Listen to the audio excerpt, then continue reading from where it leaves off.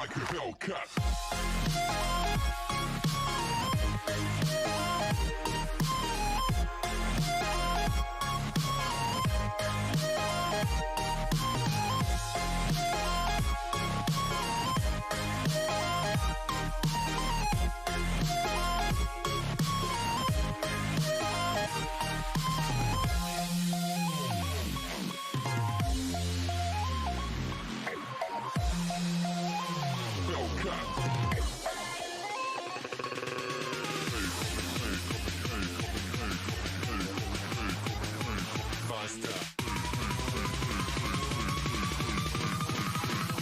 Like a Hellcat.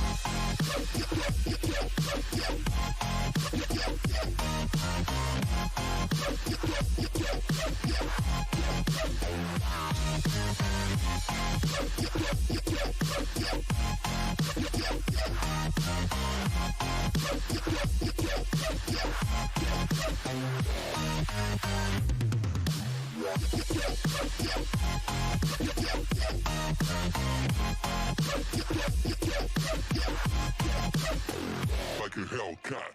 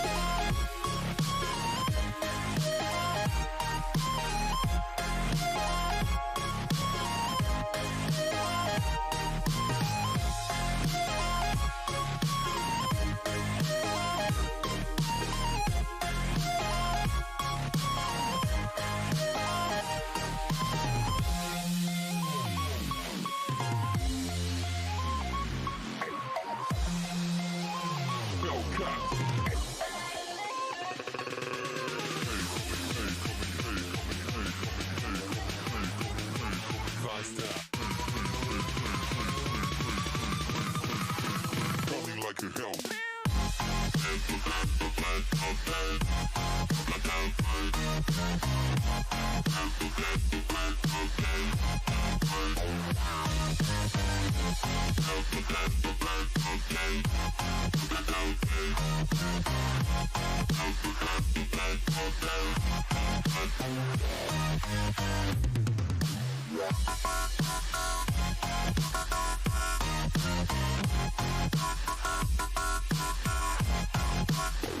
Like a Hellcat.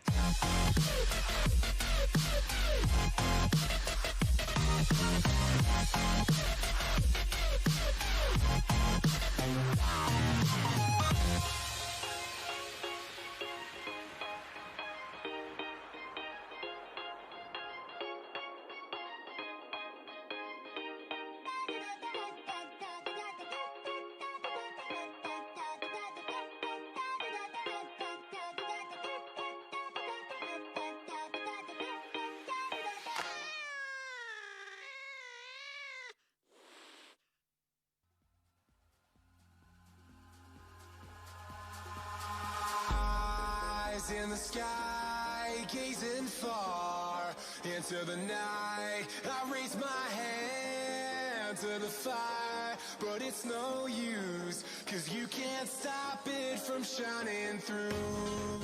It's true, baby, let the light shine through. If you believe it's true, baby, won't you let the light shine through for you.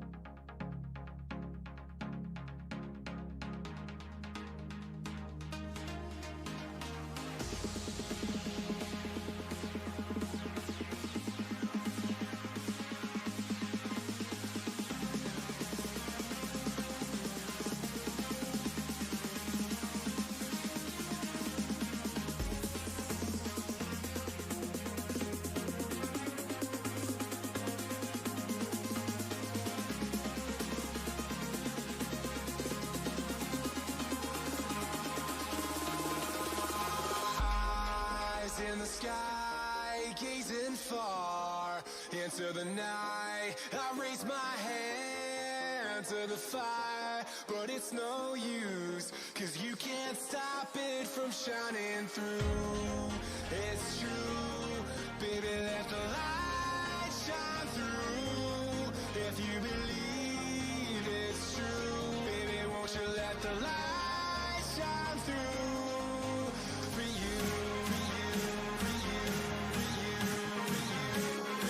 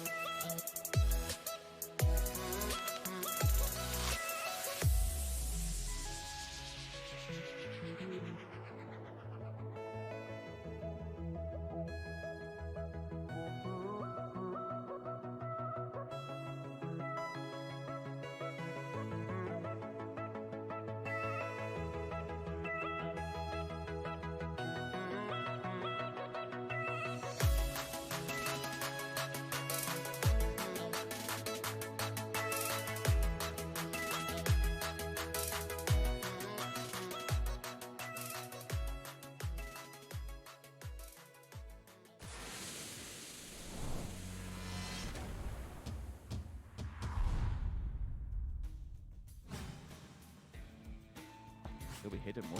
That's what he- Oh my god, that is sick. Yeah, but it's stolen by James in the end, which is more surprising. Gustav's there, gets back into it, and surely Liquid pushes. Yeah, they are. They are going to push on this one. They got the knock. They know it's down there. This is the right thing to do. Explore the south side, because down the line you have to face off against Tempest, who are going to have all of the north. Uber's down and healing for now. Nades have been cycled on the side of Gustav. He does know the information of where these players are. Does he realize they're going to cycle down low? This is a good read from FaZe Clan. Clean sweep here.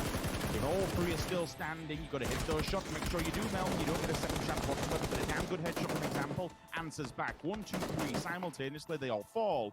Does have an angle from the offside provided by Pixel. Death from behind. They've not kept a track of that lower side of the hill. Fuzz will be giving him the info. You can hear the footsteps. Nades up. How much damage can he really do? They're just cleaning up players. That's a beautiful headshot. Switches to the second. If he gets the third, it would have been phenomenal. And Tomil, the death squad down below. Mexi, oh, the timing on the pros. This could be bad. Nice headshot on Tomil. Doubles down on it. 1 HP, not enough. He's moving forward. Stealthy. Takes down Pixel. Gets the flush. Clip is there to get it back. Now FaZe on the push further. Wookie Bookie gonna try and keep tabs on 8C. He's approaching the low ground. The first trade comes in. It's first face towards Clear, but Wookie Bookie was aware. He watched the low ground so well. Now Uber, your last one alive. Is this gonna be a Tempest victory again? Or does FaZe have something to say? It's not the connection he'd wanted. And it's going to be tricky. They don't have much to play with, and any Molotov, any nade, any smoke is going to funnel them, Rich. It's going to be a gauntlet run, and it's not going to be a fun one. Arb is just going to wait there. He's going to probably just play in contact as soon as they try and cross over, and already Tico's found Bogger with the nade, and this is surely going to be just close it down time, and it's a shutdown. It's a big shutdown at that. Yeah, they've gone super hyper aggro.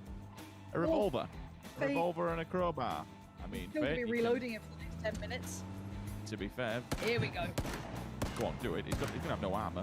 54. Oh, God. There's one. And the second one, lad, and you've got it. It's job done. Example, is this on burst fire or not? It's on burst. There's one. Where the second, they're going to be weakened or chest armor. Easy frag. Easy peasy. Thank you very much. Two of them fall. There is a possibility to get Melman on this one. Go back to it. Oh, he's gone away. Lauren is picking. Oh, he got him!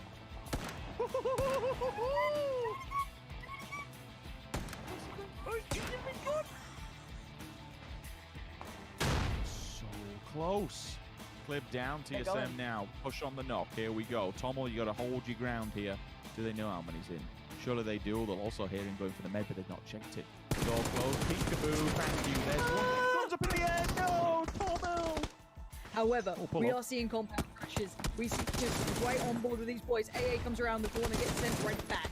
Not be able to take the easy fight, and I thought that angle could have been big, but Luke B is going bigger. This is a big handful of kills, already making that barrel sing, as there's still a play downstairs in that office room.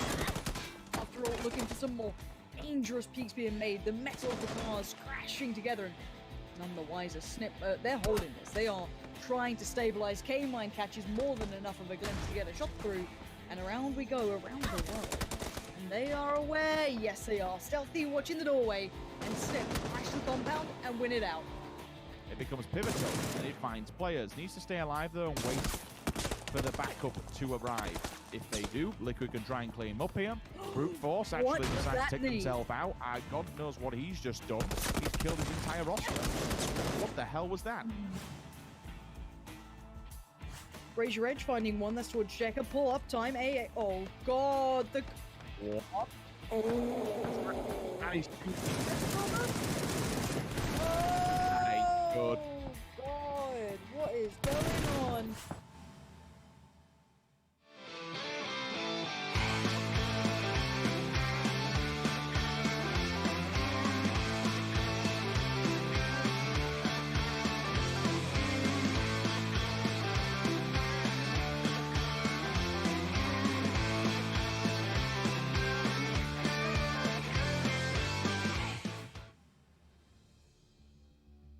We're back, ladies and gentlemen. It's day number 3 of the group stage here for PCS number 1 Europe. And in honor of Toffees, I tried to do my hair as tall as I possibly could. I hope I'm doing him justice. It's a great time to be here. It's a great time to be back. I'm glad he held down the fort. My name's James, and to my left-hand side, joining me, I have Avenger, and I have Toby, the Wind Blast himself. We're back. Guys, I'm excited to be back, as you can probably tell. And so far, from what I've seen for the last 2 days, it has been non-stop crazy. You've got Tornado Energy blasting out on day number 1. You've got Tempest getting themselves 3 wins in day number 2. That was monumental. And Avenger, I can only imagine it's not going to slow down anytime soon. No, I don't think so. I think we're going to continue to see this kind of chaotic situations, and I think we're going to see some we're going to continue to see that, but we're also going to see some of the teams stabilizing over the course of the next couple of days, because when you have these kind of established teams, they find their footing, and then they start to take more and more control and slow down the lobby or set up the speed of the lobby to the tempo that they want to play. Yeah, definitely so. Here's the overall standings so far. We have Tornado Energy at 128 points. Today our plates crash. Doesn't matter. We have 81 points coming from them from day number 1 alone. So Toby, Tornado Energy came out to play. My boys, I'm so happy to see it. I'm so happy. Yeah, they've been performing extremely well. They've been doing what we said we see from them occasionally. They're really good performances. They've just been able to bring those back to back over. I mean, especially the first day, also a decent day for them. Yesterday, finishing up in third on the day. Obviously, nowhere near what they put up on day one, but still a very good performance, everything considered. So, well deserved that they are sitting where they are at this point. Yeah, absolutely. And just as a slight aside, Avenger, have you managed to look at example stats from this tournament so far by chance? Because they're off the charts.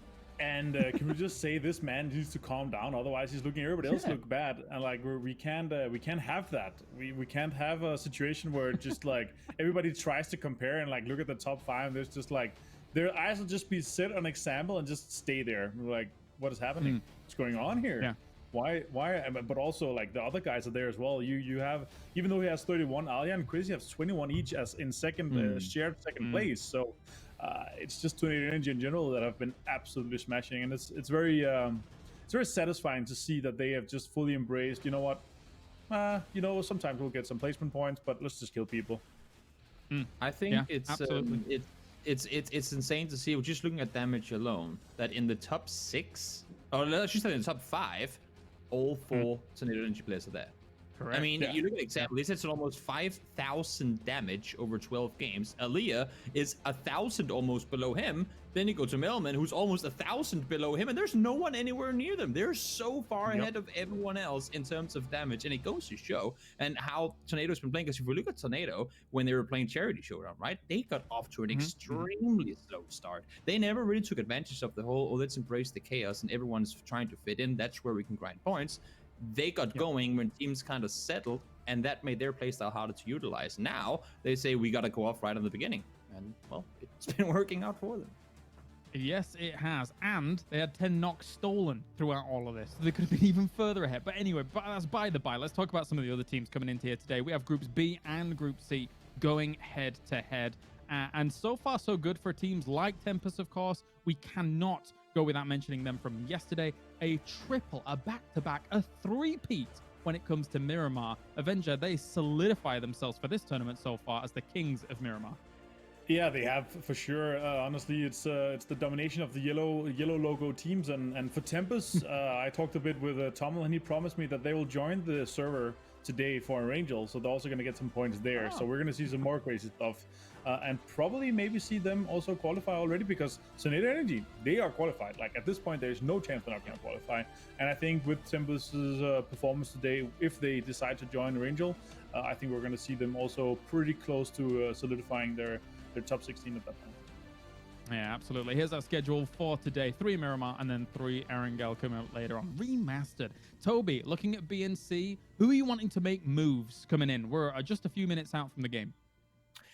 I think we got to look at some of the teams who A, didn't perform yesterday, and also B, maybe aren't already, like some of the open league teams that didn't go out performing yesterday. I'm specifically right now, my eyes are on a team like Blaze. They a lot of the wild teams, as you can say, aren't playing today. That should make room for some of the lesser wild but still aggressive teams to go out and maybe take over where some of those teams left off. A lot of control teams are playing today: Navi, Tempest, Liquid, TSM. I mean, they aren't all just smash mouth teams, at least not early on. So for a team like ENCE, for a team like Blaze, they have a chance to go out and really rack up points early. All right, time for game number 1, and I'm back to be mean here as we get things going. It's Sims and Pansy. Pansy is apparently now the biggest nerd ever, talking about Black Lotus, anime, Minecraft. She's turning into me. Enjoy, guys. Someone had to take over the reins of being the household nerd, you know? But yeah, so far so good. I think yesterday is certainly another wake-up call. I don't know how many of them we're going to get, Rich. I mean, you got to look at it like this. Day one, I think we're all quite surprised that so many of the teams that, aren't our household names did so incredibly well. But we've kind of had the same thing happen on day 2. How long can we be surprised at this? I'm not entirely sure. I'm kind of still trying to get off from a good one on this, and the fact that I don't have that, that big Toffees warm up, that big Toffees welcome. It's just back to James slandering us, or just giving us a bit of a downer. To James, I want more enthusiasm. I want that NA haircut that you've got needs to bring the NA announcement style. We want hype. We want to be bigged up. We've been feeling good for the last few days, and he just comes in, Laura, and he calls you a nerd. It's it's all going wrong. But By now. I think we all have to be fair, with lockdown. It's kind of turned us all into a bit of just cave dwellers. But Look, yeah, I've been no, trying to work out my roof in Minecraft for weeks now. I still can't get it right. I don't know what's going on. I've been trying to make this beautiful sort of, Viking-esque homestead. Just can't get the roof right, Rich. It's devastating. I'm going to pause for a second. We actually have Intermission Analysis looking rather busy. Metabe with the Vector on the off angle. Can see Apocalypse, but he's got an M4 as well, so at least there'll be some kind of answer. There has been damage done to Lipson, unless that was a bit of fall damage, but I'm assuming it was shots. Carl on the opposing side to the right, also with an M4. So people geared. We won't know until we go into first person what they actually have in terms of body armor. Level 1 budget helmets, never a good sign. I mean, it's better than nothing, I'll say that much, but it's never a good sign when you're looking for those level 2s. To answer the question earlier on, and we'll jump straight back into that if the action does kick off, Lauren, things need to stabilize. People are going to be eventually understanding the lay of the land. We are now moving into day 3, which is a different lobby once again.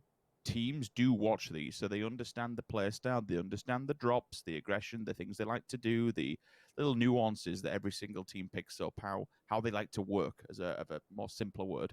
So you'll have some kind of information, but once today is all said and done, then you'll have the full understanding. You know exactly how not every lobby is going to play out, but where people are going to be. What are they more than likely to do in certain scenarios and in certain situations? Honestly, though, it feels to me, we've been casting PUBG for quite some time now. I don't know if it's Just a because little bit. people are at home, Lauren, or if it's just because people no longer really care who's in these lobbies. But I personally feel this is some of the most, apart from when we look towards Asian regions and so on and so forth, but this feels like the most aggressive we've seen European PUBG in quite some time. I think the lack of fear. I mean, when you see these younger teams going to events and they're in an environment that is certainly not their home, and you see people, the nerves kick in. It's proven fact. I mean, I've cast 1,000,001 games as of you, and we all know what it's like. This hot online team that's been tearing up goes on to LAN, and the nerves come through. They lack that comfort zone. They don't have the experience, and you see the same old teams who've got years of experience picking up so much more in the way of victories. Now, beyond that, though, we have seen, obviously, with the change of environment due to the way the world is currently, this does allow those younger teams the chance to kind of shake off that fear of the bigger names. The fear of the name is certainly a real thing. And, well, right now they're going toe-to-toe, if not better than half of them. So, yeah, this is some of the best PUBG I've got to see in a while, purely from an excitement standpoint. You could argue it's not quite as... tactically gorgeous. Oh, Blaze, it's Lipsin. I thought it might have been Lazar, then no. Lipsin in a bit of bother. No meds, down to 13 HP. Oh, and the gun barrel. It's being pulled. Now gone at the attention. And goes down. I respect the pre-fire. That's all you can really do when you're in Gotta try it, very right? little. Yeah, I mean, you're on the worst end of the stick with very little health here. There are at least some kind of response to players going down. Had to be very weakened as well, and this speaks a bigger picture to how badly the med situations for all these guys. They've been slowed down massively. I mean, thankfully, they're not too far from the circle. None of them are. Unity is driving past this. I don't think they'll engage just because of where the central point of the circle is. This is just doing no one any favors. Losing players. A few will gain points. I mean, for Besiktas, let's be real. Let's be blunt about this. They had an absolute travesty of a day one. 3, 4, 16th places, very little points. I mean, 8 for a full day is abysmal. I'm not going to sugarcoat it. It's abysmal. It was up until the point they had like 3 or 4, and it was only off the back of frags. I still don't think they have any placement points. They've been not higher than 13th or 14th, if memory serves me correctly. So 8 frags in 6 games, it ain't great. So we have to start now. There is not going to be much time to do this. There's been a few of the teams that you would expect to be up the upper echelons of those leaderboards that aren't. So there are weaknesses amongst these lobbies and amongst these teams and the battlefield, but 8 points another day like this, and for me, you're already putting yourself out of the group stage. You won't even make it to grand finals if you have another day like that. It's just impossible. Yeah, I'm kind of with you. I think there's a set amount of time you get to kind of make these mistakes and kind of have room for error, right? Then it goes away. So there's only so much room we can give teams to adjust and pick up to current speed, I guess is the only way to put it. I don't know. We'll see. We'll see. We'll see if there's any redemption arc here potentially for some of these teams, if not just for pride's sake. Tempus, a name that is going to be on the forefront of our minds for some time now. After the performance they put in on Miramar, there's certainly going to be a team to watch whether or not they can transfer that to Erangel. Promises or not to Martin. We'll see. That's another name that has to be remembered here, sitting in third place. And again, I think we haven't credited the Penguins enough. Not playing today, but sitting in second. These guys, somewhat came out of nowhere, and they've played incredibly well. At least in comparison to some of the names in the lobby. So let's see how much they can hold on to that second place, how long that does manage to stay around, and let's look at where the circle's closing towards. Omicron, the Wildcats, Northern Lights, and Liquid holding very strong positions here. TSM slightly on the outskirts, and RV will be coming in late, very traditional for them. We're used to it by now. But the Southeast has a lot of teams coming through. Tempus, Ents, BF, Redline, that's not including the Blaze Besiktas fight that's still kind of going on. I'm going to look at this. It's the same train of thought for me. The players think of the same thing. Montenuevo, upper part of it. Christ, I've got to look at how many teams are just going towards this. What is that? 1, 2, 3. On my screen, I've got 8 teams already just in and around one another. There is room. I think that's the saving grace of that area. There is room to play. You have small amounts of hard cover. You've also even got a road. Just because of how it crests and falls off, you can lay down and hide behind it. Hell, you can even bring vehicles up and just hide behind them. So there are means and ways to actually support so many teams in and around Montenuevo. It's just how many bodies they have by the time we get to that 3rd, 4th, 5th circle. Casualties can happen. Right. Someone like Tempest, who's been playing fantastic PUBG thus far, this could be a much harder game for them. Like, getting into that central pack, it's not going to be without damage. It's not going to be without a fight. I don't think they'll get in there cleanly. They could play for an adverse circle, pulls towards them, maybe go for the hard shift. We've seen Northern Lights actually do that quite a few times, to be honest with you, and that's why they're probably not as deep into Montenuevo now as what many other teams are. This, for me, is probably their own choice. We've seen a few times where they'll bop between that and the backside of Power Grid. We haven't had any Power Grid main actual endings yet, again, because you have that ridgeline that runs around it towards the south. It does go towards the north, but for the Northern Lights between this, it gives them options. It gives them somewhere to be able to move to, and they could even actually, to be fair, probably put something together to get across the road. With having so many vehicles, you can go toe-to-toe. Mexi, you can just see on the side. Wow. Is going to be a problem for them. That is going to be a big problem for everybody, to be honest with you. That is quite a much harder shift than what many will have anticipated. So you'll see a lot of rotations now moving and magnetizing down towards the south. The hill runoff in the middle of the map, that whole entire area, it's fully open. But again, which side do you want to pick here? For me, I'd actually be taking the hill this time, given the fact that it's more central than what it usually is. Quite a lot of times, you'll have that yin and yang effect. You'll see the right-hand side of the circle in the east. Some teams could go there, and you'll see the hillside all the way on the west. At the moment, that hill, it's in the middle. So that's looking like a prime territory. This could be the saving grace that someone like Tempest needed. Even Ents, further others that are outside further afield, Lauren, there is now an opportunity to try and get into that while all the rest are in the north rotating down. No, you're bang on. This could definitely open up some room for these teams to find a bit of movement. Liquid's now going to be having a little bit of an easier time. They're definitely getting a bit more attention than they'd like from Northern Lights. You saw Batulin's shot with the Mini being very precise, catching one of the players there. So this should actually, as much as it is a hard shift, this does create more room for those teams that did come in late. Someone like Na'Vi is probably very happy with these kind of, harder shifts. They always seem to come out quite well from it. I wonder if TSM could be a potential threat for them down the line, depending on how far TSM head out towards the west. They could just come down that western road, which is pretty likely. You said it, Ents, another team that's looking for a lot of points here, could do with some. The southeast side would be their way in. The south of Chumacera is hard to work through. They've got the main road, I guess they could come up. No one's really catching it. So again, I'm looking at which rotation paths could be an issue. For now, it's okay.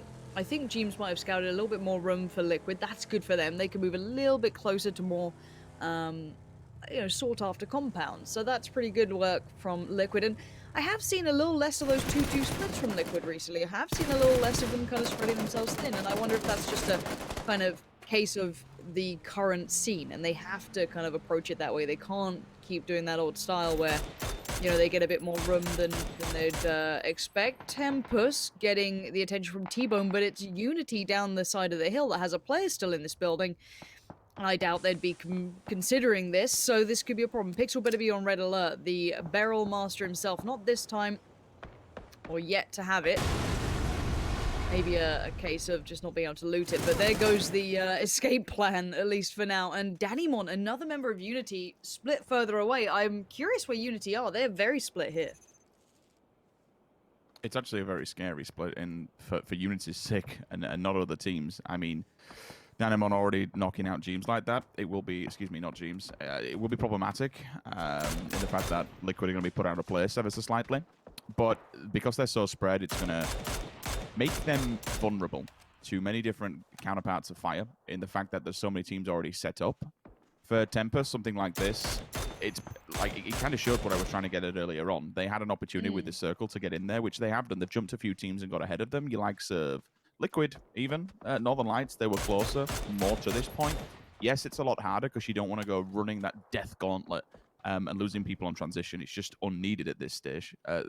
Like, to lose people on transition, it kind of hurts, especially when it's early game. I mean, still, even up to Phase 2, I think there are better scouting opportunities. Circle bounces back a little bit more towards the north. It doesn't stay as southern as probably what some would expect, which still brings this Montenuevo backside into play.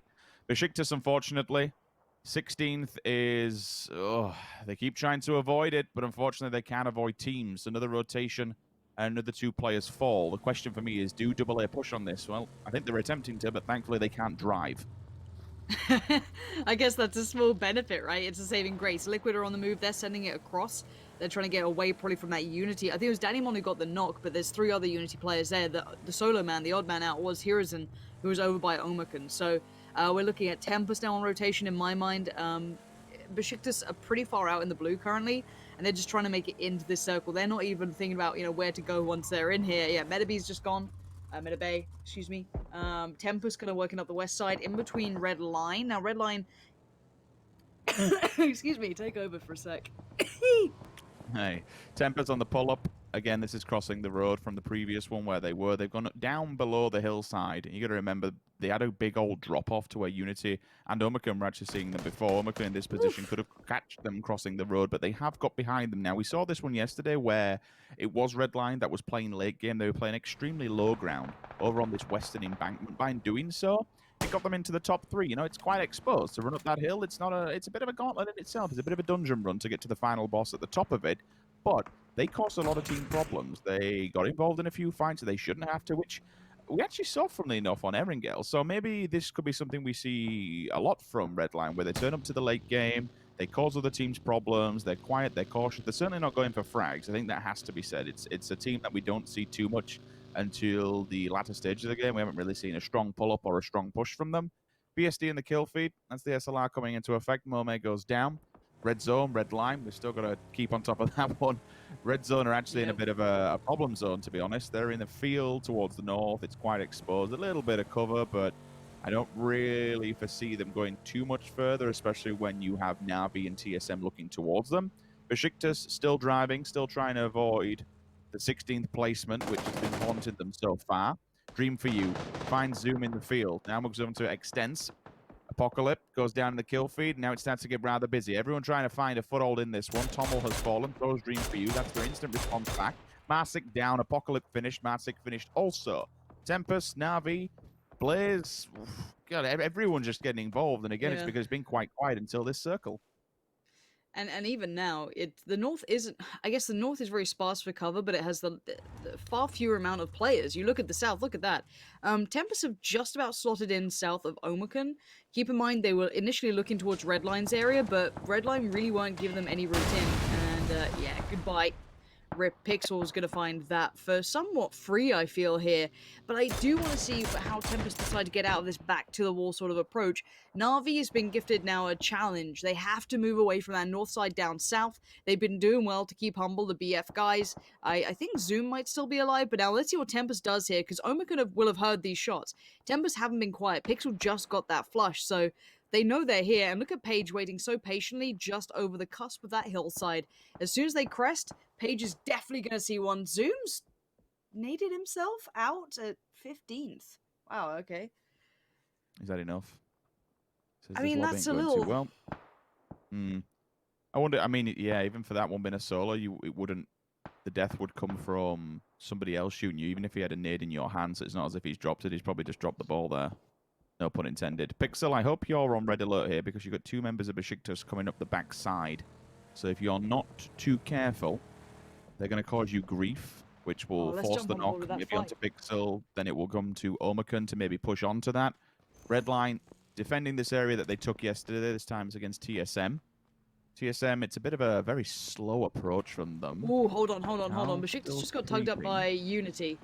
Tempest might have an idea that they're coming this way. TSM does have to get past red line, but this fight's the one I want to look at. Yes, Lyran is there. Flushed Pixel instantaneously. Sadly, just not aware there could be that creep coming up the hill, just trying to look for those angles, that slow approach. And now, for Tempest, they're pretty gearing up to try and take on Omicron, but now Omicron see blood in the water. They know who's there. They've been keeping track of this. Really good mental preparation from Omicron.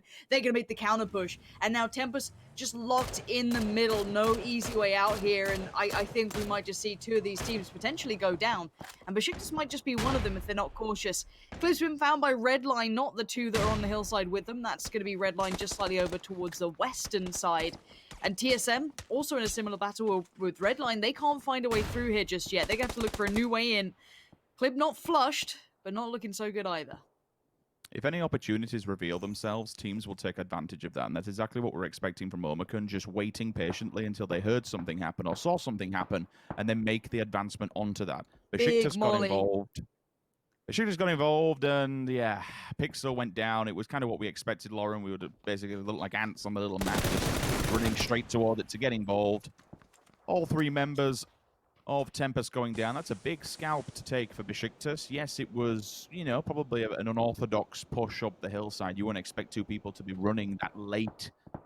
Even, to be fair, not actually taken down by another team. We did see Danimon make haste and take one of them out at least. So there was some kind of far from a distance onto the side of Tempest, but still, they're gone. It's a poor start onto Miramar from where they left off yesterday. TSM has made it into the hill. It's not the greatest position in the world, especially when Fex is getting completely collateraled by IW and TQ. TQ expect them maybe to make some kind of move slowly into this. If they have position to do so, it depends how much room they've got to move up there in their little compound that they have. They will be TSM's next enemy. For TSM, I think this is, if the circle is unfavorable, which it is, that's going to be so brutal. IW, TSM, Redline, hell, even Omicron. Where do you all go at this point? Yeah. That is a very stacked circle with very little points of entry. Exactly. It's a ridge. It's a ridge and a compound. You look at it that way. It's literally from, I guess, where Unity set is almost towards Na'Vi. There's not much more playable area. I guess Red Zone have a little compound. That's not in. Ents has a compound. No one else is going to be able to get that. They'll hold that till the very end, I'm pretty sure. They won't let anyone come through. So, as you said, where do the rest of these teams on the outskirts go? You could shuffle in and play Edge, but even then, you're clutching at straws. TSM are waiting for Redline to make their mind up so then they can move. They can't go too early because obviously Redline would have a perfect shot on their back, but if they go too late, you're going to have the Wildcats right there with you. And She Created is going looking, and She Created has been pretty excellent for the Wildcats. These guys in 9th currently, very respectable, and this is the team just below them, TSM. If they get this kill, if they get a couple of these kills, this could work wonders for slowing down the nearest team to them. Do they spot them? Yes, they do. Miraku, the first victim, falls towards She Created. Swift, and the response comes back in. Iroh's there for the fight, but he can't overextend. As much as TSM obviously want revenge on this, it's nades. It's going to try and force them back with utility. They can't just run over that ridgeline because look who's turned up. Redline on the other side. The timing couldn't be worse for TSM. Pinched by both teams on both fronts at exactly the same time. IW will probably try and rally the troops, then get involved in this. They have. She Created with a nade onto Vard will get the knock. Cal is still going for Besiktas. Page has fallen for Omicron, and that's a big loss, a big scalp to take. IW now move on from TSM and say, okay, well, the next problem's here. Let's have a crack at them. Michael will fall. Down but not out. I spoke too soon. Instant flush there with the SLR. Job done. Moves to the sky with the 3 times now to take on Marv. He's the last man standing for Redline. Ira for TSM. And I tell you what, IW, they may have had the slant on the hill have been able to work it, but they've worked it well. They've taken a few kills, a few scalps. Ira goes down to the vehicle. The Resolution finds him. Set moves on to Cow, and now everyone else is just crunching into one another. Omicron have to take on Unity. IW will have to take on TQ. Na'Vi might even have a go at Red Zone. There are multiple fights, multiple fronts. Good God, look at all those smokes. Yeah, that's all from IW, putting down their path towards the one compound they want. But look who's third partying. It's Liquid. Eyes set on the prize. They've got a really good position. It's been made slightly less strong by the recent circle, but they were slap bang in the middle of the last one. And TQ won these points. Sadly for the Wildcats, I don't know how much they can do. Good little last land grab from 11 there to get Marv, so they can try and maybe work just in front of them. But we are seeing a bit of a clear up here. Wildcats have gone down, but it's not without casualty to TQ. Braba did just, get knocked, but I think they've got time on the res, so they shouldn't be in too much worry. But it will have gotten the attention for Liquid. But then Liquid also have to worry about where do we go now. We need to head further north. James is getting right up close towards the Northern Lights. Big, big move from him. Now, for Liquid, you got to think about the timing here. If they go too late, you can have Omicron and Unity right next to them, but those two are about to fight. Already Vasco and T-Bone combining to take down Set, and you've got the last two players, Hiruzen and Danimon. Trying to find anyone, but look at that ridgeline that Omicron's playing with. It's very, very sturdy. It's very strong. The barrel's good, but Batulins is a little bit better off to the side. It is good, but the only problem is it's further away from the circle than what Unity have. Essentially, they can wait this one out and make Omicron make the first mistake. Danimon buys his time for a second. Initial contact round the corner. Hiruzen can feed this info. They're flooding through the smoke. There's one transfer. Third one is available to him. Should he get it? Oh, my word.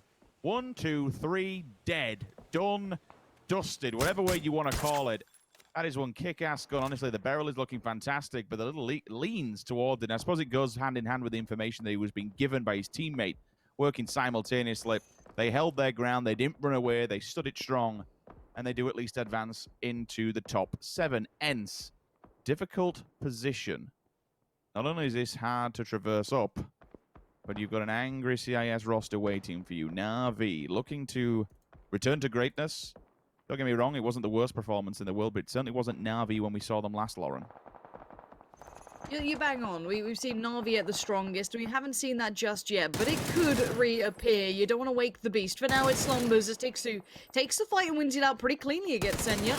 No trade available for the rest of Na'Vi, who are on the other side of the hill. Besto's up top and Kemba down below. Neither have vision on what's happening. And now you're seeing Red Zone finding TQ. Red Zone actually are in a good position towards the north. They've been, I don't want to say quiet, they haven't been too quiet, but they haven't been involved in those outskirts scraps like we're seeing here with Ents and Na'Vi. And it looks like Na'Vi are building up the counterattack. Tixu, gonna be careful with that nade just over the ridge, doesn't quite find him. And Kemba looking to get involved. One by one, they're peeking. These are very hard kills to trade on. Look at the way the terrain works. And eventually, Kemba does at least stem the bleed for now, but there's the instant trade frag. Good work for Ents to keep that pressure high, leaving just Tab alive, and his options are pretty poor. Fall back to the compound, maybe open to Red Zone, and try and get off a heal. Buy a couple of seconds here. They need to give up that ridge and leave it all to Ents.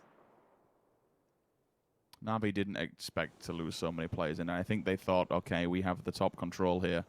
We have the height advantage. We can just murder them on arrival, but not so well. Ents do fight back, and basically Na'Vi have just gone on the roam. The Tab has exited the scene completely to try and stay alive and maybe hold them back.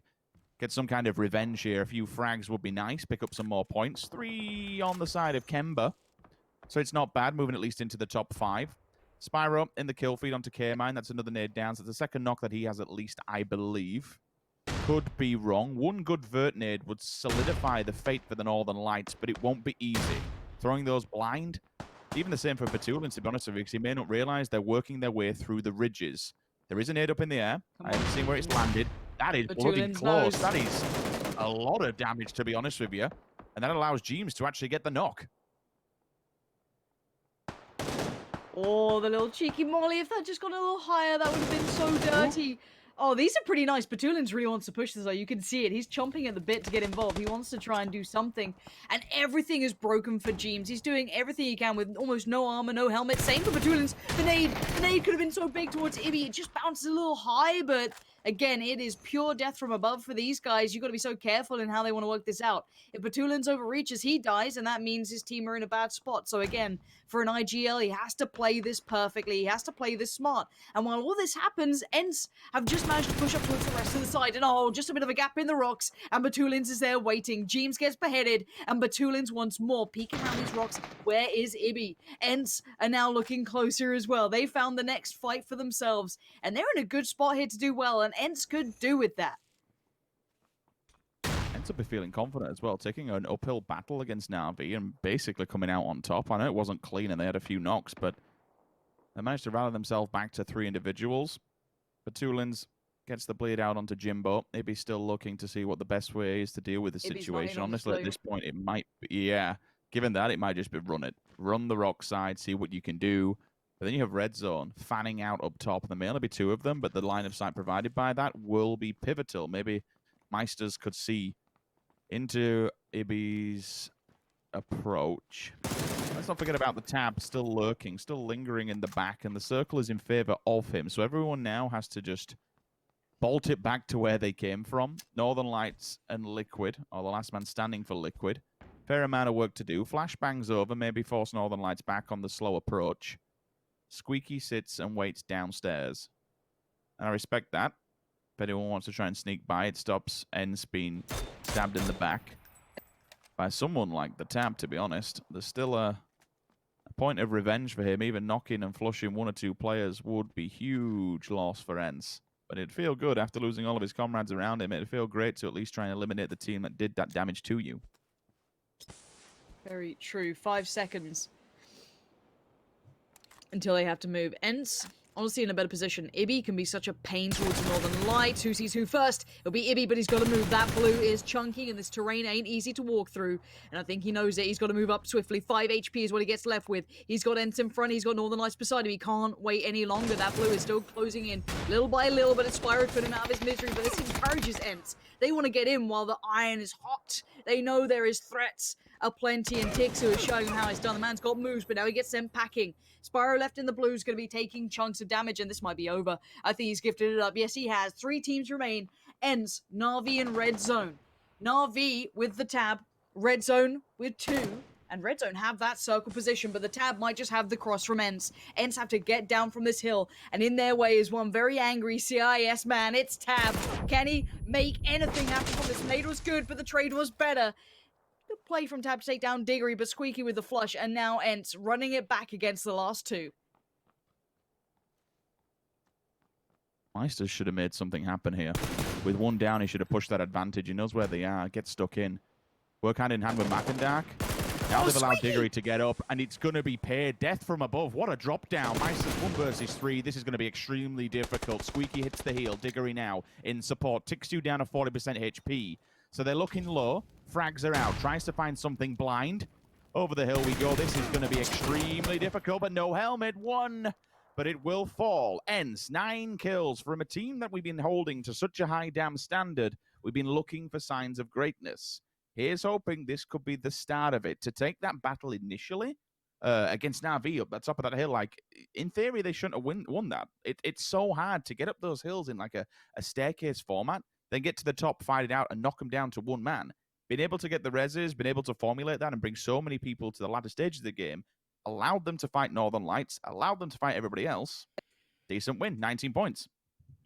Yeah, I mean, seeing Squeaky win that drop when he dropped off that cliff and then just killed someone on the way, that was pretty damn nice. Good job. Nice to see Ents at the top. Obviously, good couple of kills as well. It's not just that Ents occasional win where it's your quiet 2 or 3 kills here or there. That was a commanding victory. So that could be a good sign for today. We'll find out as we head back to James, who's not quite as nice as Toffees. You're absolutely right. And also, Sims hasn't changed the date on his home studio site. I'm just going to keep digging at you guys. I'm going to keep digging. And then you'll want Toffees back. You probably already want Toffees back, but who cares? We are done with the game. Ents gets themselves the victory with 9 kills as well. And I have to commend them on this victory, Martin, because they fought tooth and nail to get up the mountain in a situation where oftentimes it's people that are on the mountain that actually win out those games.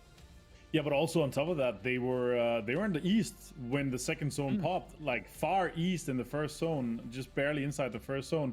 So they had to move all the way from just outside Los Leones all the way to the west. They had to fight an uphill battle, quite literally, to make themselves into push themselves into a position where they could fight from. Managing to get 19 points is the same it's the same amount of points that they got on day one. So I'm happy to see the step up here, and I'm curious to see if this first game confidence and momentum is going to bring them more, because I want to see this continue, and this should give them that confidence. This should give them that like boost and motivation to continue to go at this kind of speed here. Maybe they'll squeak on into the top 16. Hey. Toughies. What am I talking about? Toby, how about yourself? What are you thinking? No, I think it was a great game for them. I mean, as you were saying, it's always tricky to be the team that has to come from below and literally try and become the king of the hill. But fortunately for them, as you can see here as well, the kings that were on the hill prior to them getting up there, they were busy fighting one another. I mean, Northern Lights had no impact on what was going on towards the east because they have the Team Liquid to deal with, as you can see here as well. So I guess you can say, had there been the timing's been different and had more than one team been able to engage in that fight, ENCE would probably have never gotten up the hill. But that also goes to ENCE's, I guess you can say, as a compliment to them in saying they knew when to push up. They didn't just blindlessly run up the hill. They knew, okay, we have them fighting another team right now. This is our chance to make the move. And that gap isn't more than 10-15 seconds, and they made it up there in time. So a smart play on their part. Yeah, definitely so. Here comes the points. 16th place at the moment, unfortunately, in this game. TSM, they were in a lot of fights, but didn't manage to get themselves even a single kill. Never mind the placement points. They will fall down in 16th place. Omicron taking the hill very early, but only getting themselves 2 points to their name. Let's look at our 1 through 8 as well. As up towards the top, we're going to have ENCE sat all the way up there with a 19-pointer. 11 points going to Northern Lights, and everything considered after the charity showdown that we saw here and seeing them blasting out, this is a nice refresh here for Northern Lights, who haven't had too much up until now, Martin. No, they had a rough day one, honestly. I was surprised to see them at that level after the huge confidence and amount of points that they had in the charity. Like they were insane. I was surprised to not see them get more than 32 points in day one. Their best game was the second place with 12 points, and after that it wasn't really as we used to see them. So I'm happy to see them start with this. I think they were not also happy with their performance on day one. So I definitely think we're going to see this step up here, and we're going to see that continue. A massive amount of damage coming out as well there for Northern Lights. Carl makes an entrance up toward the top here for a Besiktas that in their game day, Toby, they did not have much going for them. Only 7 points, and they were trailing quite behind. So an extra few kills is nice. No, I mean, to be fair, Martin was talking about ENCE securing enough points or the amount of points that they did on day one in this game. Besiktas did the same, and 5 of those points came from Carl. They had a horrendous day one. And I mean, I honestly don't know. I was sitting and looking at it going, I always, whenever a team really, really underperforms, because they qualified to get here, right? Then I always look into what went wrong, and I couldn't put a finger on it. Like they just seemed like they were all over the place on their first day of play. Now, of course, there are 6 days in total. So it's not like it's over and done just because you have one bad day. It does put more pressure on your coming day. So for them to start off today, equaling the amount of points they had on day one as well, to get things started, hopefully, for Besiktas they'll find more of a footing in the lobby today and get something going their way. Yeah, hopefully. All right, we're going to a short break, ladies and gents, and when we return, we've got more PCS EU coming your way here for the group stage B and C.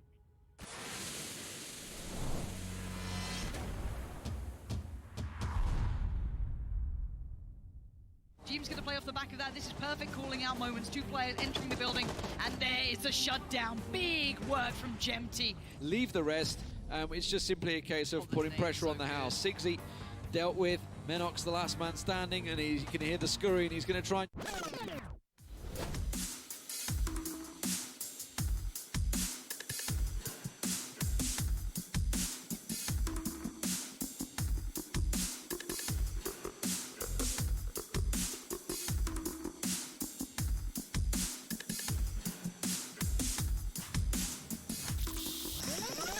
Menox the last man standing, and you can hear the scurry, and he's going to try and chop out. He might get a nice camp flank around the side there. Doesn't quite work out for him. Instead, he finds himself on the outside of the building with everyone inside. Sees Gemty out the side, but it's too late. You can see FaZe trying to light them up at the moment, trying to do what they can with the vehicles. They've made a bit of a blockade.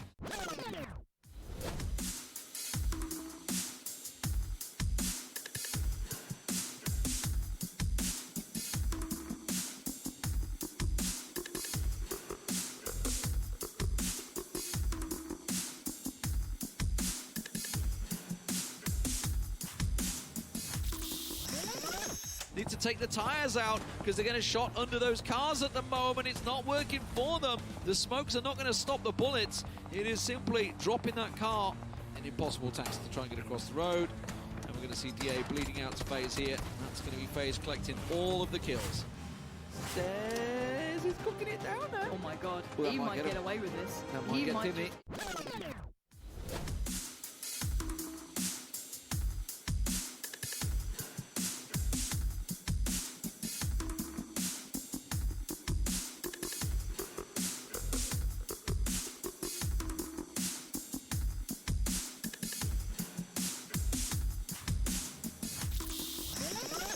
If he That might jumps get down Timmy. the grenade, it He does. gets him, Oh, and he's going to hop out God. the side. He's He's going seen to both. push that one down. Now he realizes he's being pushed, and now that's going to put pressure on him. Comes around, sees Tixu. Oh, he's got Tixu. Joski's in trouble. Tixu's on absolutely nothing. Comes around the side, he's got him.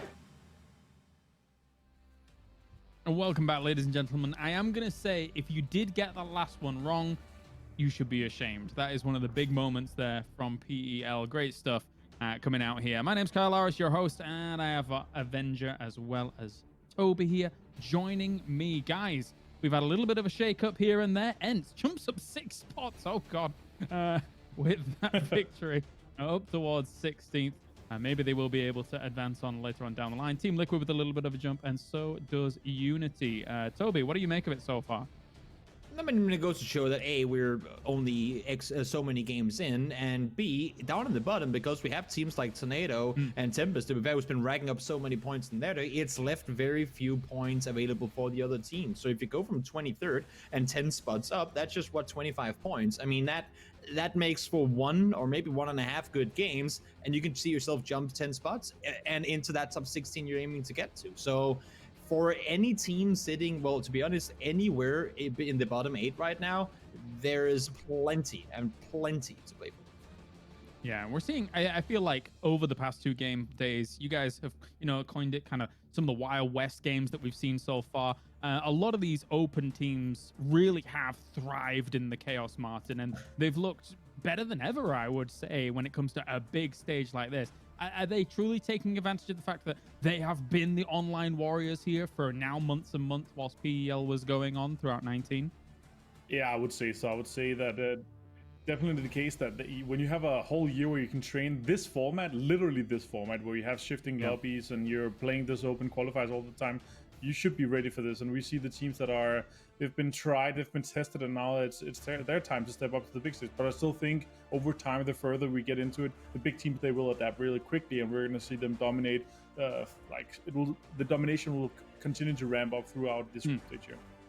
And that's what makes them the big teams, right? When we've seen those big teams themselves go to unusual territories, say like a world championship, for example, Europe's been generally pretty decent when it comes to those kind of big stages. And the same kind of adaptations kind of have to happen there, just against kind of the world's best from around everywhere here and there. All right, thank you very much, gentlemen. Time for game number 2 of the day. It's Miramar once again. Sims and Pansy, bring us the game.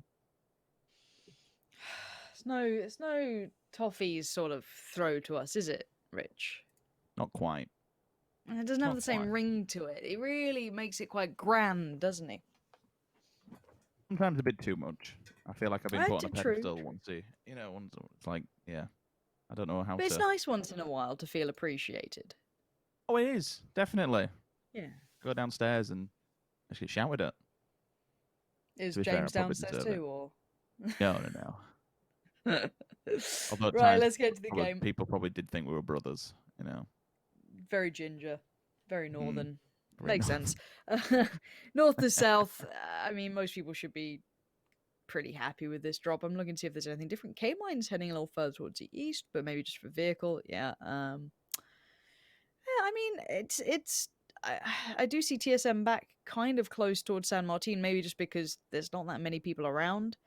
They do have a bit of a split towards Hacienda, where Unity aren't too far away from, but a northern circle. Lovely. Be happy with that one, but there's also the downside that this, given the fact that it does pull a little bit more towards the south, could be quite a linear circle where we look towards above San Martin, that kind of area, the whole like diamond that sits above it, pretty much across to the west between that and water treatment. We saw almost a perfect win coming out of the Nuclear Penguins, where they went and just sat and it just came to them, and it's like, well, there we go then. Don't really have to fight for too much, but you know, whatever works, and kind of go with that. No real early fighting this time round before from Besiktas and Blaze. I can only assume it was to do with the flight path, and that's the reason that they started heading up towards one another so earlier on. Mm-hmm. Small progress for Besiktas, you know, wasn't the greatest, certainly the greatest performance in the world, but it wasn't a 16th by any means. So at least for now, they're in 6th position. It gives them, I think they actually had in terms of that, 7 frags again, no placement points, but still more frags. It's to be fair, they've almost got the same amount of points from one game as what they did for 6. So there is an advancement. I want to see that. I want to see more. I want to see them up there, the top 3. To be honest with you, for confidence purposes more than anything. Yeah, you're right. I think, you know, some of these, I mean, that can apply across the board though, couldn't it? Just, you know, bit of a confidence boost here and there. But look how close this board is. All right, ignore Tornado Energy. Let's just cut them off. And honestly, just let's cut off the top 3. Let's take off Tempest, Penguins, Tornado Energy. You've got, look at the total points. 63, 62, 61, 58, 58, 57, 53, and then just high-end 40s. You know, 31. It's ridiculous. Remember, we were getting like 20-point kill games, or like 20-point game, not kill games, but, you know, 20-point games in total. I mean, the difference that could make for some of these teams. It's crazy to think, you know, someone like Na'Vi, who has definitely got the capability of doing that, let's say. I'm trying to look at a team who's low down, who has the potential to get 20-point games, which obviously is not something everyone can do. That's, you know, it's high kills and generally a first place. You know, 20 kills would jump them up 10 places almost. Like, then you know what I mean? That's one game. I mean, it's a close pack. It feels like it's very tricky for some of these teams to get those high kill and victory games. Whereas we saw some be able to accomplish it in a bit of a row, which was the crazy part when I was thinking about, you know, these, you know, Tornado Energy, Tempest, or even let's roll our minds back a little bit further towards Northern Lights, when they were winning multiple games, you know, multiple high kill games.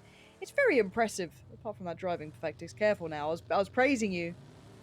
Oh, he's had a mare. There we give it the beans. There we go. Yeah, I mean, I find it wonderfully refreshing how different this lobby feels to others. That we don't have the same 5 teams at the top. You know, coming into this, you know, let's say day 3, who do you think would be at the top? Would you say the Nuclear Penguins, Raise Your Edge, Tornado Energy, Tempest, and FaZe? Probably not. I mean, you could argue Tempest, FaZe, sure. Raise Your Edge is that's a gambler's pick, just in case you might get the, you know, day where Raise Your Edge are nuts. But it's like, what the hell? You know, that's the big thing. I mean, obviously teams are just looking for the qualification points, right? As long as they're above that, as long as they're over the cutoff, I guess it doesn't really matter. But was it 16 right now? I'd assume. Yeah. I mean, look at that, how close that could be. 16 and under. It's not much room there. But speaking of not much room, getting forced out of this compound. Unity going for these very brazen splits. A little risky. We saw it last time. There was like a 3-1 split-ish. Set's being able to back away, but Blaze have just kind of funneled themselves into this compound and taken it straight away from Unity. Correct me if I'm wrong here, and I could be. I'm trying to cast my mind back to when we were looking towards the Charity Showdown qualifier, the very final game where Raise Your Edge qualified for main finals. I believe it was Unity who missed out by a margin of kills, but they just decided to turn up in the very last round and really show what they were made of. For Unity, there is a good level of skill here. I mean, hell, how long have we been casting Orange and Set for now? We've seen Orange trying to come up through the ranks. Set is just a beast on his own. Like, I still remember back to, I think it was even hell, PL version 1.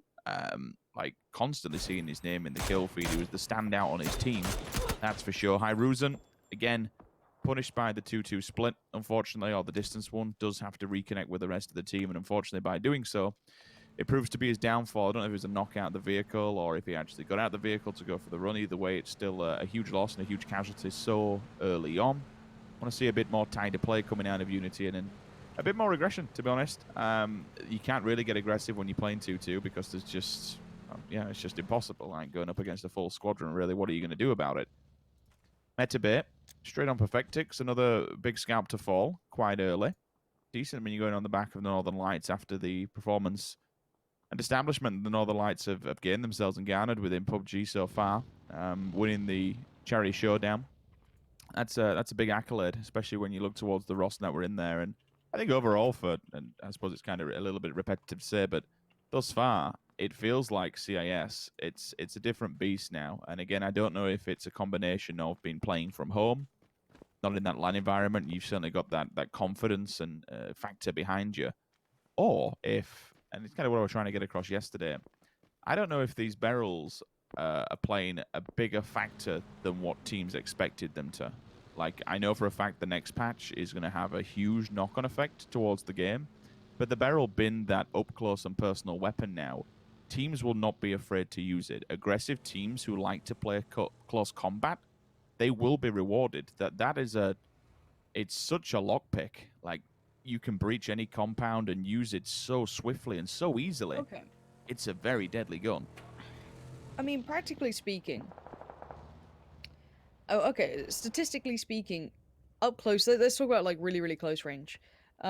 Is there a good source for time to kill? Because I'm kind of curious. Because we sat here and said this about the SMG meta coming through, right? That actually they would be viable, but then no teams really did it because obviously they keep in mind long range battles and they'd like some middle ground options. But bear in mind, we were also in the kind of DMR meta where they can fulfill that role regardless. I mean, SLRs, and minis are just ridiculous these days. So, pound for pound, close range, it's just, okay, I'm just going to talk about, weapon balance in general. I would like to see the barrel being a middle ground, in a way where let's talk about compound crashes, things that you're talking about, compound crashes, kind of up close and personal, these sort of fights. I'd rather see an SMG do better in that sort of instance because they're meant to be treated as that high rate of fire. Range, no, but up close that should tear through everything. But let's say we get to a little bit further distance where they start to drop off, that's where the barrel should kick in. I'm a little worried when these guns become really, really powerful that it's just, and here's the one gun meta that we're always going to have, rather than making them, very specific to certain areas. I do worry that the barrel is going to be a bit more of an all-rounder, especially when everyone else just runs a DMR for any other reason. You know what I mean? Like, you've got it all there. So I'd like to see a bit more variety. I'd rather see teams showing off personality with what they like to play with, rather than, if I don't play the barrel, I'm going to lose 99% of fights if I'm completely skilled with someone. So, again, all that aside, we are seeing Besiktas trying to get a couple of shots through, and they've somehow lost out on a player. It's like, they try and get aggressive, they try and do something with it, bonk, Mome's there with the old cart, so safe revive going to come in. Where was that from? Because I actually don't see Mome on the map, so it could have been a pretty decent shot there, if I'm not mistaken. I think they're on pretty decent. hill. Yeah, It's a fair whack of distance. And this could be another compound crash coming in potentially. Now, I want to see if after all stick this out. They could peel away. They could back to the next compound. If they're staying split up, this could be an issue. But with Tixu being lost, Ents now have pressure on them to make the move to try and recover their fallen teammate. After yesterday, Goose is now my favorite player. Runs two of his... Oh, Curse of the Caster, he's down. I was hoping to see another miraculous play. After running two teammates over yesterday, he just went on a tear in the 4 versus 1 and raise your edge. But unfortunately, this time, it doesn't happen. There will be no flush onto Tixu, so he can at least stay alive. BSD, however, has been flushed, and that's by T-Bone over on the side of Omicron. Shots coming his way from the Tab and Co. Now V have an eye line onto this. Vascu has unfortunately fallen down the hill. I'm guessing maybe Tab damaged him up and they dropped off. Michael turns and faces, thinks, you know what, time to run away from this because they've spotted players. And it's in the form of brute force. This is outside of the zone. And we spoke about Redline, been a little bit slower. a very late game. It seems to be continuing here into game number 2, and even day 2, to be honest with you, them playing. It was the same yesterday. K-Mind, back of the camp. They're just changing seats, making sure they've got the information what's going on here. But I think the saving grace for Besiktas, I know it's Liquid at the doors. There's going to be damage from the back lines. Northern Lights have into this when they've already done some damage, and even more than that, they've knocked Mexi. Wome will at least stem them for now. Does the same effect and forces Besiktas inside. Is Mexi in a reasonable position? The fight will continue through. CTR looking outside. Doesn't take advantage of the whole scenario. Could have got that knock if he'd been a little bit quicker, but coulda, woulda, shoulda. James through the window. Will stand his ground and will pre-fire. Sees him from the opposing window. That's 2. That's a good set of knocks. Now they can forcefully make a stance inside that building. They could see some more knocks coming through. We will try and see if there is any defense from upstairs. Meant to be just holding for now. There's no point in going running up those stairs. Get Mexi back on his feet. Get to a full 4-man. Get your heels off. Besiktas committing all the utility. Smokes are down. He's wandering. He's going for this. I mean, they won't expect that, right? Like, that's a pretty cool plan. I mean, it's a little risky, sure, but you got to take some risks here. You're in a 1v4. Now, the game plan for Liquid, if I'm in their minds, is how can we clear this out without potentially losing a player? You have to be so quick on effective trading so you don't allow the flush to come in, because now, in their heads, he's upstairs. But one of them's got to be considering, what if? Now, that's given away the game. Mexi's located him, the radar, the alarm bells ring. Metabe still slips back upstairs. How is he able to do this? Liquid now pouring up the stairs. They're going to try and chase him down. Metabe can't make it out the window. If he finds him, he tries to make a daring leap. For Besiktas, it's another unfortunate matter of affairs for them. They're not quite having the clean games we would have wanted. And we're heading towards water treatment. The circle, it's not exactly water treatment. Ents are kind of in the middle. TSM has taken over the western compound over the road from water treatment. They're in a very, very strong position in that regard. But the west, Richard, it's going to be busy. You've got the Wildcats, bit of Na'Vi, Omicron, some big, big teams out there. And Northern Lights and Liquid are getting quite close by. Now, I saw Jeems heading further south, maybe looking for a new way forward or, you know, some information potentially. But if I'm Jeems, I'm a bit careful of leaving my team here because he's getting very close to Tempest. If you look on the map, Rich, what worries you most? The Northern Lights fight or potentially Jeems stumbling across the entirety of Tempest? But now he has the info. I think I'd be more worried for the Northern Lights with the player already knocked.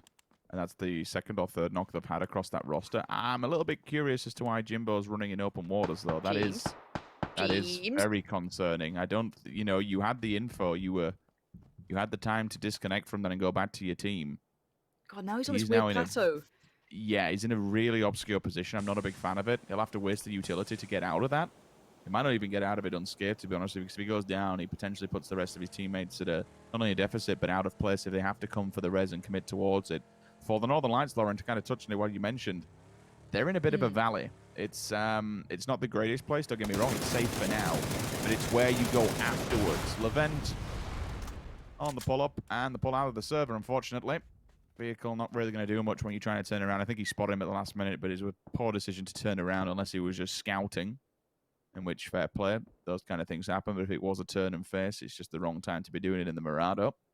Hold on, I think Ibby's being pushed out to try and maybe get Jeems back in, but... Glad you touched on it, yeah. Yeah, here we go. Let's see if he can actually recover his teammate here.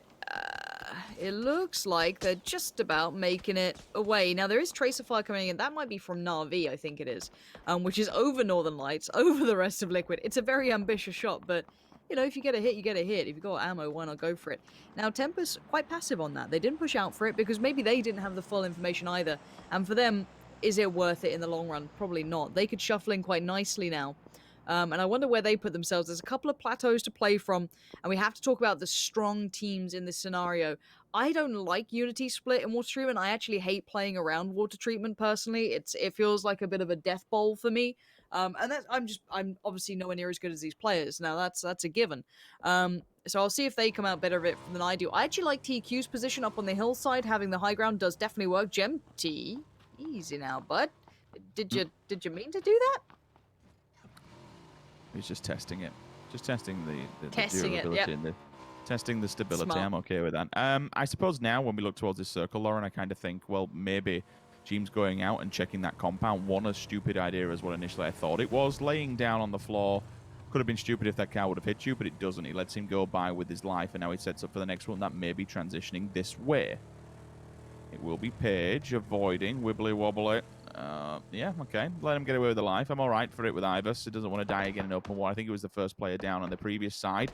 However, Liquid have unfortunately made the approach finally to Tempest. I was saying about James before, the idea wasn't so bad. He was realizing trying to find information of where they could go next, especially for this circle, rather than running blindly into that building and dying. Kill still However, low. they're still dying anywhere, unfortunately, which is rather unfortunate. I guess the phrase "better the devil you know" comes to mind. Oh my, what? T-Bone, I'd be so mad if I was you after losing that. Kill still literally looked over the ridge, saw T-Bone, and then just backed. So clearly just, you know, eyes elsewhere or what have you. But yeah, for now, this is going to be Omicron trying to make their presence noted.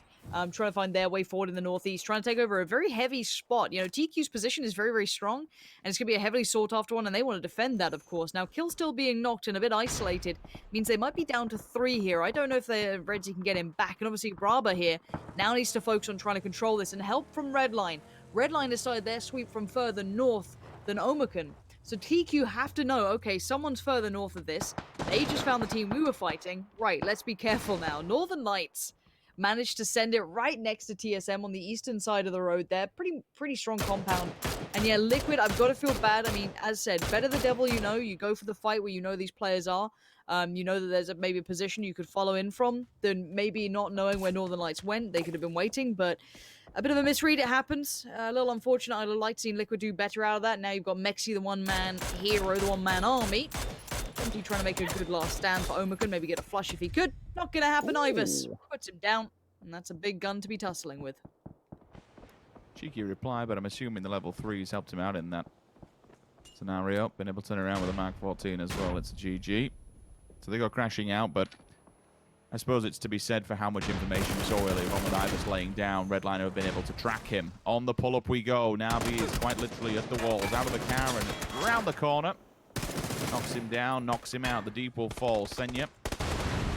Pixel also in the kill feed, going down to Danimon. So still out in open waters for Tempest, unfortunately. A few of them have fallen, thus in the last 2 rotations. Smokes will go down for Redline. They have made it inside the circle. Ivor still holding the backlines in the off angle. Now they have to go up against ENCE, though. They've not really had to take a big challenge yet. Again, they've been quite quiet and cautious.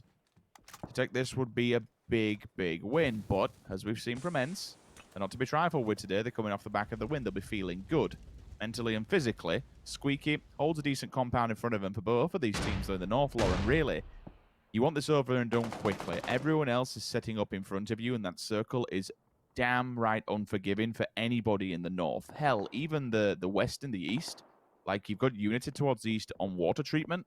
This is a very, very nasty circle. Oh, lucky to be alive. Fabiko desperate to make it into the tiny bit of cover, and yeah, well, they've actually found a bit of room. That's a very risky send, and I mean, it's worked out for them. TSM getting some pressure as well. Oh no, Vard, what happened? I guess he had a nade when he got knocked, and then the nade went off. Very unfortunate. And again, a little bit tricky there for Tixu getting caught up on the door frame. I thought it was the other way around. Excuse me, it's Redline who's going to crash towards ENCE, and ENCE aren't holding this. Every corner is being worked out. Diggory here on the back lines with Squeaky still standing, but by now already Marv's taken down Tixu. It's not looking so hot. Ibis there, playing it well, but can't hold back too much. TQ have swung across as well. He was holding the other side of the road. So Redline trying to keep control of a great deal on this map, which is very hard to do at these sort of stages. People are desperate for anything they can get. You're going to see the final members of ENCE falling away from that previous compound, trying to keep QBE humble, and they've done just that. Redline goes down, taking many fights on many fronts, and sadly couldn't contain them all. Diggory, that car is just not going to work out for you. Time to just get running, do what you can. Maybe go for that little buggy there he created for the Wildcats over in the eastern side amongst all the other players. Only one alive for the Wildcats now. Tries to fall back, get a bit of cover, maybe get off a heel. There's not a lot these teams can do, given Blaze's position. They're on the 2-2 towards the northern side of the current circle. They can hold a lot of people. They can basically just bounce her and keep them away from this edge. Yes, granted, you might see ENCE make it into the white by hook or by crook. That is disgusting. Squeaky actually just opts to bolt it out of the vehicle and get the knock and the flush instantly. I'm sorry, Red Zone, unless that was someone on the floor, that shouldn't have happened whatsoever. Meisters and Atomical can pull up and go a little bit further forward. But really, what can they do? It's such an open embankment. Blaze have them dead to rights. If they don't, Ira most certainly will. Resolution she created also on the opposing side do need to come down from the danger zone of the blue. Make it into the white. She created will not be. They're done. They're out in 13th position.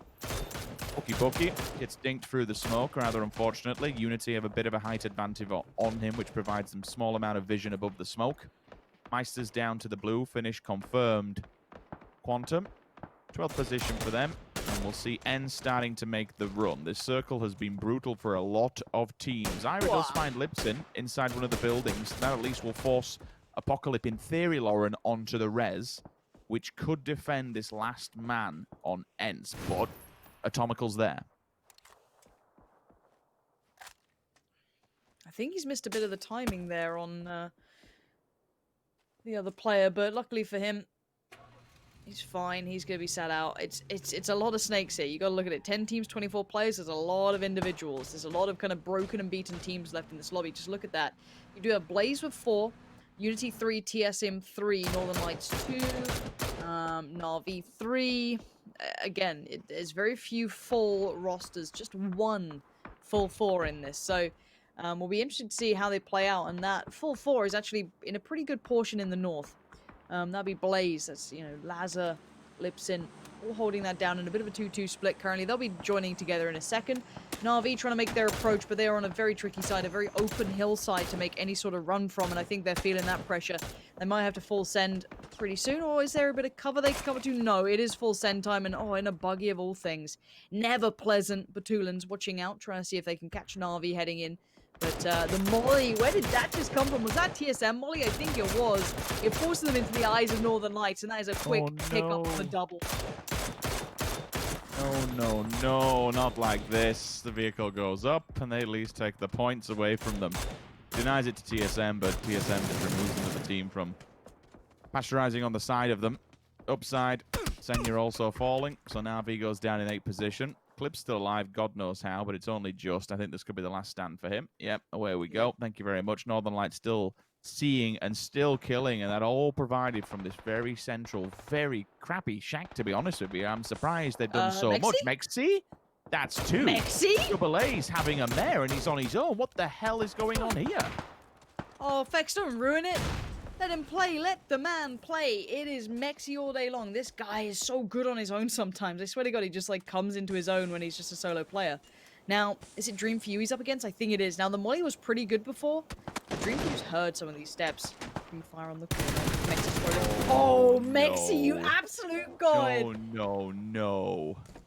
Oh, buddy, that was beautiful to witness. That's the power of the one-man player. And that's why we always, when we look at Liquid, we hold them to high standards. Some of those players are so damn talented. Now, Blaze is under fire. They were the ones with 4 alive. They're now just down to 2. And they're being knocked and flushed down to 1. Lazar's gone.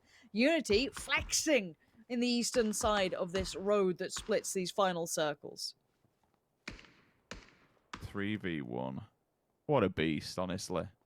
How many times do we just see Mexi on his own, like, just doing stupid stuff? It picks up frags and it picks up placement. Like, it's kind of scary to think if Liquid do manage to just fix these little minor issues that they're having with the transitions, getting to the latter stages, the later stages of the game and the later circles with multiple players up.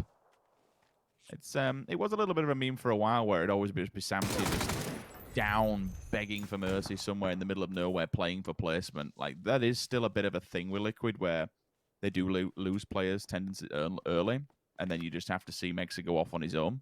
He's taken the crown away from Samty now, and so yeah, there is something to be said for Liquid losing players early game. I think it's not even early game; it's kind of early to mid game. But if they get a few more through, it is scary to think what they could accomplish and put together. I'm yet to see that all 3-4 players towards the final circle just going guns blazing. We saw it towards DreamHack. No! Set ruins it. He ruins the fun. And by doing so, may have actually give TSM the win here. Northern Lights have made that shack sing. How on earth they're still alive, I have no idea. It's so fragile, but Circle's been good to them. This could be an interesting one. We've got really two opposing grounds, to be fair, to work off. You have low ground on this side with a fair amount of cover. TSM can just wander between it, little compound. But look at how much room Unity are given by this. They can fan out across that spine of the hill and just look down. Like, even if they get knocked, there's no real flush available because you will plateau as soon as you drop. This should be a decent fight. I'm intrigued to see which team kind of... Well, I suppose if it goes towards the middle... Where's Iro up to? Having a wander about, man. Fair enough. Yeah, that was fair play. What am I gonna do? Northern Lights are just gonna sit. They ain't gonna do anything. You know, playing for second place is probably the best approach for them. Exactly. Don the robe. Okay, let's see. Circle updates. It's minor. Everyone's still in. Unity does get a little less of the hillside to work with, but they ain't gonna move. I think the one thing, let's think about circle position. Technically, there's a world in which Unity would have to deal with Northern Lights first rather than TSM, but I feel like they're just going to wait that out. TSM's definitely posturing, trying to keep the attention there, but look at this, like 8 times on a mini. I think they have an MK as well. I mean, they've got everything they need for this. Northern Lights, I think, might be closer to center point too. Yeah, and the cross with TSM is going to be very rough. So it should be... I mean, the thing is, that's Vision. I want to say Unity win this, but Northern Lights are scrappy as hell. So's TSM, so if you want to look at who's got the better position overall, 100% Unity. This is lovely covering fire. Now, Iro has just snuck across. I don't know if they've seen him sneak across here. Iro has just done a brilliant bit of work. Fex and Miraku keeping them busy, and there's a little bit of vision that they're not able to see. Just that low ground on the hill, that blind side. Iro has snuck the hell up. This is sick. Let's get on board with Iro, see what he can do with this. Set has no idea. Now, if you're Fex and Miraku, you need to bait a bit. You need to just kind of get some attention on the other side of the hill, so these guys are completely unawares. You're playing in Iro. That is it. He is your only chance of getting away from this. So if you're Iro, how do you do it? Do you go for the kill now? Do you wait it out? You can see his temptation. As soon as they start the engage, he is really wanting this, and they have no clue. Now, a chance could be had to wait a little bit later. Wait for that circle to update, so there's a bit of pandemonium, a bit of mayhem here. But this is a smart piece from TSM. Surprising they have 0 kills here, but I guess that's the price you pay for one of those center compounds. They need to find where Set is and feed that information to him first, because he was looking towards the 2 other players, Orange and Danneman. Smoke has hit this, so he can try and make something work. If he appears through the mist, it'll be scary as hell. Is this the go time? It has to be, right? Surely. Oh, they see. No, they're throwing long ball mollies. There it is. Beautiful. Finally, his position. It comes true, and now the rest of them can make their way across. The smoke wall is completely up. It denies any kind of vision. Finally, the Northern Lights, you talked about that scrappy play. They show their hand. They get involved in this one. It draws the attention of TSM for all but a moment. Fex has been damaged by that. But honestly, they've got time. And more importantly now, Lauren, they have the numbers. Now, so here's the game plan. You need to keep Miraku focusing towards Spyro and Batulins, force the fight towards Orange and Dannymon. Oh, nice work from Orange. Just sprays that big gun. Oh Iron Fex suffer off the back of the MK14. Unfortunate. The theory's so right, but the brute force from Unity just that bit stronger. And now the problem becomes that Miraku can't keep watching Northern Lights. They've now been let loose. Batulins and Spyro on the battlefield. I don't like that one. Now, body blocking galore. Iron Fex trying to keep Miraku safe from Orange and Dannymon, and Northern Lights staying low to the ground, staying quiet, staying cautious, hoping the fight happens elsewhere and they can slot into second. But does Dannymon let that happen? Orange peeks the ridge. Here we go. That's so deadly. The gun's nuts. The MK14 just full auto, full in your face, just absolute filth. And now down to 2 teams. Batulins with Spyro facing up against Unity. Orange is down. It's on Dannymon, Rich. I don't know if there's much he can do on this one. Been so heavily damaged up from variations. All of a sudden, the Northern Lights, they hold their ground inside the shack for a hell of a long time. They just booked it to there on the back of the bike and have sat there for the entirety of the latter stages of that entire server. Wow. I mean, the 3 versus 1 is phenomenal on its own. Good job from Iro to get across the road. It gives his team at least some kind of a chance within this, right? Otherwise, you're just out there, you're against the blue, all danger around you. But then to answer back with that Mac 14, you have the level 3 gear, you have that level of protection to be able to just put it onto full auto. I mean, it hits like an absolute tank. The damage is just lethal. It shows its hand in its full effect. But the Northern Lights, even still, right time to strike, you're playing without a helmet as well, so you have to make sure that every single kill counts. For every single engagement, they're instantly going to respond to you, but enough damage was done by TSM onto that one player down low that they could take advantage of it. It was kind of an easy trade-off, but yeah. I would say well-earned win. It was a quiet win, but it's still a win and 7 frags regardless. You're right. It did feel like it wasn't that, 10, 12, whatever crazy game, but it was a good win nonetheless. I want to see how that shakes up the leaderboard. And the team, the boys, the gang to take us through it will be waiting to talk you through exactly what just happened. That's right. The Bathrobe boys are able to take themselves the win. Northern Lights, led by Betulins, there do manage to get the victory. It feels like we're back at Charity Challenge. They got a 4th place into a 1st place here. But I really did not expect them to get this victory, Martin, going into this. But they somehow made it work. Well, honestly, for me, it was Unity's own fault they didn't win this game here. They should have taken the initiative to push that and molly them, third-party them, anything, honestly. There's multiple occasions where Unity should have played more proactively around that. They knew that TSM was stuck across the road and where it was going to end as well. They should have pushed, taken the initiative a little bit, smoked up to make sure that while TSM was fighting on the other side a bit earlier until like we had 3 teams left, they should have already cleared out the NLT guys and made sure that they would get that win, because that initiative, like that opening from Orange, fantastic. But you're just when you're a 3-way fight, when you're 3 teams left, if you take the first fight and you're in a team fight versus team fight, then you betcha that the other team is going to come and third party in a perfect position and be waiting for you in your when you're the most off your position and off your angle. So well played by NLT, but definitely that was a Unity win if they played that correct. And we just saw Unity firing down on Blaze there when it comes to some of these later circles here, Toby. And it really did feel like, to you at least, that Blaze should have been able to pick up a better location throughout this game. Yeah, I mean, I feel like this was a pretty good example of a game of missed opportunities. It's we talked about how Unity should have won the game from the position they ended up being in. I just say Unity should never have been in that position to begin with. Blaze had a perfect chance when phase 6 popped to push underneath them. They were still sitting on top of the hill with Brute Force. They knew Unity and Brute Force need to either run downhill side by side and kill each other doing that, or kill each other on the top of the hill, and then one of the teams will very woundedly run down the hill. We need to push underneath that now, take a position, hold them out, and then play the position Unity ended up playing. But I don't know, I guess they never saw that opportunity and lost because of it. There was definitely a lot of focus on the guys across the road, but then we even saw them looking towards Brute Force. So anyway, it's by the by. Northern Lights getting themselves 17 points off the back of this. Unity with 15 points. They pushed off the East and were able to claim that very important ridgeline there throughout all of that.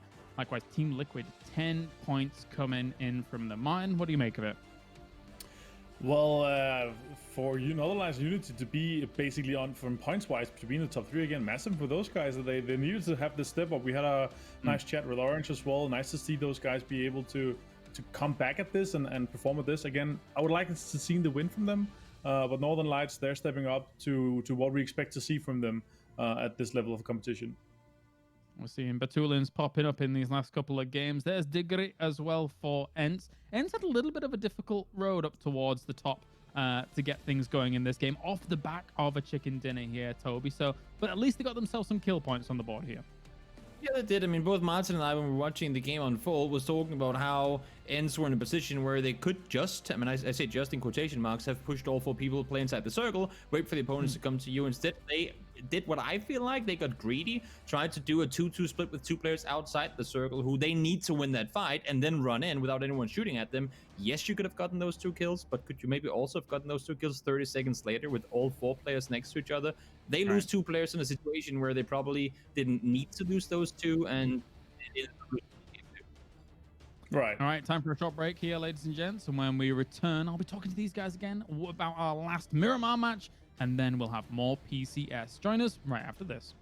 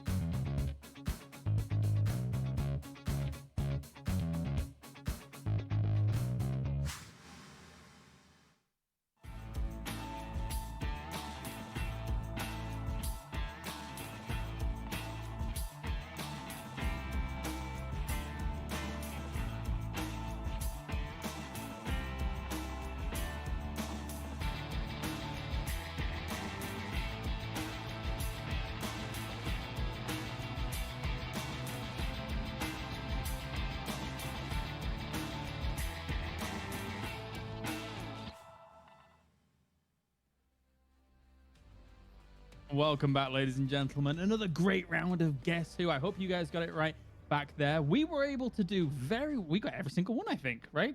Yeah, Toby? Was it yeah. every single one? Yeah. Collectively. Collectively. What an effort. What a team effort, you know? You guys at home, you're watching with a team as well. Team effort. I like that. Another few of these teams that we want to be talking about here throughout this, of course. I want to go over to TSM here for that game number 2. They got themselves a 3rd place at the end. Orange was the only one to really kind of put a stunt in their growth here when it comes to this game so far, Martin. And it was a great 3 kill by Orange on that angle. But I was impressed that they were able to, get to 3rd place and try and push things on from there. What are your thoughts? Yeah, I think there's about time for Unity to step up to this level again. They are a team that have very good games, and then some mediocre games and some pretty bad games. They're not a consistent team per se. But I believe Sid actually had more kills than our good man Orange himself. When you look at the progression of Unity from 19 to 20, for a lot of 19, they were kind of one of the punching bags really of PEL. It sounds harsh, but that's kind of where they were at. Now, seeing them in 5th place here in this group stage is fantastic for them so far, Toby. No, I completely agree. It's they have been able to acquire some very decent players to help out in the roster. We talked to Orange, that said the other day. It's been working out really well for them lately, and as you can see, finding themselves in 5th already with 2, or make that 3 actually of the top teams, not having any more games to play, so they will pretty much guaranteedly be able to surpass FaZe Clan, and most likely you would assume they also manage to hop across Nuclear Penguins. So they'll be in a really decent spot coming into next week. Hopefully, though, for them, they're again a team to me who has had some really good moments. I feel like coming into this week, they were my equal to Tornado Energy. We know they can go out and get insane wins, pretty decent to what we've seen here, but it's just too inconsistent. They can have a 60-point week, and they can have a 20-point week, and I never know which I'm going to see. I always hope to see the good week, like we saw with Tornado Energy the other day, but I want to see them now as we go to Wrangle and up for the final Miramar game to continue, because it's gotta be feels bad for Tempest like yesterday. They couldn't really enjoy their 3 wins in a row when they then could follow that up with 7 points in 3 games. So it's amazing to have really good games, but you've got to be able to keep the consistency in there. Yeah, definitely so. So from one team that is, in my opinion, surpassing expectations right now to another team that's not doing as well expectations-wise. Martin, I want to talk to you about Navi here for a moment. 32 points so far. I'm expecting a bit more from the team that were in yellow. We expect to be getting all the wins, but the other yellow teams have been getting all the wins. Yeah, that's the problem. You have a set quote for yellow teams that get wins, and Tempest and Tornado Energy kind of have taken them all already. So that's unfortunate for Navi. Oh, like when we're done with the first half of the kind of this mega week here, the big week, I think that's where we're gonna see the average out, because Navi is a team that is it's gonna get them a good amount of points over the 24 games they're gonna play. So they've had a rough week here, but I think once we're done with the whole 6-day group stage here on Sunday, I think we're going to see them in the top 16. Might not be a fancy one, a prestigious one, but they're going to be in there, and they're going to be learning from their mistakes going into the final stage for sure. Yeah, I can only imagine so as well. I think the recovery is definitely going to be on for a team like Navi. They're an all-star lineup, so we shall see. All right, we are ready, gentlemen, to get into the next game. And you want toffees? You know, I'll bring you toffees.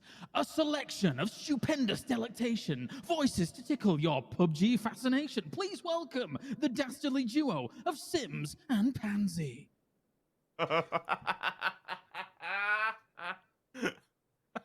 That's proper made Richard happy, that. I love the little voice chin tickled me. I like it. Yeah. Yeah, I like it. Lovely. Yeah, I mean, it was pretty good. It was a solid intro. Thank you very much, James. That was a delicacy of an introduction. Let's have a look at what we have. We are starting quite southeast, heading up towards just kind of pretty much bang west. A bit of an issue for anyone going far north. I guess we might see some backup drops here. TSM going a little further south. Let's see where they head towards. I'm kind of curious here. Again, this lobby, not something they're probably as used to as the standard we see them play against. So I'm wondering if they have an early scrap or two here. TQ's quite close, and as is Omakan. I'm just trying to have a quick look while all this is going down, and if we do see these scraps unfold, we'll happily dive into the action. Oh god, yeah, I just realised didn't realise how close they actually were for TSM. Yeah, that is definitely something we will have to watch, and that's a solid circle for them. Please, hard shift to the south. I want to go to Los Higos. Come on.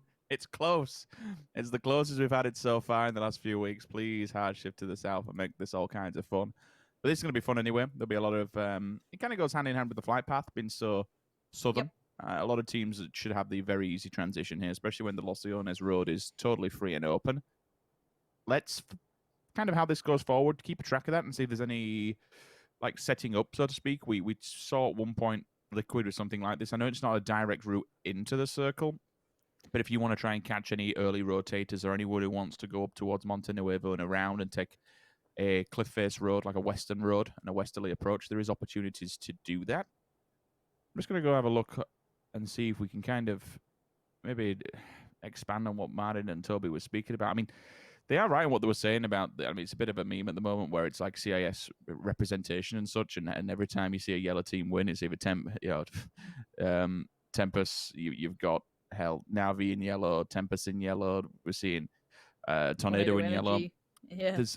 It is, to be fair, across all of these teams, I think all 24 of them, there is 24%, almost a quarter of it, Russian representation. So, like, there is a lot of players, and it kind of, there is a numbers game where you say, well, more players, more chance of winning. Yeah, I get that.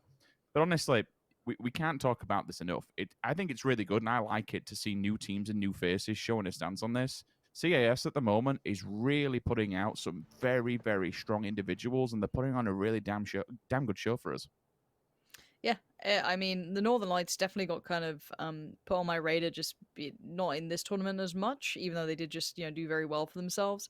But in some of the previous ones, they've been, a phenomenal roster to watch kind of come into their own. Batulin's definitely got some fans out of that. But just, on the kind of grand scheme of things, they're a wonderful team. And most of that region has definitely stepped up, individually speaking as well. I mean, the amount of hefty fragging power that's coming out of the CIS region is phenomenal. So definitely fun to watch.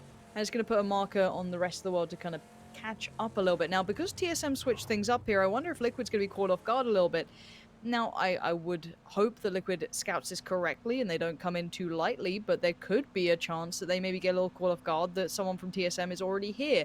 Not a traditional spot you see them land in. They're obviously aware of Omakan down here, maybe TQ or, IW, someone like that. But as I said, TSM's a little bit of a one, and that's going to raise the alarm bell. You can see the gas being hit there. Iroh tries to get a couple of shots, and definitely going to keep a couple of the players away. The rest of Liquid are en route. Now, let's see if they make it there cleanly, because Vard's not that far either here.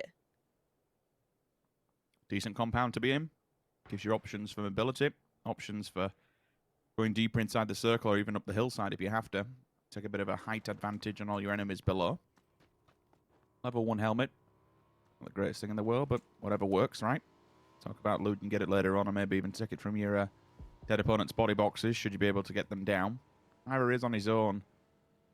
Vard hasn't gone deep enough, so he'll feed the information back. And that's really all that Ira has going for it himself at the moment. The fact that they're not pushing aggressively as such. Tell a lie. Wow. James got stuck in. Absolutely no messing around. Went around the back of the building, through the window. Dead. Yeah, and sadly for Vard, I mean, I guess maybe a benefit, whichever you want to look at it. Vard, was looking for the higher ground, trying to keep that safe, but they kind of took a cleaner route in to take over that compound. So yes, TSM definitely saw what was coming their way, but they didn't really have much of a chance to stop it. So as you said, Iroh was going to be out on a limb no matter what he did. And the issue for TSM is, well, where's their home now? Because they're just stuck on these rocks, on these cliffs, overlooking everything. And there's going to be a lot of teams coming around behind them, so they can't stay here too long. This isn't a home for them. This could be a stopover. This could be a kind of dip in, but it can't be a forever home. So I wonder what they do with this now as the Northern Lights are getting closer. You'll have Unity, Besiktas, Na'Vi, Red Zone, Ents, Blaze. All these teams coming in slightly later. Could maybe get vision on this. There is a lot of room here for all of these teams. But, oh my word. Yeah, play it safe, mate. Get out of that. Try to keep that vehicle as something you could utilize, but I think it's just that bit too vulnerable here. Yeah, finding the position is going to be interesting for TSM. Where do you actually go from this? I suppose the saving grace is that we don't have any really good idea where this circle goes. I mean, hell, I'm already seeing Tempest moving over to Los Higos. I hope it does go over there. One, just to see it, but two, for that to pay off. That's a ballsy move to do, which we did see them. Either this or another team has definitely done this before, where there's been such a southernly based circle. I think I remember Gaxi's team being over here at one point. So yes, looking at you're right, totally right. But it wasn't as far southern leaning the previous circle where we saw them heading over there. So this could work out, and I mean it's also maybe an easier launch point for them to get across the bridge if they have to. The bridge is slightly further towards the west. So it can be viable. Obviously, they'd love it to come down towards the side, but for now, they also get a lot of respite. They don't have to worry too much about everyone else around them. They don't have to worry about that mayhem that's going on the coastline. Arsik there, good connections, well led on the shot. Not able to convert too much out of it towards the Vico, but still, good amounts of pressure coming in. Definitely keep people on their toes. Goodbye, vehicle. Slowing down that rotation from AA. Northern Lights, Unity. Oh, Vard finally found. Liquid with another one. 2 frags in the back, thank you very much. TSM losing 2 quite early on. I know it was a bit of a fight for this area, but at that distance, I'm surprised he's fallen. Very spread, all individual players. There will be a 2 Infects and, excuse me, Miraku still left standing at least. So, some respite, but still, 7 minutes into the game with 2 players down, it ain't great. Liquid can sit happy with this, with the 3 points and also a very, very solid position for them. TSM have to advance a little bit broken. Northern Lights still towards the northern edge. Na'Vi late as usual. Late as you like, to be honest with you. Down the western road we go. Apocalypse waits for Ents on the approach off the back of the bike. Easy knock. Shouldn't really be any kind of heal going for that. I don't think they push it, given the fact that there was only Diggory with him. Why bother losing a second player? Let your lead scout die for good reason, so the rest of the roster can survive and carry on. It's never good to lose somebody, but it's better than losing any more players in the full force of the team. Looking to who else is trying to look more towards the south here.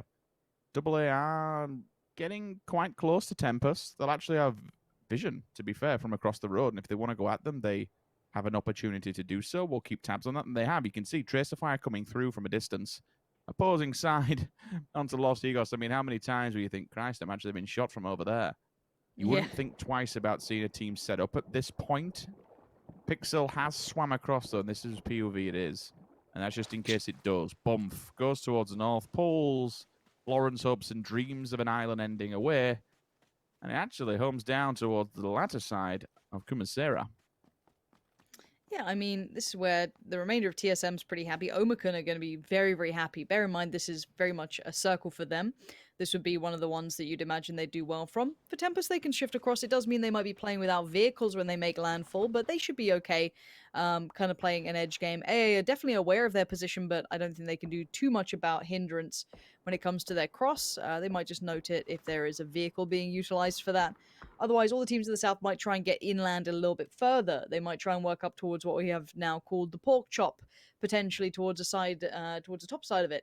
There's a good room available in the northern portion above Kumasera. They can slot in towards that if they fancy. Looking at how Na'Vi approach this, that could be a little bit trickier coming in from the west. The road does lead down. They can go Valley Del Mar if they want, but it's still not a paramount position they could be playing with. We're seeing Metabay there getting a couple of shots, and again, we might see some players lost in transition, but I also don't imagine too many teams should die here unless they go for like non-scouted compounds or very risky plays. Yeah, or if you're TSM and you've got two and unfortunately a full 4 stack just rocks up at your building. I wouldn't have thought it would, given how things should work out here with the capabilities of being able to pre-scout.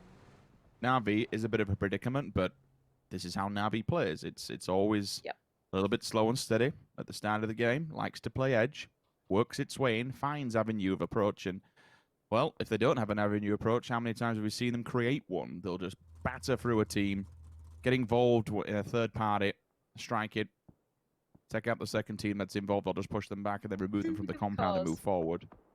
Pretty good. Say that again, sorry? Did you see the cars then just weirdly shuffling around? Hopping about, having a little bit of a dance. Yeah, they were just doing a little shuffle. It looked really nice. They're just happy to be a part of it, Lauren. I know, I'm just chilling out, having a good day. And for Deep, really would have liked some more of these shots to come through. Only 2 out of all of those landing, which a little light. We are seeing Ents getting quite close by towards Blaze, but it's not all of Ents. Squeaky's still pretty disconnected from this, but again, Blaze isn't a full squad either.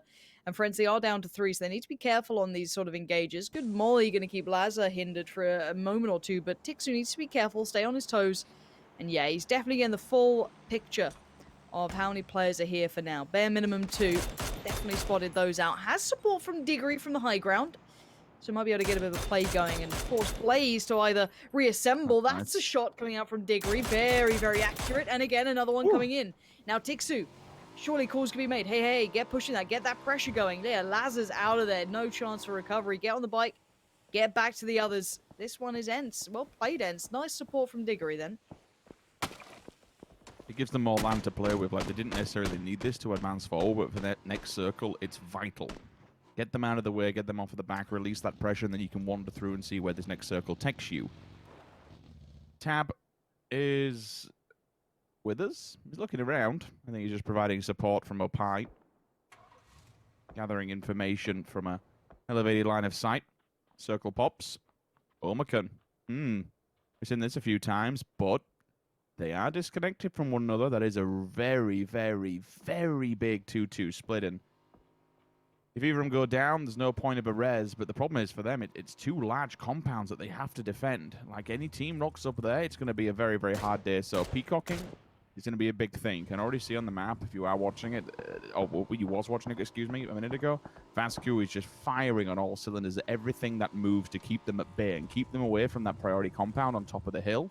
GMT actually did go with a vehicle to pick up his teammates so they can bring T-Bone back to this and defend it as a full force snack. I'm a big fan of that. Liquid, they're up against the white. Not too much to do here. They might actually just sit and camp people that want to come from. They hold a very, very, very strong point in the road where 2 of them will meet from Kumasera and from Ladilia. So there is a potential chance for Liquid to actually pick up transitional kills, and I don't blame them if they actually sit there and maybe deny anyone else entry point. South, that's where it gets a bit more spicy. Tempest, AA, Brute Force. Redline to a lesser extent, they're slightly disconnected from that entire fight, looking more towards TQ. But the South's getting quite tightly knit, and with open fields and a lot of embankments and not much to play off, that's a decent shot from a decent amount of... All right, that was a lot further than what I anticipated. So Northern Lights have actually put Team Liquid on red alert, and that's because they got so fixated towards Unity. Yeah, for Liquid, they've got to be careful here, obviously. They're getting too much attention, and Northern Lights have to take this fight. But speaking of taking fights, Pixel. Oh, the banger of a heady from Pixel. This man with a barrel is just, again, consistently impressing. Very well played to him. I think it was a 3 times on that too. So very, very accurate, even up close and personal. It does mean the fight, at least for that very southern piece, has been won out from Tempest. I don't know if they got Clib back on his feet. I think he was picked up earlier. They might be operating with merely 3, but still, like, they're pushing towards the top end. They're currently in second. They just jumped the Penguins. Honestly, they're equally tied. 78 points in total, 43 from kill points, exactly the same as the Penguins. So for now, tied in second, but you know, obviously with plenty more games to go, you've got to feel like they'll do well for themselves. But 16 teams still in this one, Rich. That's a lot in one area. It is, but it's kind of one of those where there is places to play. I mean, I'm intrigued to see where this next circle goes and how it does shape that up and how quickly 16 will become 10. Like, there is that possibility where it just centralizes up and all the compounds and safety nets are removed from teams and they're forced to fight on the edge of the white. Teams like TSM, Besiktas, Omaka now, they're actually central. I mean, TSM, we were worried at the start of them having 2, but look at how this has paid off for them. I know they lost 2 players early on, but it pushed them back to a much better situation. They can peacock that, keep people at bay, keep them away at arm's reach. They're only just on the edge of the white, so I would now expect them to get a hell of a lot of noise. Hardshift comes in, move towards Ents all the way in the east. It's a bit of a poor compound in the fact that it's very difficult to get upside that hill, so look for them to possibly go the way of Kumasera, run around the oil cylinders that are up above there. Gives them space, gives them mobility, more importantly, gives them ground and vision over teams towards that northern edge. Liquid are forced to move IW, Red Zone, Na'Vi, Red Line, hell, TQ and Besiktas. Everybody else who's on the west, this is going to be the Wild West, an extremely interesting circle it gives us. With 16 teams up, we'd said this could be Hell in a Cell, and I think it's about to go down. This should be interesting. How teams survive, how do they work together, how do they get themselves in that circle in a manner which stops them losing 3 players and only having 1 when it's all said and done. If there was an easy answer to that, they'd all be at it now. We're seeing Unity getting a bit of the attention back. They had such good high ground to put some pressure on, but now Northern Lights are being pinched in. You can see them being pushed towards the backs, towards the blue. Unity keeping them on their toes. This is going to be hard for the Northern Lights to work with. Liquid looking for a way forward, and that's getting them right next to TSM. A fight this side of Brew earlier that might just be kind of reappearing. Northern Lights adjusted around, utilizing the vehicle, but they've still got Unity to get past them with Batulin's fallen. I feel as though Northern Lights haven't been able to find a way in. This 2-2 split with Unity is incredibly, incredibly powerful here. And look how close TQ and Redline are as well, right outside the door. And let's see if anyone can find a way in. Now, that's huge for Liquid. A little bit of a third party. The Wildcats chiming in on Miraku might open up a push for Team Liquid. But right now, I think it's just K-Mind who's pushed up in this manner. So, yeah, that northwest side, that west side, Rich, I don't know who's going to walk out from this one. It is rife with danger. Yeah, I think it's just a matter of the observers trying to do whatever they can. Kill Steel, traded off. He wasn't actually traded off. He killed his teammate, unfortunately. Braba, down. Dead. Levette also. Besiktas now get involved with IW. They made the cross across the road. They've been found from the back lines as well. We will stick on with Redzi. How much more can he do? Where's that last player? Okay, IW, he was the one standing back, so they sent one up front and center to fight off against Besiktas. Down they go, they will fall. The Liquid fight does continue onwards. They find TSM, they annihilate them. All 4 players dead. 15th place, not the best. Tempest, not a great day compared to yesterday, most certainly. A few low placements now, and that's a 14 to boot also. Besiktas at least picking up more frags than what they did in the latter stages. Spyro knocked by the blue, and that comes off the amount of damage that was provided by Orange. He does have the deep to the left-hand side. I'm keeping an eye on that kill feed to make sure he gets that medkit off, which I think he has done. Orange onto Perfectus. Besiktas onto Quantum. That's a full-on wipe. Spyro does go down to the blue. No point will be found on that one, but now Na'Vi, they found Red Zone. Upside of the hill from the back as well. T-Bone. This height advantage is going to be so damn good to everybody who wants to come down to the southwest area. Yeah, this should be mop-up time for Omaka. You should see them sitting on a good couple of kills if they can try and capitalize. For now, Na'Vi just blinked and just got completely eliminated.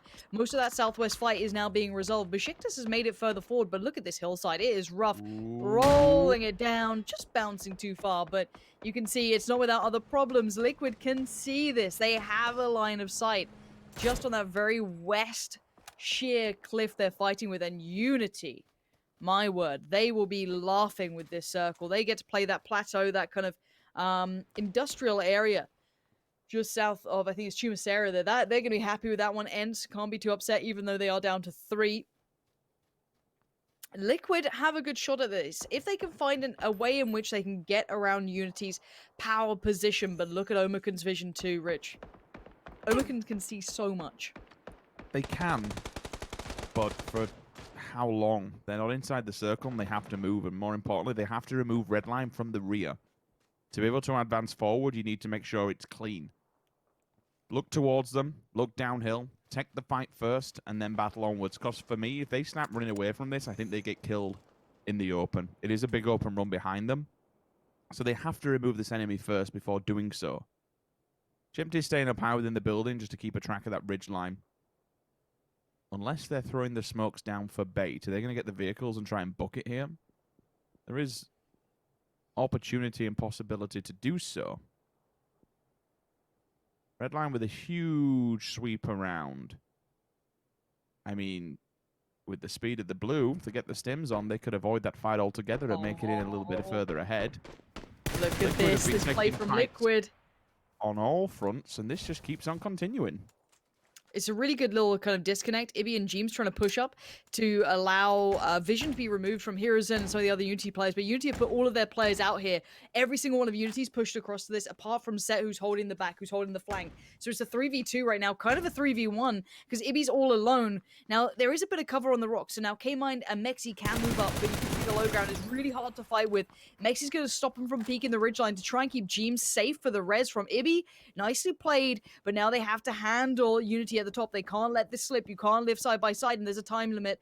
As soon as Omakun are done with their fight in the south, they'll be looking this way, and if it's not Omakun, it'll be Redline, one of the two. Now, Redline still being locked at the low side of the hillside. Merkel's going to try and put up all of the smokes, put up all of those walls, but even with all of that done, Marv still goes down.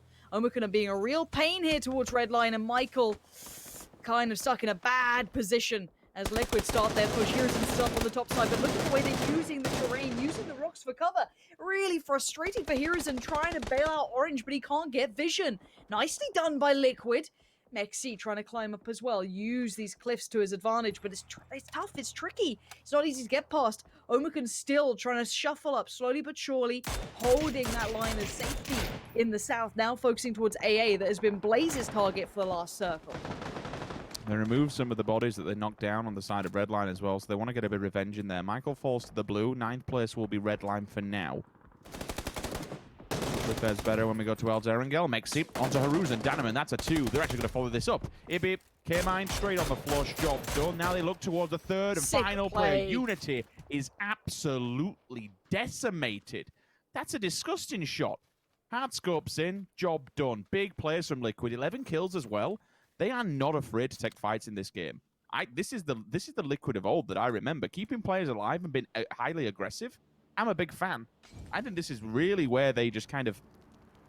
You see the best of them. It's always rather unfortunate when they go into recovery mode and they lose players early, because then it becomes a bit more passive. You see them looking for those just entry points and just sitting down and seeing what they can take and snake away. But right now, this is Liquid firing on all cylinders.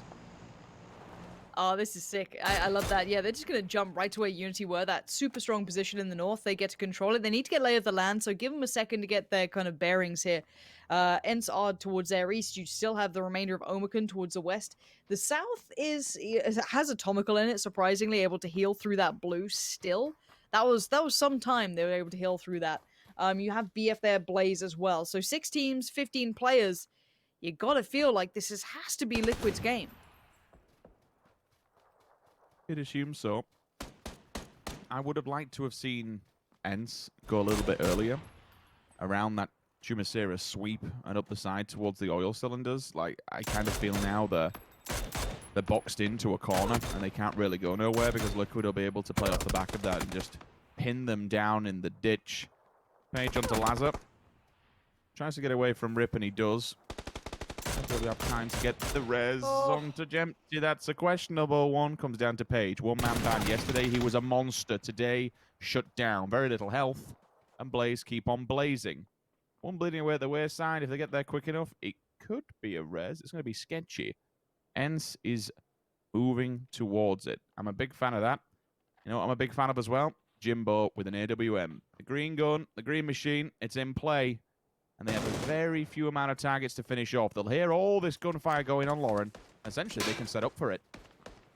Well, they're trying to push as a 3-man pack. They're going to leave K-Mine on the backside to try and keep vision across everything, relay information to the 3-man hit squad who can just roam and sweep. Now, they have to be careful to not miss players. If they go past someone like Atomical, for example, like they're doing now, that means they are open to danger. This needs to be very careful from Liquid. There's a fine balance here, and now their backs are open, so K-Mine needs to be careful. Enso using the kind of lower side of the hill. K-Mine's going to push up to more centralized position, probably. Try and keep tabs on anyone trying to come up that low ground like Ents might do in a moment or two. But yeah, I don't blame Liquid for not seeing Atomical, but the problem is now the danger becomes really, really apparent. So we'll see if K-Mine's able to keep a little bit of a mind's eye towards it, but you can see Liquid wanted to clear out the southern side. Maybe wanted to get some of these points threed up. Jeems is looking ready to go. Already a bit of an engage. Good flash there, forcing him off the angle. Jeems on the push. Nice play now over the hillside. Needs to now make it count. Swift little execution towards Rip. The full-on spreader. And the third would be everything. He can't quite convert on the third. Where's the trade back in from the rest of the team? There it is. Ibby comes up now. Is there a time for the revive, or is Ents too close by, Rich? Well, they're getting ready to strike, and they're setting up on the side of the hill. Squeaky hasn't noticed there's one player by the rock. That's a headshot and a half, though. He shouldn't go much further than this. He stands his ground. Diggory makes his approach, though. That's 2 out for Liquid, so all of a sudden, this is looking a little bit more fragile than what we anticipated. Ibby has got the revive, though. Jeems back on his feet, and they can keep going as a 3-man stack. Tixu and Diggory, lots of work to do. But again, these angles they're not paying attention to. They're being left exposed and getting hit from the sidelines. Jeems is running for his life. He's got a bucket now because of how little XP he has. Straight off the back with very little armor. There's one. Second one could be following up here. And honestly, I'm surprised Liquid have been picked apart by this. They took this whole circle and they spread out so much, and now they're just being punished for it. Spread too thin, being punished once. Mexi. He's a great player, but this is so much to do on his own, Rich. It had to be him, didn't it? It had to be him. And how has Atomical gotten away with this? The ultimate snake play. My word, here we go. Right, blue on the move. Mexi locking back ends. Good pickup. And now the 1v1. Rich, this is all yours, mate. I mean, he'll be... Atomical's just going to be waiting for him. He should be able to see this, given his position, surely. Or at the very least, he has the information from where the fight last kicked off. Now he's spotted in both players. Hand on heart for Mexi. AKM, it kicks like a mule. We've said this before, so in theory, he has the better gun for it. With the underbarrel attachments, it should be much better, but how much does Atomical have in the bag when it comes to utility? The nade's over, does the damage. Both going to be hitting the meds for now. Mexi's hot off the draw, and that's because he's not using bandages compared to Atomical, but he has the information. There's the nade. It's primed. It's ticked. Does it find its target? Even some damage would be huge. Level 3 gear, especially on the chest. Mexi's chest is broken. So it's extreme... I mean, yeah, it comes down to the meds, I suppose. Mexi's all topped up, whereas Atomical's just trying to get whatever he can. Look how proactive Mexi's being. Oh, he's completely outdone Atomical there. He's completely got him with his pants down. He's seen him as well in the distance. This is Mexi going to take his time to get up close.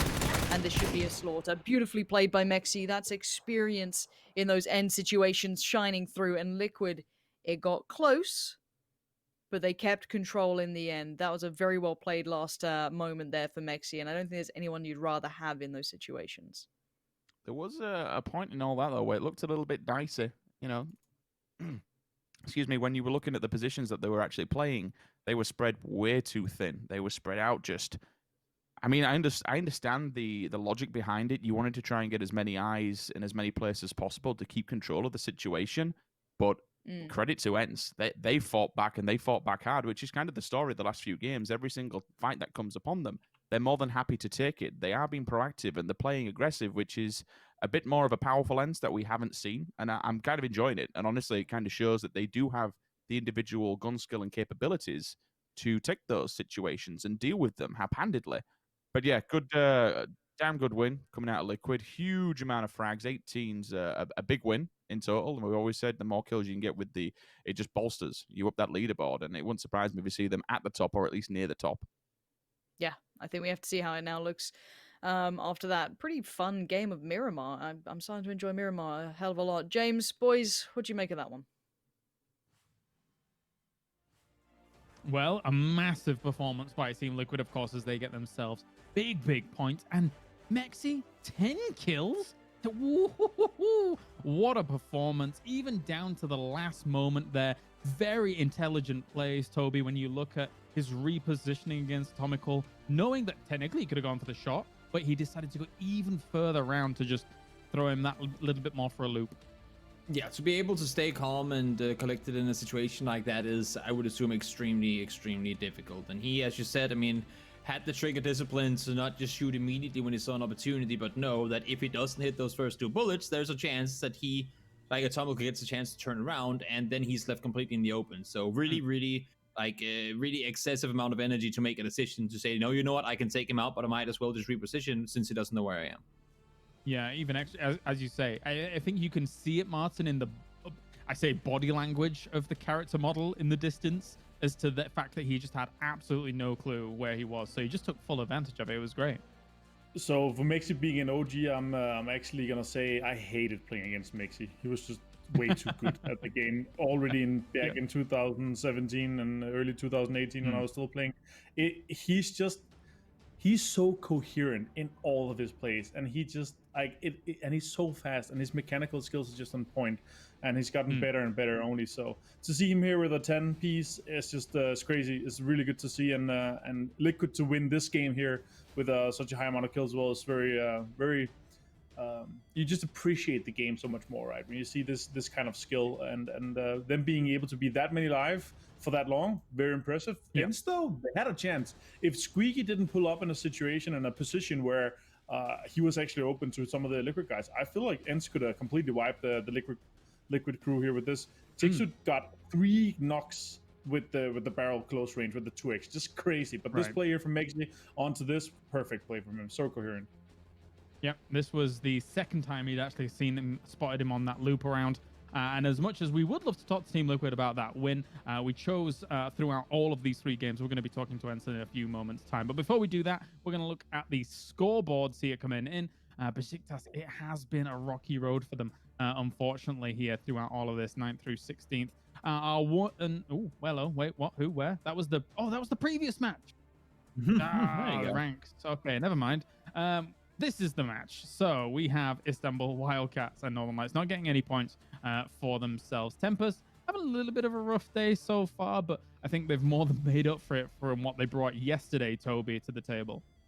Yeah, but it's still, I mean, when you get, it's about their, I mean, don't get me wrong, it's insane that you can go out and get 3 wins in a row in a tournament like this. It shouldn't happen. I mean, it's really impressive, and you can see 28 points for Liquid as well in place.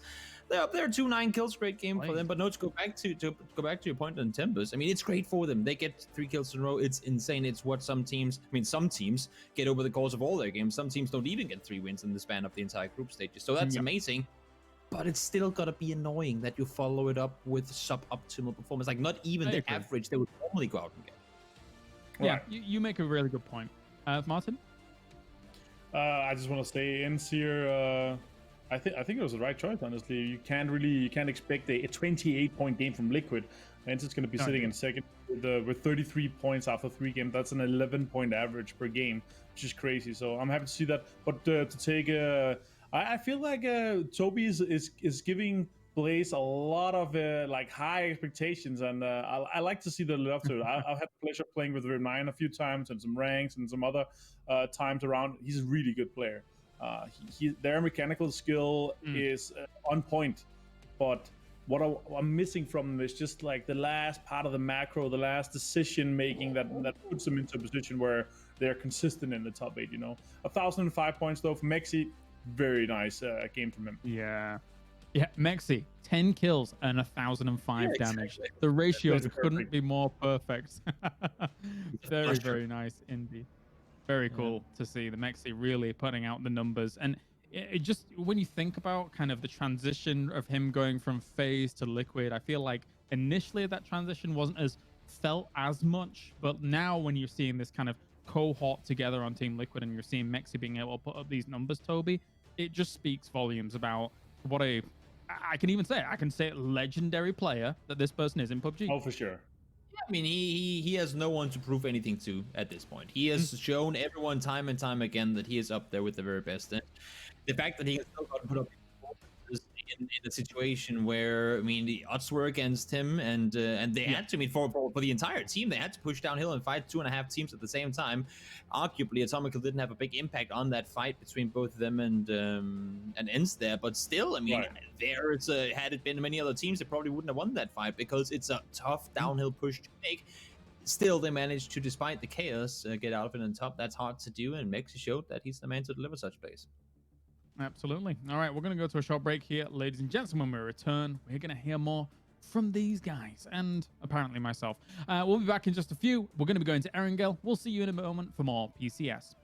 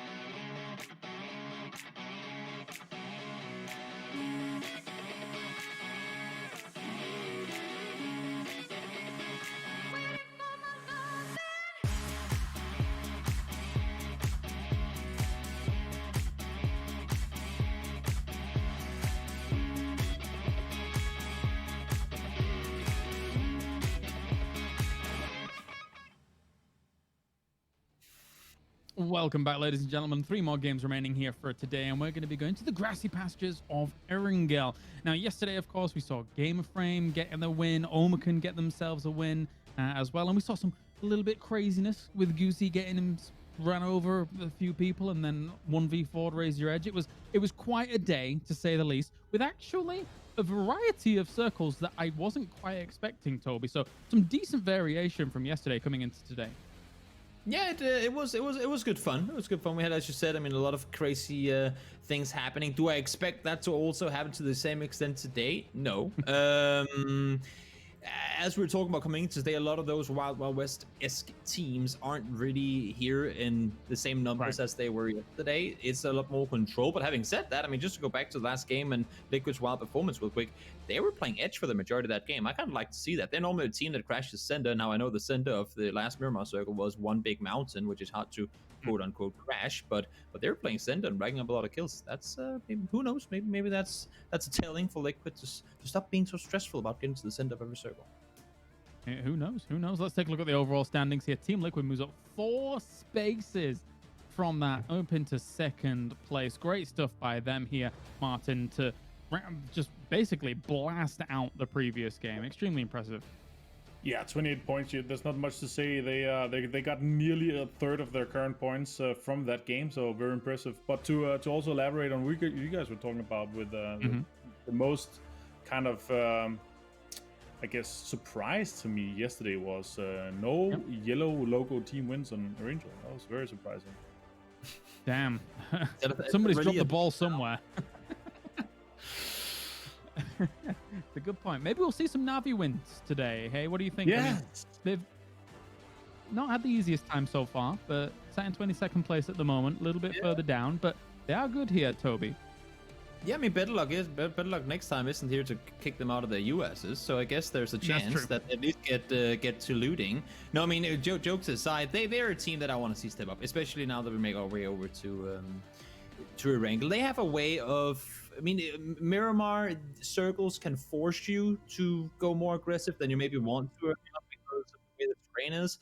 On Erangel, it's easier to stay on the edge for longer. I feel like it suits Navi's playstyle a lot more to say, no, you know, we're not going to go into the circle if we don't have to before phase 3. We want to stay out and play it safe. We will know we always have an entry point, and I feel like Erangel suits that in a better way than having to cross mountains in plural on Miramar from time to time. So I want to see them have a good few games here on Erangel. All right, let's get into it then. What do you say, Martin? They're going to win a game now here in the 3 series of Erangel. They're going to win this one, Martin. Let's get it going. No. I'm going to keep No, this not old yet. school. The next one. Okay, all right, next one. We're keeping this old school. We're going to the grassy pastures. It's Sims and Pansy. Thanks, guys. Yeah, almost holding Martin to what he was saying there. I like that. A good attempt. Good attempt, James. Southwest to north, Savernhi being the final destination for this plane. Rich, we've seen quite drastically different performances from some teams when it comes to Miramar to Erangel. Some doing substantially better, some substantially worse. Who in your mind needs a good performance out of this? Who needs that victory here? I think when we're actually looking towards the table as a whole, it's anyone kind of below 9th place in this lobby, I want to say. Just because I always think 10 down to 16 is going to be a bit of a struggle for anybody, especially when there's only 16 teams that can advance forward to its grand finals. In this game in particular, I mean, it doesn't. It's always harder when it's such a round robin with 24 teams. It's not so linear. Just looking at, you know, this isn't the final one. Like we've seen group stages before where it wasn't round robin. It was just put into groups 24-24, and then the certain ones go down. It cuts out, so to speak, who we need. The elimination stage, I want to say. But so far today, I think Tempest. It's night and day scenario. 9 points compared to what 45 yesterday is just such a turn and face, to be honest with you. Omicron, only 12. Yeah, I know it's not too far off and it's moving up into that top 10 area, but it's not the Omicron that we've been seeing for the past few weeks. Probably the biggest surprise, TSM. 7 points in 3 games, and it's not very TSM of them, especially when we know what the roster's capable of with the, you know, winning DreamHack off the back of it, doing quite well throughout the charity. But it's, you know, it's so hard to say because we've got another full 3 days of play.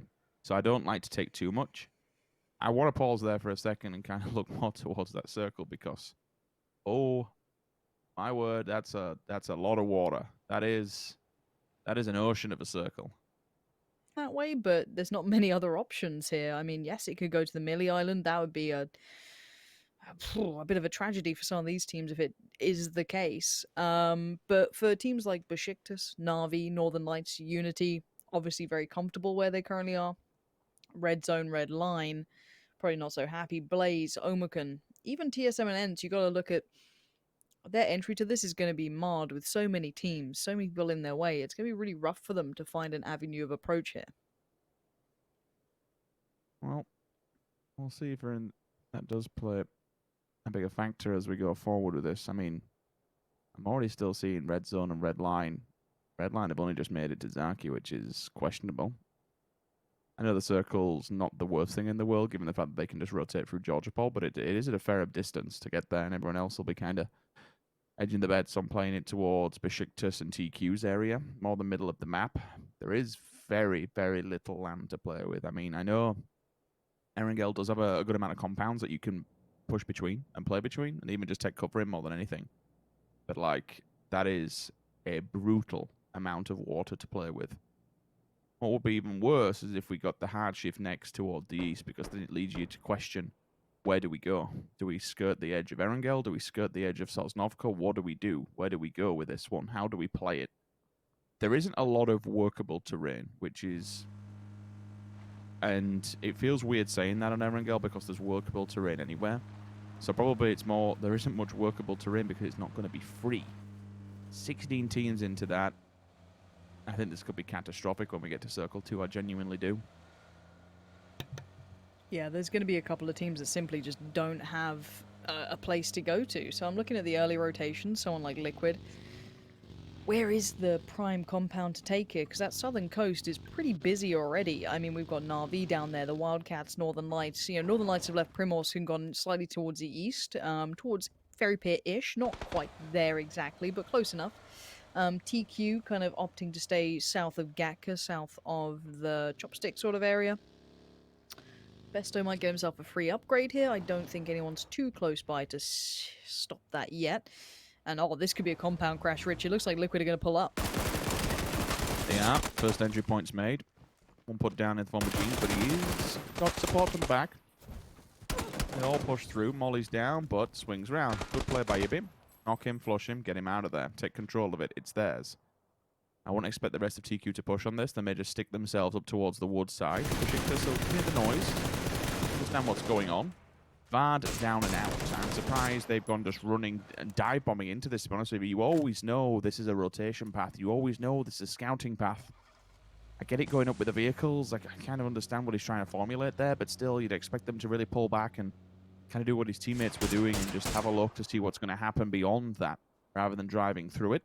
Smokes are down. That's why the player isn't shooting. Ira, his resolution in the distance, just bombing it away from the fight. They realize they've made too much noise, overstepped the boundaries a little bit. Overstayed the welcome, especially with eliminating one member of TSM. Circle's got a long way to go. Plenty of time for all these teams to get themselves into somewhat of a position. I'm still very concerned what happens with this next circle. Honestly, it could be fine. Everyone could be, you know, happy and safe, and you don't really see too much. That could be hops for the right time. Instant kill onto Resolution, but it's answered back straight away. Braba with the barrel. Out of the building and up the hill we go. Where's the support? Where's his friends, though, in all of this? How far can he go and how much more damage can he do? I'm already seeing grenades being cycled by the last remaining member. It's either the last remaining member or there could be two. Nope, excuse me, there is two. I'm seeing Karl off to the side as well for Besiktas, so I won't expect him to push on that. That compound is hard to breach. Team Liquid keep on going. Start as they mean to finish. They've already removed the compound. They're removing another player from Besiktas. As a different team this time that they're fostering on towards. Navi, slow and steady. Nice and happy. No one really to get involved with them. Quantum, though, from a different angle. They realize what's going on. They read all these fights that are happening around them. And think, you know what? We want a piece of this. We want a piece of the action. That's two frags they should be picking up rather simply. Molly, feel careful. Not getting touched by it yourself. 4 kills for Brabra, but losing 2 players, it's an interesting trade-off. It's a dangerous trade-off as we go further into the circle. You're right. I mean, you do have to switch into like frag out mode at some point and just try and make the best of a very bad situation you found yourself in. Losing on 2 players quite early on, a little unfortunate, so you are forced into having to deal with a certain hand. After all, going to be getting a couple of shots through towards the likes of BF, but it looks like they've made it away for now. Maybe a couple more coming in, but I doubt a knock will happen on those shots itself. The final couple of teams finding their way in. This will be Ents, you know, pushing down the western coast. They're well within the circle, and it looks like Liquid wants more. They're pushing out of that previous compound. They want to find one of these Besiktas remainders, and they might just do it. There it is. That's going to be a 16th team, and Liquid extending the area they control. Oh, Besiktas. That's another 16 to add to the chalkboard. Poor lads, just try and do something and get it going, and all of a sudden Liquid says, you know what? I'll come and get involved in this and finish you off.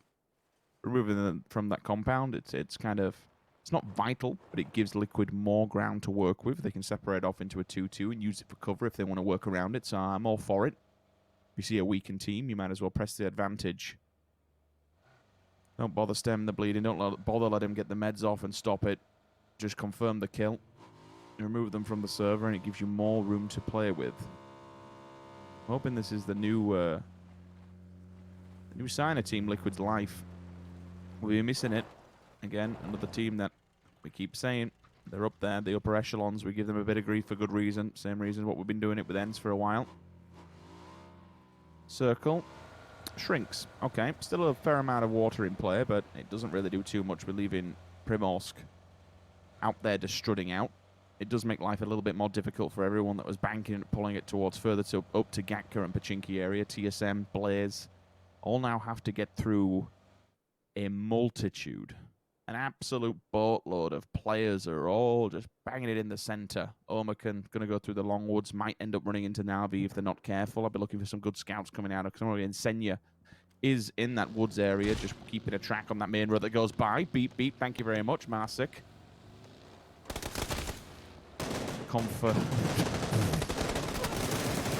All right, well, we're going to try and get something back at least, and getting shot out the back of it's going to help them out. They could work onto double A here. There is opportunity to do so if they get the heal off. We shall see. It's a hard compound to breach towards, though. Look at the terrain around it. There's so many teams around the outskirts of Quarry that can see all of this. They know exactly what's going on. Unity's getting interested. Someone like Tempest, someone like the Wildcats are all paying attention to what's going on here. Now, whether or not they can find shots to it, now that's the next point. Good nade coming in. AA receiving a lot of fire, a lot of flak coming towards them. And BF can't stay in this position for long, but they could certainly do a little bit of damage from it. Talking about a bit of hard compound to breach. They didn't even bother utilizing the safety of it. They stayed outside. Brute Force want to push this one. There's opportunities to do so. Take the level 3 compound building, should I say, not compound, in front of them. Get a height advantage. One of the players in AA is cycling those grenades, so a good one on the bottom floor. They do a fair amount of damage. You might not get a double knock, but you still do some damage. Tempest setting up on the opposing side of Quarry. Watching all of these little mini battles unfold below them. Every team now is in bar red zone. They are working down the western road. Red line will be in front of them, just around the swamp area. Pretty much in and around, all around swamp, actually, on the west side of it, from north to south. They're just in a full 4-man spread. Ents, Primorsk, easy for them. Omakan, I touched on them earlier on. A little bit of a more, not a harder transition, it's an easy transition, but it's harder to actually find any decent ground, given Navi's position once they leave the safety of the Longwoods area. And then Northern Lights is down in the priority compound on the beachhead, the final compound, really, once you leave Ferry Pier. So I think for Omakan, it's just kind of sit in Ferry Pier for now, see where this circle ends itself, and then work from there. Don't bother losing anyone now. Bring everyone back. Reconsolidate. Wait it out. Take it as it comes.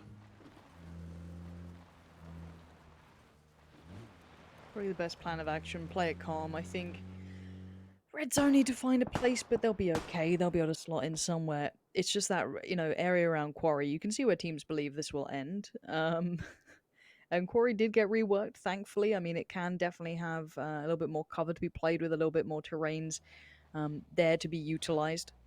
Stunning parking from Magisters. But beyond that, yeah, this is going to be one of those. If it does cut off Quarry, then it's just wild. It's absolutely nuts out there. But it does seem as though that should be the case, considering where the water is.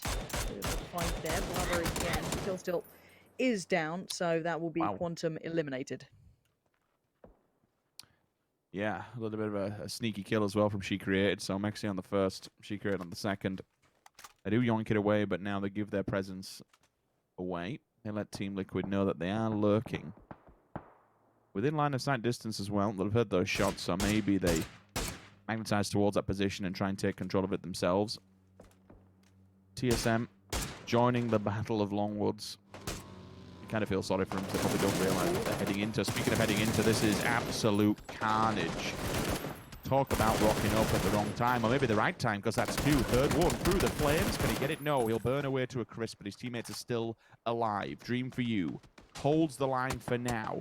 But Unity, yet again, another team just piling into this. This compound is a massacre. Remember, you've still got, I think it's BF, who have been in that tower for quite some time. Blaze. They booked it. They blazed it, to be fair. With the flames as well, just for good measure. Dream for you could use the smokes to get into the next compound to help his teammate out. TSM, we said, through the Longwoods they went. They didn't die there. They have made it onto the beaches, and they can utilize these blown out areas. But look at Jempty. Just in the distance, you can see him. Through one of the bunkers on the beachheads, he might have line of sight. If there's any vision that's provided by that. Fectix, though. Top of the building. Cat on a hot tin roof. Should be able to Maybe get a shot or two into TSM. I think, honestly, oh god, I didn't realize this Squeaky's also on the foot of the hill from Prim. He's overextended. So you have ENCE, Northern Lights, and Omicron. 4 players spread across 3 different teams. All have vision onto TSM. They are currently dug in.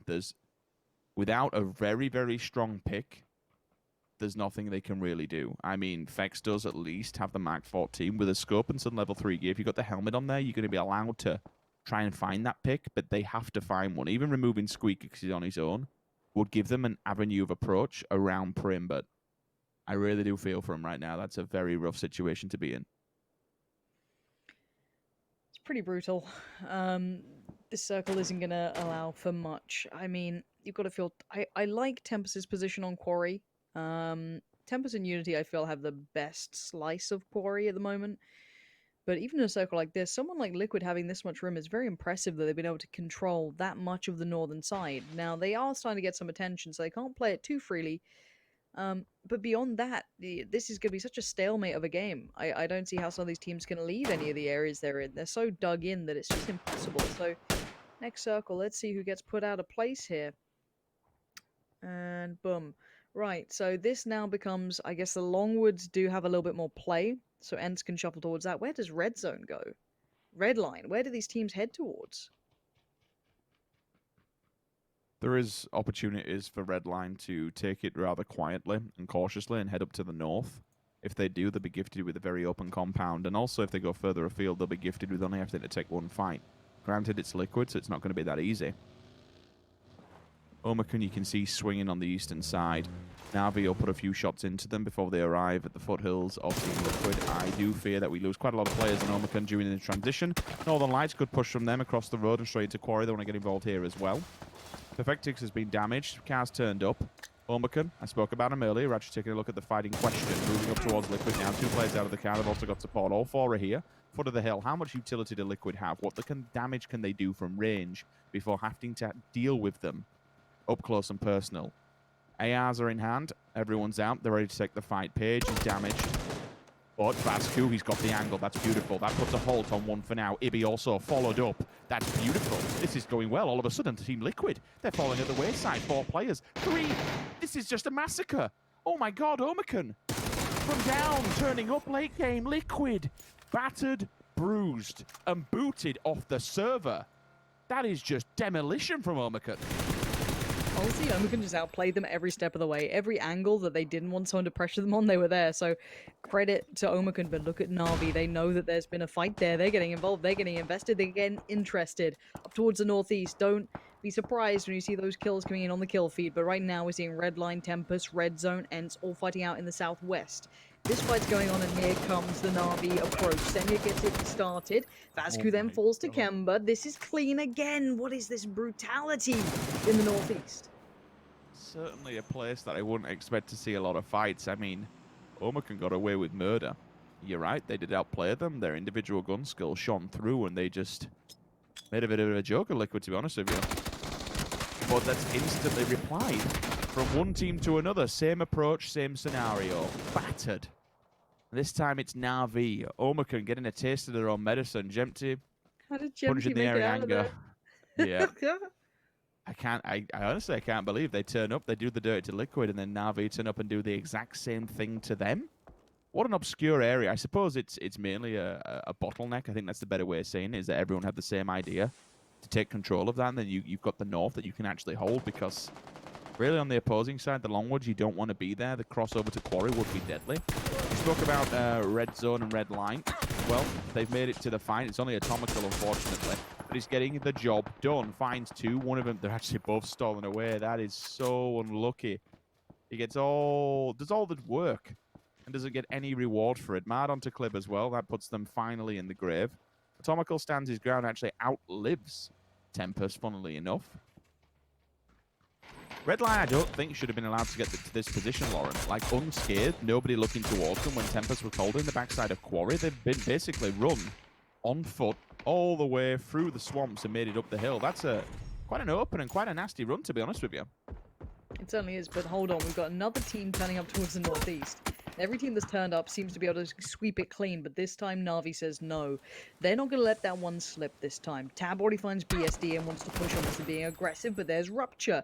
This is a hard fight to be had. They're using the low ground, but it looks like the Wildcats might be aware. Quick res, no helmet, tries to run away. We'll see if he does survive, and I assume with the defilade at the hill, they'll be protected. They can also go back into the safety of the large priority compound. It's if they're quick enough, though. Thankfully, that wall will provide quite a lot of survivability options. TSM, surprised they've made it off the beachhead with 3 players, to be honest. I expected them to lose more, or even not make it off at all. Ensted regrouped this way, which is a problem for TSM because they're outmanned and outgunned here. But do they have the drop on them? Figure it. Checking. Understands that there is a potential chance that somebody could be lurking. And remember that where they are, their position, there's a lot of trees and there's a lot of safety, especially uphill, but it all gets taken away on that next circle. If it moves away from this and they don't have the hardship with them, then they're in trouble. Contact has been made. Smokes are down, nades are up. First one found, Rustamar. Now it's an even playing field. Now they can work with it. But they are uphill. And that's where it becomes difficult, even more so when you're chunking damage from these grenades. The utility being thrown by TSM provides a bit more of an easy avenue during this fight, but a headshot back from Tixel will not. Silences Miracle for all but a second. Hits the deck, doesn't even hit the med. Wants to go for the nade, get the lethal utility off. Ira on the confirmation onto Rustamar. Still looking for Tixu, knows his presence, knows his location, but Squeaky has wrapped and he's gone down low. That is nasty. That's a snake in the grass and a stab in the back. And speaking of stab in the back, that might exactly just what happened. Northern Lights can also see into this from up on the side of Quarry. Tixu falls, and once again, even Steven. Squeaky and Diggory 2, Vex and Ira 2. TSM and Ends just fighting for the last little bit of the edge in the safety net of the circle.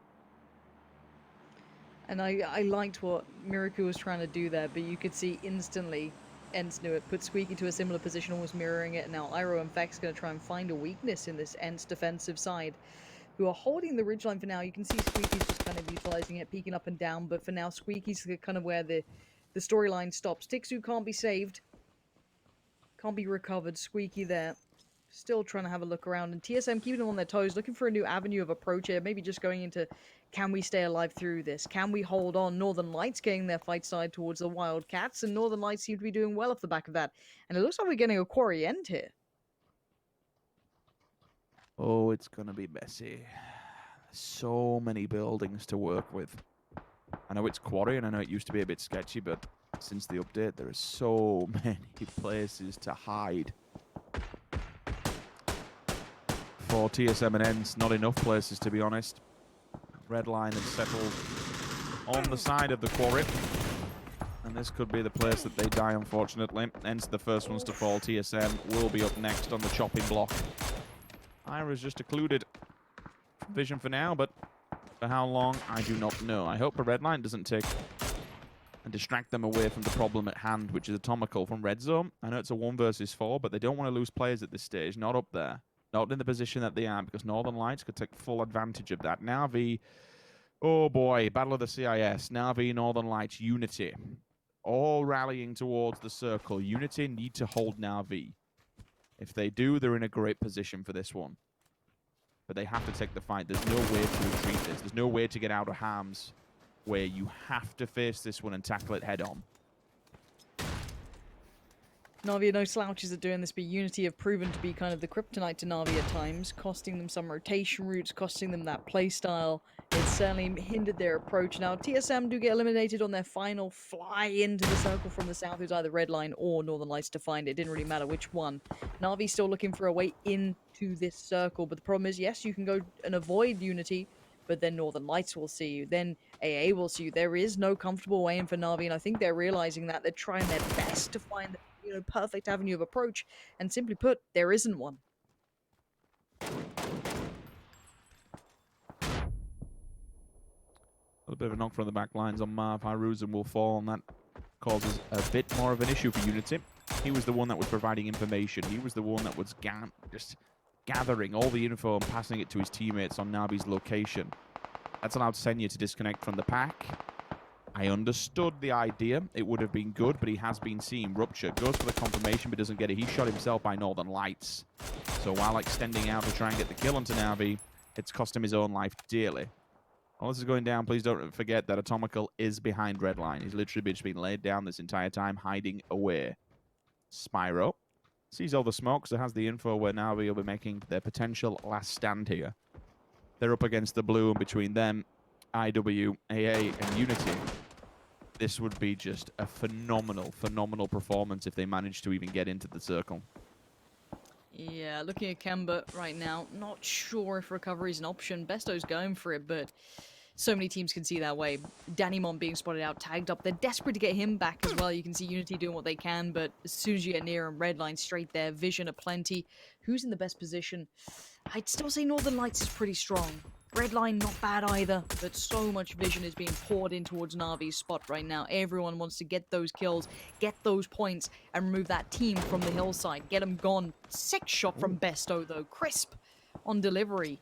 But can they make it any further forward? 4 more smokes. They got smokes to play with, but it's still such a treacherous run. Yeah, that's the thing. It's the open ditch that's just provided for you, but all the Northern Lights will be able to see what's going on. Utility committed towards the side of IW. I mean, hell, I've got to give credit where it's due to Na'Vi even surviving that last circle to get to this point. It was on a knife edge that either of them make it in alive, but they somehow have done. Now, for IW, they could be the sacrifice that they need. They might be able to head forwards. Northern Light looks to them first, or even just draws their attention by shooting them. Atomical finally does something. He's been laid there this entire time, and he stabs Marv in the back. He's been waiting patiently. And now he opts to die to the blue. All for nothing, rather, unfortunately, but at least he's got enough damage done for them to make an advancement. Northern Lights, they see that. That's a beautiful little time for them to strike, and they strike well. Michael has fallen. And now, all of a sudden, this is such a domino effect. When one falls, another team gets involved itself. Oh, my word. So the Northern Lights have actually attacked onto Redline off the back of Atomical doing that. Now, all of a sudden, the Wildcats are getting involved in Northern Lights.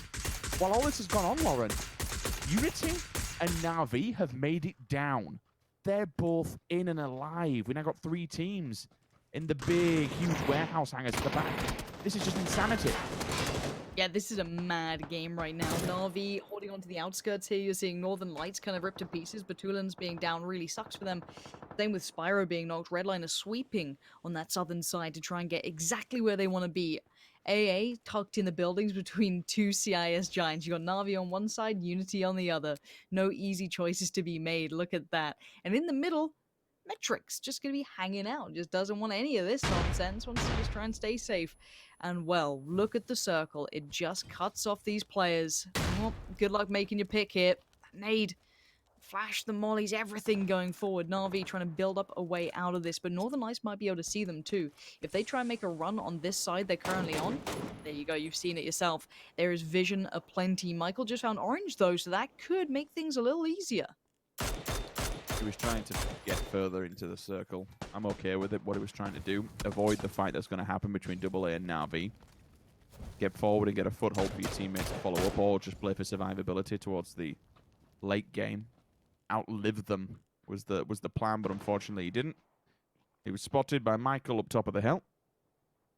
Now it's time for the Northern Lights to also make something happen. Get a bit further forward. Come down from the hill to safety net. Dream for you onto Besto. The instant response is there, but look at Na'Vi. Quick off the draw. He is confirmed, flushed, and it comes down to Kemba. Can he win this out? 2 players, one either side. Damaged, bruised. The initial one served himself up, and it's quite an easy kill, but now he knows there is another player here. Is Hiruzen going to go for this, or is he using it to his advantage? Leave him be and maybe get inside the circle? I suppose at this stage now, by leaving it this long, he has to send the fight. He has to take it against Kemba. Metrics, Perfectus, and Redline, everyone can just see all of these players that are going to work their way out of there. This is... it's brutal. There's nothing really you can do. You just... Yeah. Couldn't so be better exposed, placed. right? Couldn't be better placed for Ivers. Look at him. He's literally got a little dugout to fight from. It's just like everything you'd want from that high ground. Perfectix, yeah, pinned to the low ground. Don't know if he can make it out from there. You've got Kemba and it's Hiruzen, I think, who are left in that same similar situation. And for Metrics, he's kind of king of the hill in this in a weird way. He's the closest to the middle. And considering when that time ticks, Redline have to leave that beautiful plateau. It's still game on. Hiruzen does find Kemba with the nade eventually. Beautifully done. He's going to be happy with that, but can he make it any further forward? The Blues now on him. He's got to make his play, and Redline's seen it. One tag, it's Michael to close, and now can Redline find the 2 remaining snakes hidden in this quarry? In theory, it should be simple because they have the numbers advantage, right? But they have to come down. They're the ones that are further up against the blue. Metrics, this comes down to you to stand your own. The test of time versus QB and Ibis will not be easy. 2 very individually skilled players. Everyone just rocking barrels. Good lord. Truly are in the 7.62 meta at the moment between that and the SLR. Where's Michael in all of this? Okay, he's just hanging back, feeding info. There isn't really much info he can give at the moment because everyone's just snaking down and worming their way into this. Smokes keep on going from both sides here. Slowly but surely. They'll have a rough guesstimate of where these players will be coming from. Initial contact made. Effect ticks now. Grenade out. Tries to get the lethal utility into play. Find the combat, send it to them, but the snakes have found one another. Easy tag, easy frag. And now you're in a 1 versus 3. This is not going to be easy by any means whatsoever, especially when Ivers has got the drop on you. You need to run, you need to press this one quickly, otherwise it's going to be all said and done. QBE comes in, 10 kills for Redline, 10 points for the placement. That is a surprise to me. Given the position where they were on a very, very nasty side of that swamp area. And when you think how many teams were already up in Quarry before they arrived, I mean, hell, they even had Atomical who kind of caused them problems by removing one of the players during circle phase 4. But to be able to make something happen from that swamp area and get up to that stage with all 4 alive when so many players were already in place waiting for it, it's a good read. It's good scouting. It's good communication.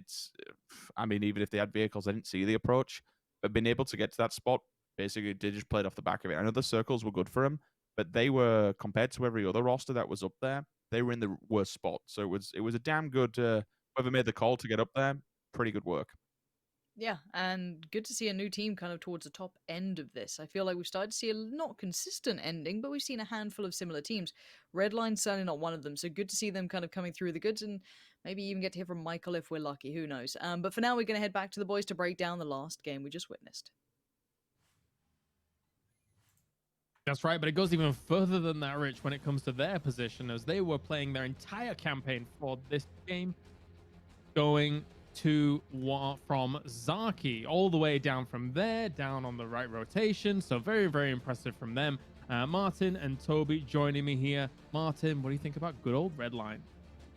I think it was nice to see them overall from this. They came out from a far rotation. They came in somewhat late to the circle, as Richard pointed out as well, and they had a good push to Tempus. They had a fight for this win here, and I felt like it was a very hard-earned win for this one at least. So I'm happy to see them step up to this like this, especially with such a new team with Michael stepping in instead of Fergie and we saw in the charity.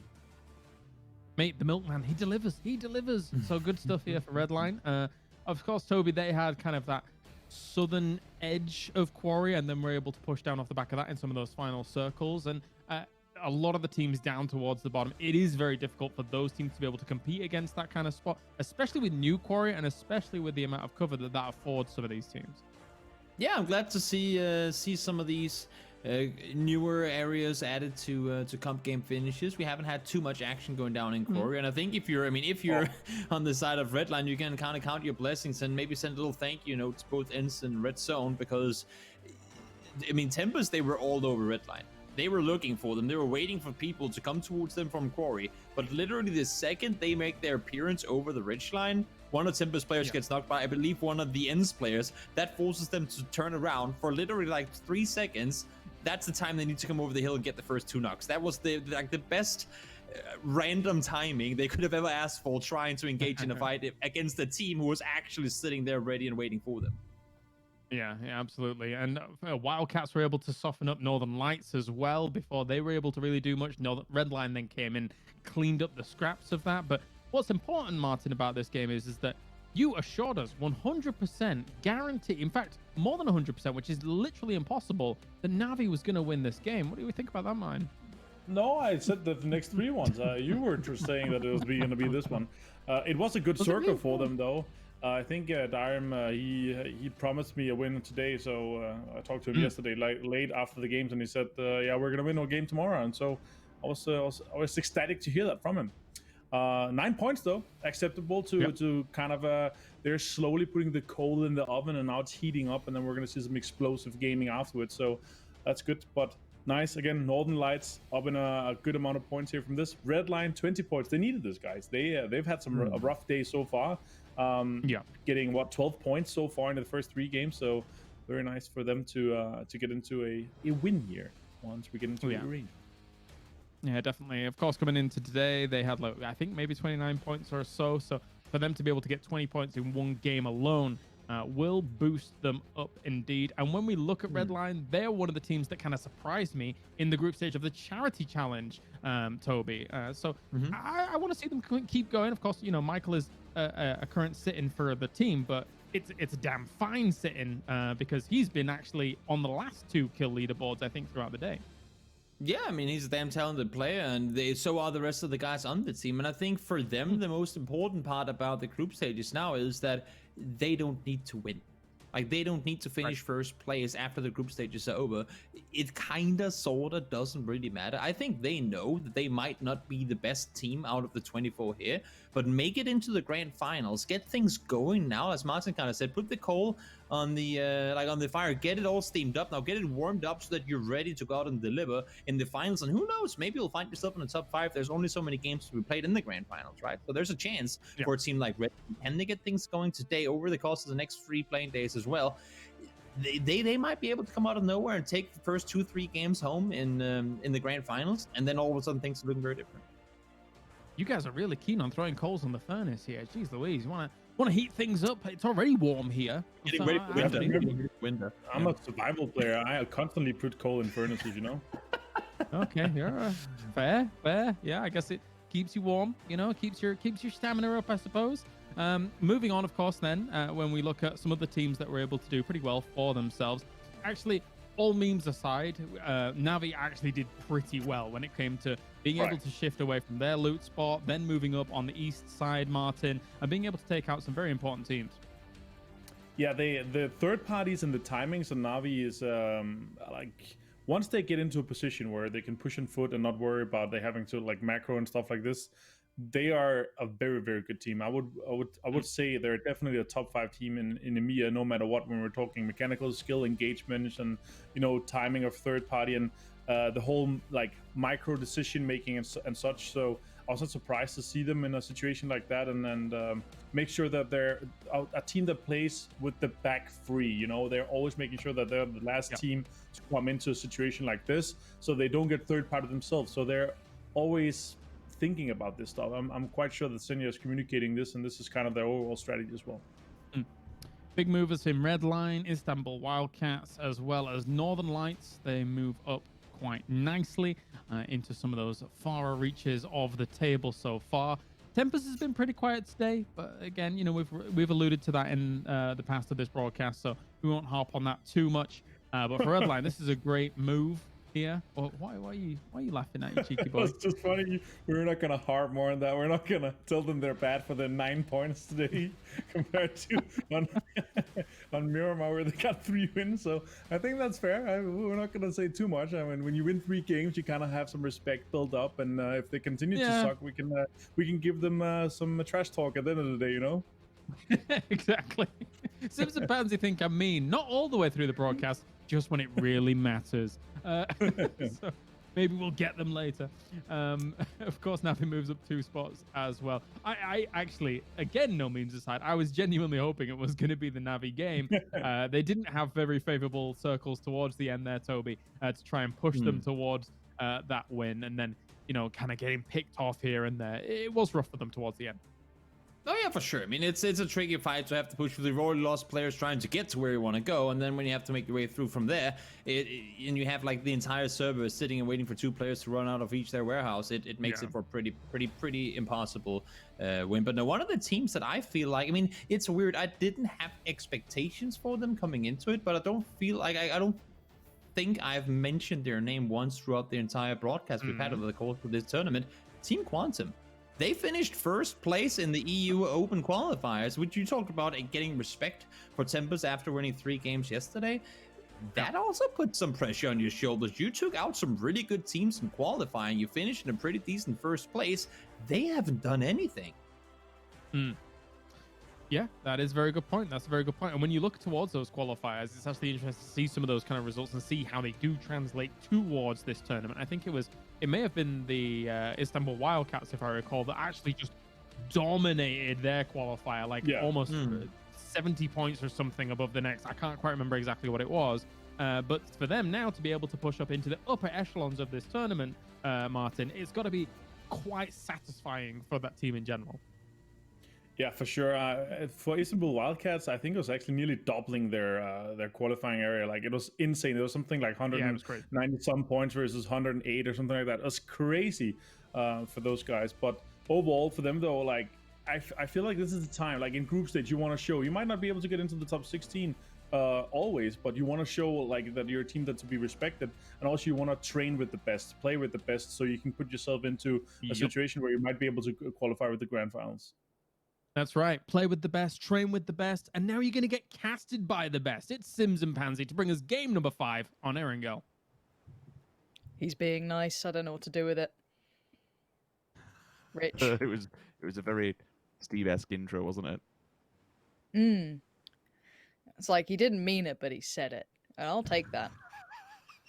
I'll take that. You don't have to mean the words. I'll hold on to them for years to come. My inadequacies aside and insecurities, let's look at the game. East to west.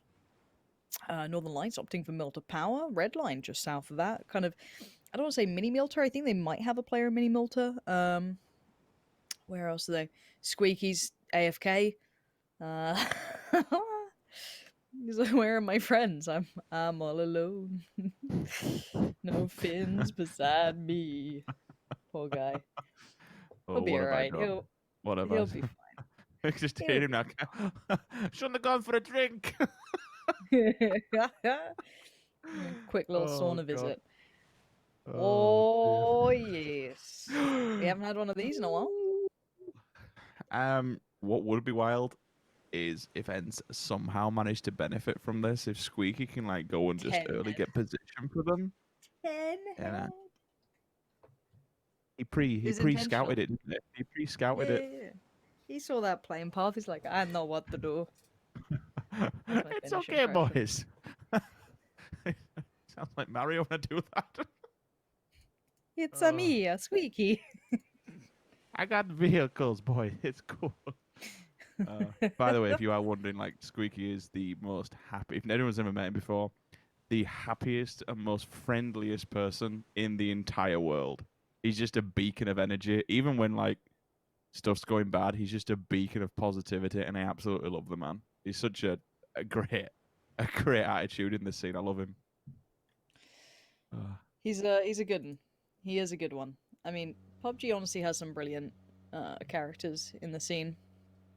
And I love the way the cameraman got caught out with how early Liquid are rotating. He was like, right, they're in Pachinki.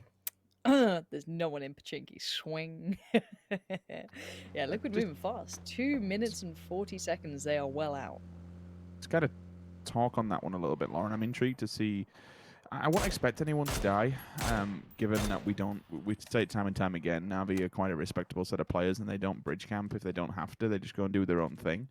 But if we get an opportunity to take a quick look at the map, they are rather unorthodoxly spread out. Like, it's not the usual Na'Vi loot and then go late game. I mean, given how far down this circle is to Sosnovka, I understand why. But they have spread out into 4 different areas, which limits what Liquid can actually pick up. Like, the priority compounds are gone. Both sets of them have a Na'Vi player in. Yeah, I'm intrigued. I mean, you would expect the normal approach from Liquid, which is get off of the bridge, turn right, go up the hill like any normal team does if you know that there's potential for contact once you get over there. There is Kemba, who's down in the bridge yellows. He'll be watching this and feeding this information back to all of his players that are still, again, spread out. I'm interested. I think this could be fun. I think this could be good. Unity are reading info. Orange is just passing on for Besiktas coming across here. Blaze are going to be following them rather shortly. There is no one in a position to actually camp this out and kill them. Liquid have made it across clean. Oh, the deep is ironically in the deep end. What in the world are you doing here? I don't know. How do you get into these situations? Oh, he's done, Michael. Oh god, Ivers is stuck down here too. He's not gonna be able to jump up for a bit. Michael, go away. Stop baiting me out. Leave me alone. The deep is wandering. Oh, that's nice. That was a bit of bait. Beautifully done. But what? The free pull up? Oh no, that could be so much more deadly than it was. I saw a world where that could have gone so wrong. And actually, to be fair for Northern Lights, I mean, they can get their player back up, but this is so scrappy. So many casualties so early on. Lovely, lovely shot. Well, how far was that? That was a good 120 meter shot. Comfy with the barrel. Full spray. Got it. I don't like this res.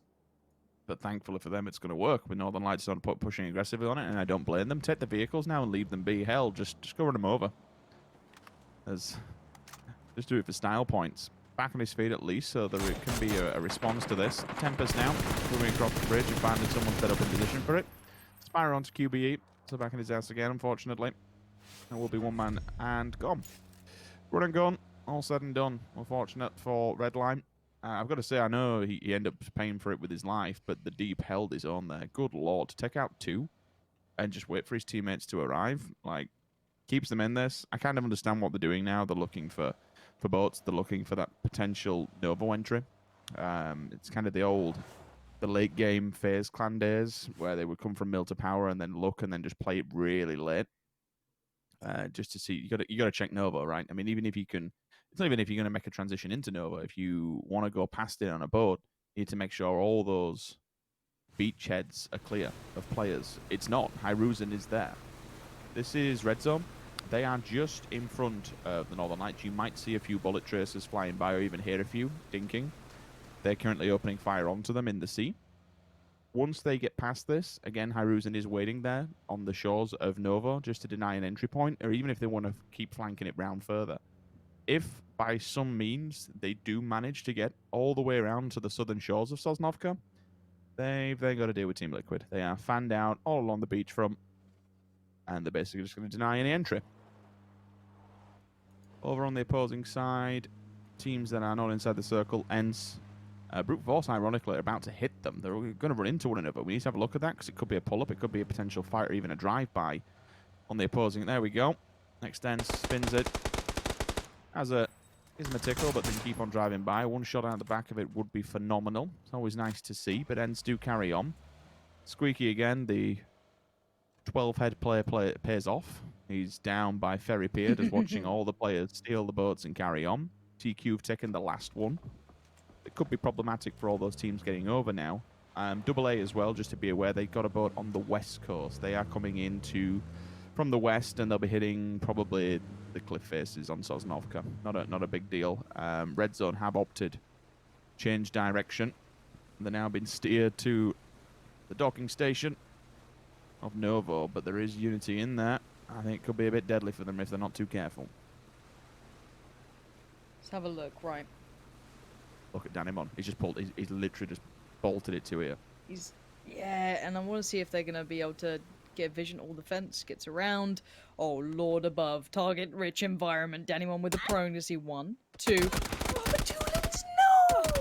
Batulins just tagged him from across the way. That was from the other side. Red Zone got away with it. His POV to see all these 4 bobbing heads just appear. It's like, oh no, I made a huge mistake here. It could have been good. It could have been great, to be honest with you. But Batulins ruins the fun. So they do make it into Nova, and by doing so, it also puts Red Zone on red alert that Northern Lights still have to make a crossover here.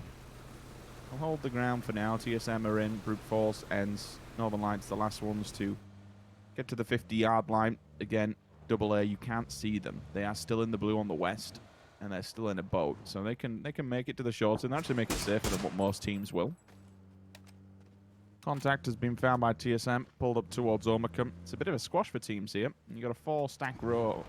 TSM, Omicum, Tempest, Blaze, all vying for this central location, but with the circle pulling more towards the north, it makes the beachhead and surrounding that much more vital. And remember, we have seen that kind of ditch area, just as you get off from the yellows, the two big hills that flow down towards the burnt out BRDMs.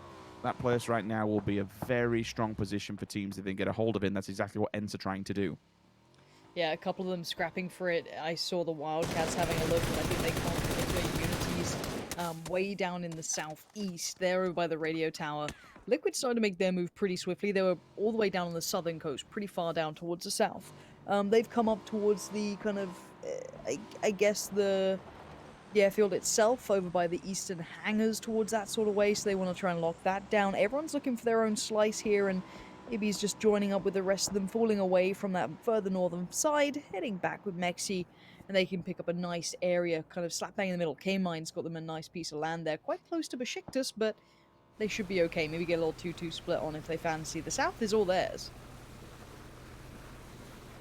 I've not had the pleasure of casting a runway ending yet. I keep saying it. I want to get that Really good runway fun. in surrounding areas. Even when you go further more towards the west, there's like, as you can see, actually, I love that we're getting vision of it now. This is great. You can really see all the topography and everything that's changed. It's a shadow of its former self. There is places to work with now. There is hot terrain that you can actually utilize. And even when you go further towards what is the old little Hagrid house, you have like a swamp area with more burnt out vehicles, more ditches. Set, banged out, dead to rights. Off the back of the bike, has been toying with death for quite some time, trying to find an entry point for Unitim. Finally meets his maker. But yeah, I'm glad we got a quick overview of that. It really does show how much that whole area has changed, and I'm excited to see it come into play at some point. I don't know how often we are going to do it, because we've not even seen it kind of... I say we have kind of seen it come close, but it's more towards the southern side of it, beyond the road. Liquid inside military. Same goes for Besiktas. TQ in the middle of a 2-2 from Navi. They've taken all the priority compounds, and they've done it on purpose just to deny access. I get it, but it's fragile. It definitely has its downsides to doing so for Navi, but the strong individuals nevertheless, so I won't underestimate them yet. Ends, by being so late, has paid off. They're in a phenomenal position now for this circle in particular. They take control of the yellows, they take control of the hill. Yeah, it's quite a slow game. Understand why, but it's going to be one of those where all of a sudden the circle just randomly goes somewhere, and all of a sudden the dynamite's lit and it just goes off, or taking out a load of teams with it.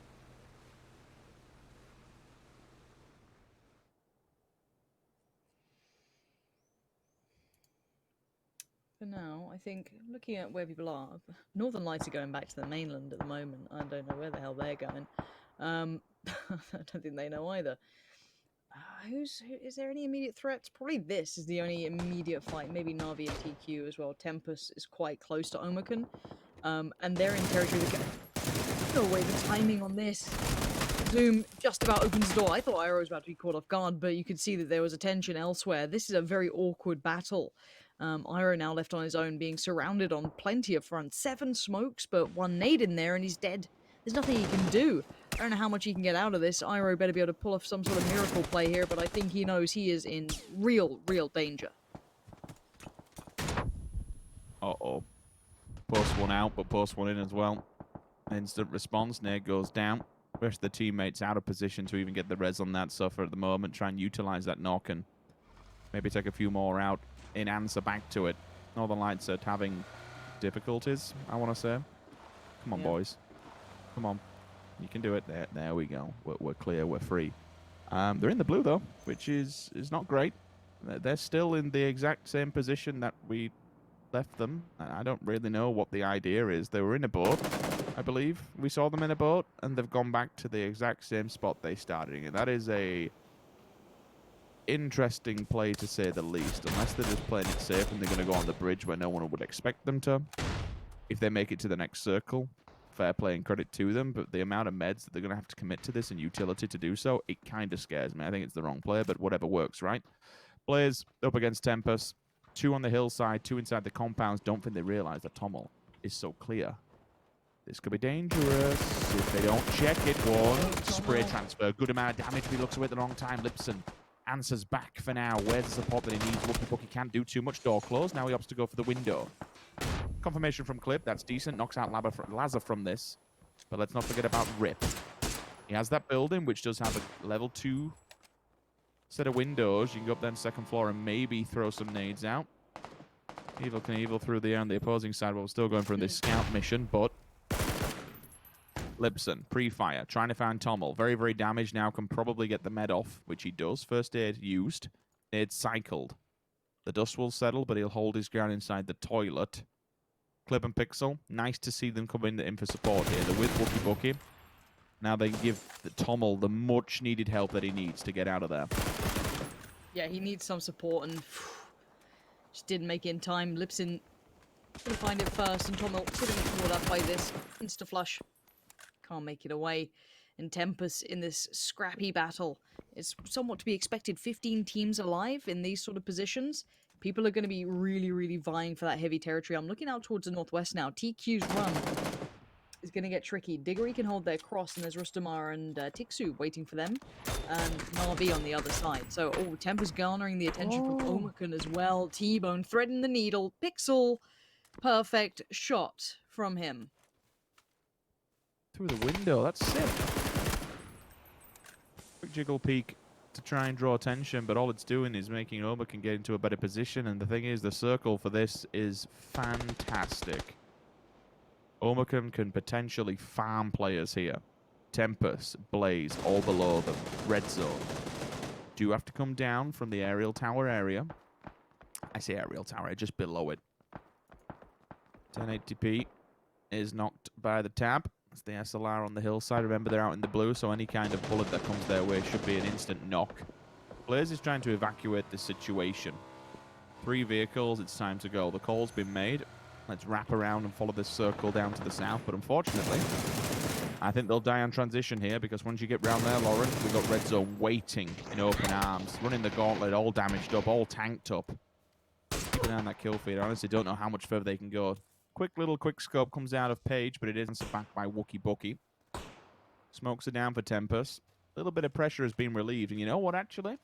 It's Blaze who's come out on top of this. They've wrapped around. They've got behind enemy lines. This isn't good. This isn't what Omakan wanted. They wanted this clean. They wanted this completely to their own. Now they have to fight a battle on 2 different fronts. Remove Tempest from play and then go after Blaze. Yeah, I mean, and that's without including Northern Lights, who've just swung in. With a circle like this, Omakan, you can't bank on having all of that area. That northern hillside, that kind of Toblerone piece upside down, I'm just hungry, is going to be filled with players and teams. TSM's coming across. The rest of Northern Lights is coming across. Blaze did get the attention of Red Zone from the other side by the kind of lower side of the radio tower. But you've got to see this. I don't know where ends. The Wildcats, TQ, BF, Tempest. I don't know where they're going to go. It's one forest. And there's one road that leads between it, and Blaze are showing you that that's not that playable. Momi's going to trade back in on Page, but this is going to be an absolutely brutal side. That northeast-east side, we'll see who makes it out, because it won't be everyone. Blaze eliminated. Kind of said it was fragile what they're trying to get off, but I mean, it was a damn good effort. I think to get out of that scenario was pretty faultless. Shots coming across and bodies will fall. Marsik and Metrics working their way onto Tempest. One player locked inside the cabin and the shack. Enter also making a move on a different side of the map. TSM have found Northern Lights. Remember, the Northern Lights have been struggling to do anything so far. I mean, to get to the central position of this map, that's bloody damn good. But the amount of meds that they've committed to this, it's going to be a super, super weakened position that they're in. Just, not position, excuse me, situation.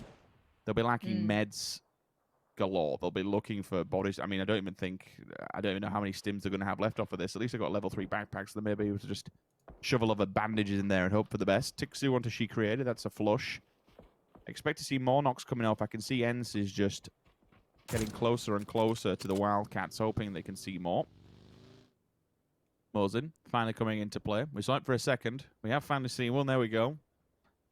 It's a rarity across the field to see a Bolt, let alone a Mosin. Levent doesn't check his corner. Rustamar runs up the hillside, sees him. This is the go symbol for the rest of Ens. Tixu, though, will fall. Levent has still been knocked. There's no time, no way they can get the res off of this one. Tixu, they've tagged him up. But BSD is out in the blue. Might try and find the flush here.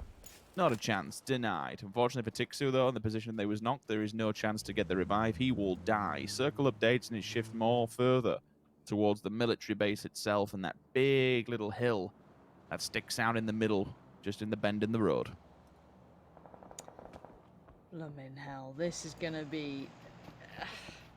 Okay, so Liquid now need to move. AA, but you know, they're playing the industrial part of the Millie Island. They're pretty happy. Na'Vi fighting with Unity. Constant battle. Red Zone in the east, they can do quite nicely off of that. Northern Lights, scrappy, but pieces can come together for them. You can see the two up there. Besiktas hold the compound across the road from the Millie base. Now that's quite a good shout. That's quite a good place to be. Now yes, it's the low ground, but still, compared to what everyone else is working with in the north, that's a real touch. Squeaky getting a lot of eyes, as is Rustamar, who's behind Squeaky, so... Pull on that bad boy. Squeaky trying to send it up towards the fence line. Yeah, might be time to prone, maybe not where they wanted to be, but it might be as far as they're going to get. You can see K-Mind, you can see everyone else keeping track of this, keeping vision on it, and it's going to be Liquid to get the points for it. So they're holding the Millie base itself, and I want to see how clean their approach is, and James has done some beautiful work already. That could puncture the hole to get them into the new circle. Miraku and Vard will still be waiting, though. They're the final task. They're the finish line for them to get into this circle. Speak about the finish line, they just killed the finish line, to be honest, with all events falling like that. It was a good push, and it was a good read, more importantly. Now they're going to wrap, take the low ground, go towards the north, try and avoid line of sight that TSM will have on all of this. Potential they catch brute force with the pants down, not realizing there is a team wrapping behind them. Also be gifted a crate, which is always nice to see. Take the level 3, take the AWM. And the ghillie suit as well. Come on, Jim Bob. I want to see some big work with that gun. Miracle falls. That's another objective out of the way for Liquid's approach. That leaves Vard to make the last stand for TSM. That knock has actually provided so much workable ground for Liquid. Less of a threat. With Vard now just on his knees, trying to hide away. Maybe play for someone to make a mistake. Still, don't take your eyes off the ball when it comes to brute force. They don't know their presence. They could catch them off guard. Both of these teams about to see one another once they go over this hill. Ibby, M4 up 2 times. Comp on the front of it as well. Jimbo, initial contact, makes it count. Ibby follows up. That's 2 fall. We have lost one, though, unfortunately. Mexi has been tagged. TSM is fragged. They're done. They're down. Zoom could be following in quick succession as well. His teammates just bleeding out the wayside. Is Mexi revivable? I didn't see if it would actually went down instantly. The shots are actually coming in from AA. That's all the way inside military base. They do have a very small eye line into this from a fair amount of distance. 6 kills in the bag for Team Liquid. Mexi's back on his feet. And now they can get the job done. Work as a unit, work as a team. Now this one solo snake steps up, steps out. See you later, brute force. 9th position will be them. Team Liquid keep going, but the circle, it has absolutely not been favorable to them, Lauren. It's moved all the way into military base, and they've got to come out. They can go into the forest. They can kind of keep it. There's workable terrain there, but if it goes any further, they are totally exposed to everybody sitting inside below pretty much the main silos at the back. Yeah. Yeah, it's an uncomfy circle for the vast majority of teams. I don't know how Red Zone gonna work this out. Yeah, Macadark's just gone. I'm not sure either. Going down. Na'Vi holding the South Unity more central. AA, yeah, they could be the kind of dark horses here. Their positioning is way better than anyone else's, but would you call them a closer team? Garnered and gathered towards T-Bone. He goes down, eliminated. That's going to be James. That gets the attention of Besiktas. James, big shot towards Perfectix. This could be game back on for Liquid. They need to keep hitting these. Spyro's still there, Rich. He's still on that tree line, that ridge line, but he's making a move. He doesn't fancy this anymore. He's trying to head out from there. To be honest, if I had an arm coming my way, I wouldn't as well. especially when all 4 players are up. You know exactly what's going to happen. Now, Besiktas, I like this. In the back, we'll stick with Unity for now as they're making the approach toward... Now, I want to jump back to Besiktas, and I want to be quick about it, because it's the first time I've seen any signs of life when it comes to pure aggression and overactive play. This is good. It's preemptive. They're moving towards Liquid because they know they are boxed in within a corner. Haruzen camping earlier on for the Northern Lights ending. But all 3 players have pushed up. Now, Liquid are a bit of a deficit. It puts them out of place. Lyra onto Ibi, and also Na'Vi from the distance. Tab finds Mexis. That's 2 down. This is a good play from Besiktas. They were reading what was happening. They were understanding the lay of the land. Mexis gone. Confirmed. Jimbo trying to knock out Senya just to move 1 extra player and 1 additional target from play. But Na'Vi stealing Mexi causes them a bit of grief, and they understand what's going on here. I honestly, it's just, this is a typical Na'Vi player, right? The one place you wouldn't expect them to be, and they are. Liquid falling man by man. I think there's only 1 man standing, which will probably be Jimbo, given the fact that he actually has the AWM and the green gillet. It might provide him some level of survivability, but you'd assume Na'Vi sees him shortly. You'd think so, wouldn't you? We'll see. Carl's got vision on James down there. And that's James gone. Right. We are down to the final 4 teams. Kemba towards Hibako. Already going to find 1. But Na'Vi do need to make the move. So, yes, doing the damage now is good. But keep in mind, in 30 seconds, they better be in that new circle. Otherwise, it doesn't matter how many kills they got on the way, unless it's every single person, which I don't think Besiktas is going to allow. So, the silos are in play. We have the kind of... I always call it the medical sort of area, the med area. I don't know why. Across the road, where Metabay is. I like that Besiktas has pushed out on this. I like they're clearing it. Beautiful nade from Kemba. Wow. Fully aware. Fully aware. That's very, very smart. Clearing as they go. Now, that does mean there's room, but it's not much room, and it's a risky maneuver. Na'Vi has sent their 2 players to take the guard tower. They're going to sit in this one, but look how open that is to AA now. That's dangerous. Not much room to work with. Dinks come through off the back of Cal. You don't even know if you can get the res off of that either because of the wall going round to it, unless he can crawl inside the actual guard tower itself. It would be difficult to get it, but the smokes are there, so there is a possible opportunity to do so. SKS is up. May try and take the fight to them if they want to come down this hill. That's a bit of a joke when it comes out of CTR. Shouldn't be lying down there in the hill, especially when you know where they are on the opposing side, given the fact that they're on hills. They'll have clear line of sight from over there. Bit of a mistake in my opinion, but the res does come through. I suppose we have seen Na'Vi do some weird and wonderful res in the past. Good shots though, good response from CTR, been able to do that. Knocks out Kemba, so good at least trade-off here. He is resable. Blue is coming in slowly. They'll still get him up. For Na'Vi, it comes down to double aim. They have the silos. They have a good amount of vision on them coming across. That's a doorbell, excuse me. Ding dong. Yeah. I don't know. I don't know how Na'Vi makes it out of this. Unless they've got enough smokes to regroup themselves up against the wall. I think there's just too many obstacles in the way. Now, Na'Vi again, yeah, go grab the door, mate. I'm still around. Let's have a little look if Na'Vi can hold on to this. There's so much attention being poured their way. You know, bear in mind that AA and Besiktas could potentially see each other, but why bother when they have Na'Vi just locked in their sights? The knockback will buy Na'Vi a second of time, but they have to stabilize this. And again, the circle just keeps shifting away from them. What can they do now? How many new looks can Na'Vi go to? This is an IGL's nightmare, or maybe he enjoys it. Senya, speaking of, going to try and make a bit of a dash for it, see if he can get some room to work with. But Besiktas have fallen back to the compound. Now, look at there's a slight plateau on that roadside. So it does mean that as soon as he goes, someone's going to be able to see it. They've opted to smoke near AA and then potentially fight towards Besiktas. If Na'Vi can make it across, it's game back on. But again, none of these positions are safe from both teams. Na'Vi has no easy way around this, and as the blue will move them forward, they have to try and figure out where they can go and what they can do. The smoke wall's going to be put up.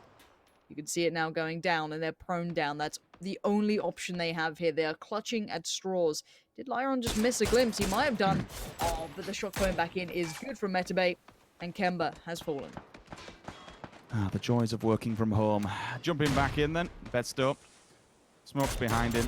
I'm surprised they've all made it up there. I mean, I was saying it before I actually left. to get across from the silos where they were into this. I don't know if it's the downfall on Double A's part or just how good Navi at traversing and using smokes to their advantage.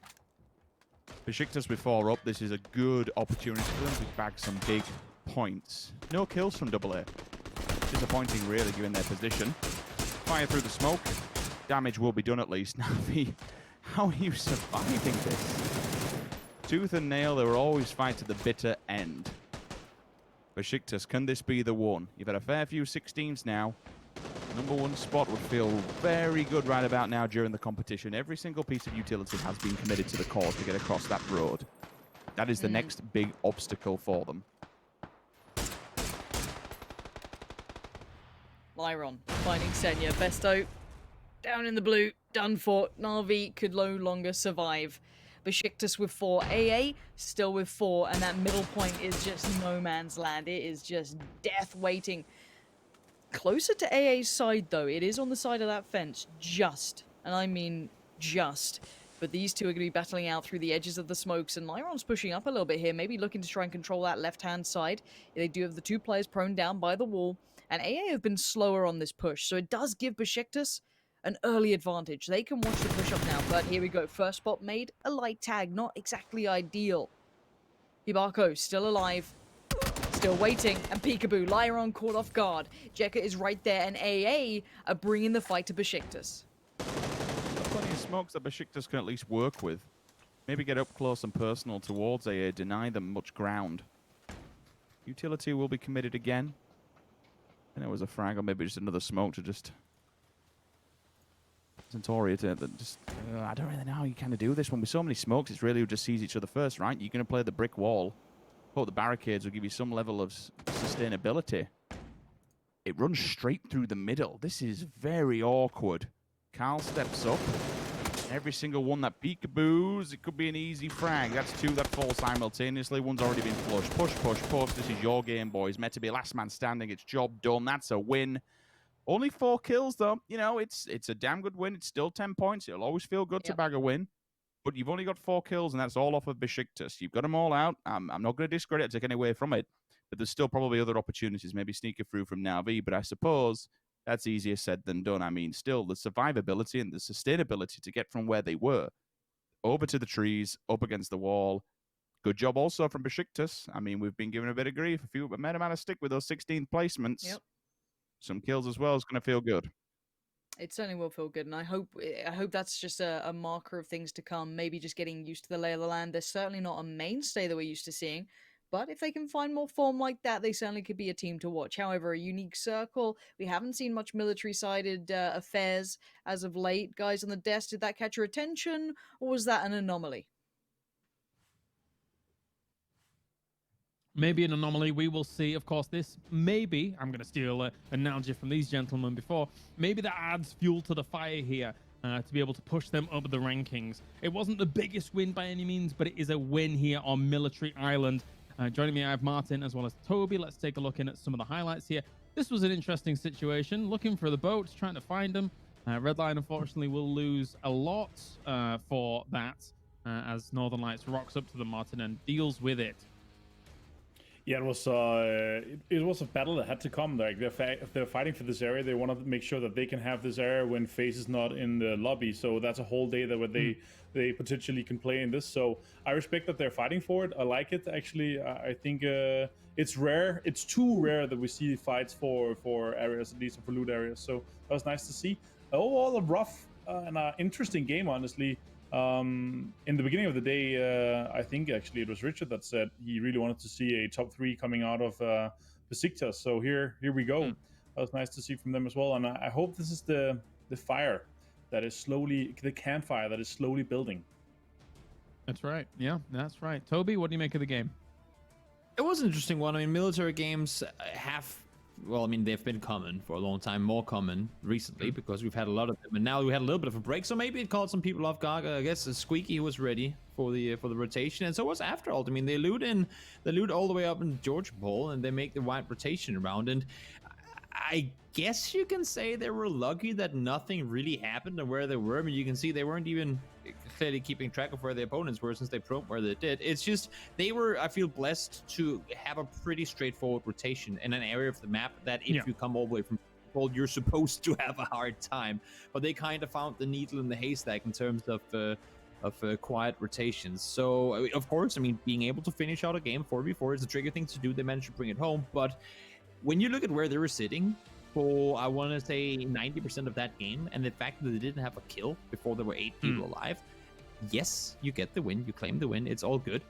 But we're playing in a point system, we talked about it yesterday too, we're playing a point system where kills to some extent trumps placement points, and you need to be more aggressive than hiding in houses and between silos, not daring to take a peek to try and stay alive. It just doesn't work in this point system at all.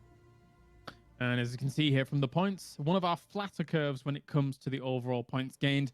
No exponential growth here by any means, but that's how it's going to play out. It is one of the more uncommon endings here, after all, and Besiktas getting those top 2 finishes here. But Team Liquid, actually, with the 9 kills that they got, is able then to take over Na'Vi here with the campaign of match number 17. Martin, Na'Vi's scratching on that win. If they'd have had a better position in that game, you would have put probably a lot of money on them beating the other 2 teams in this final situation. So last game they put coal in the furnace. This game they're putting the material they want to melt in the furnace. And the last game, the metal is ready to be shaped into a trophy of a chicken dinner. Right. I like it. Yeah, like a gold chicken dinner. I like it. I like it a lot. Yeah, exactly.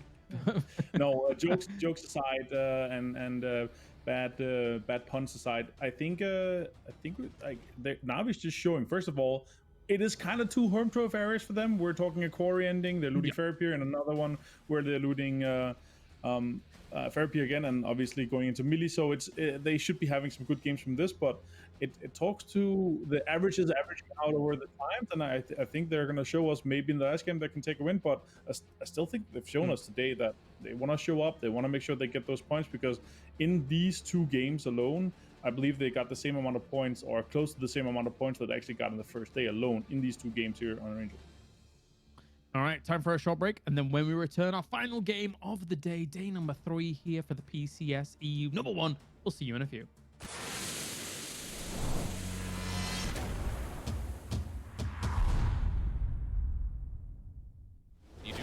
You're essentially giving away your position. Ira, first one to fall. Smokes will go down. They'll make some kind of push here.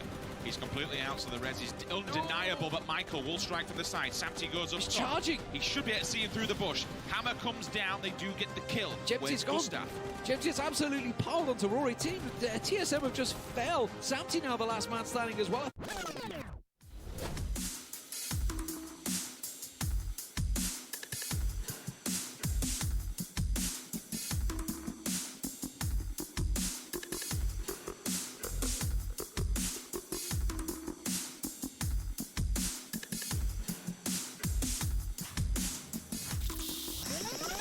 It's a one-on-one. It is Gustav versus Samty. One-on-one, as suddenly these 2 teams clash and it absolutely explodes. Molly goes out, that's right onto Wasabi! Instantly just kind of puts him down. Does finally crest over. Senya still holds the point. Veselos just snaps instantly to Mexi. Puts him in the grave. Fuzzface now turned up, but it might be a little bit too late.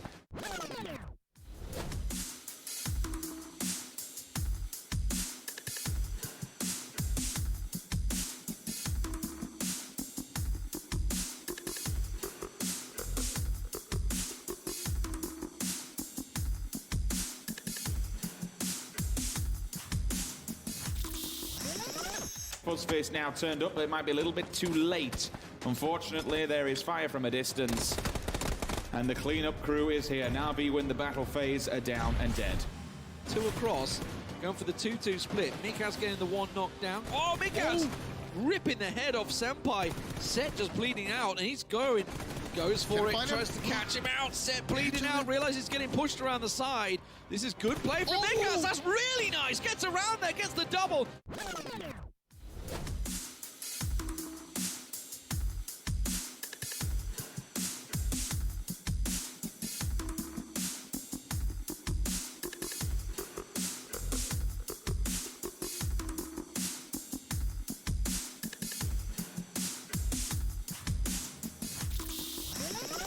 This is good play from Nikas. That's really nice. Gets around there, gets the double. Now it's a one-on-one.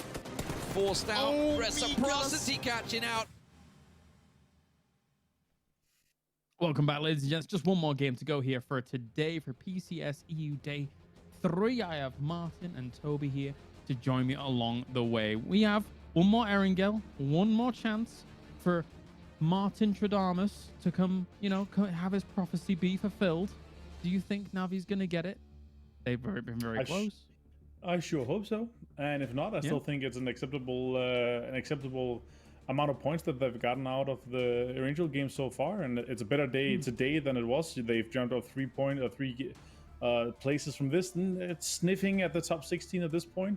And obviously after the game we have now here, they are most likely going to end up in the top 16, and we're going to be halfway through our group stage. So the warm up and the averages is going to average out, and I definitely think they're there's no point.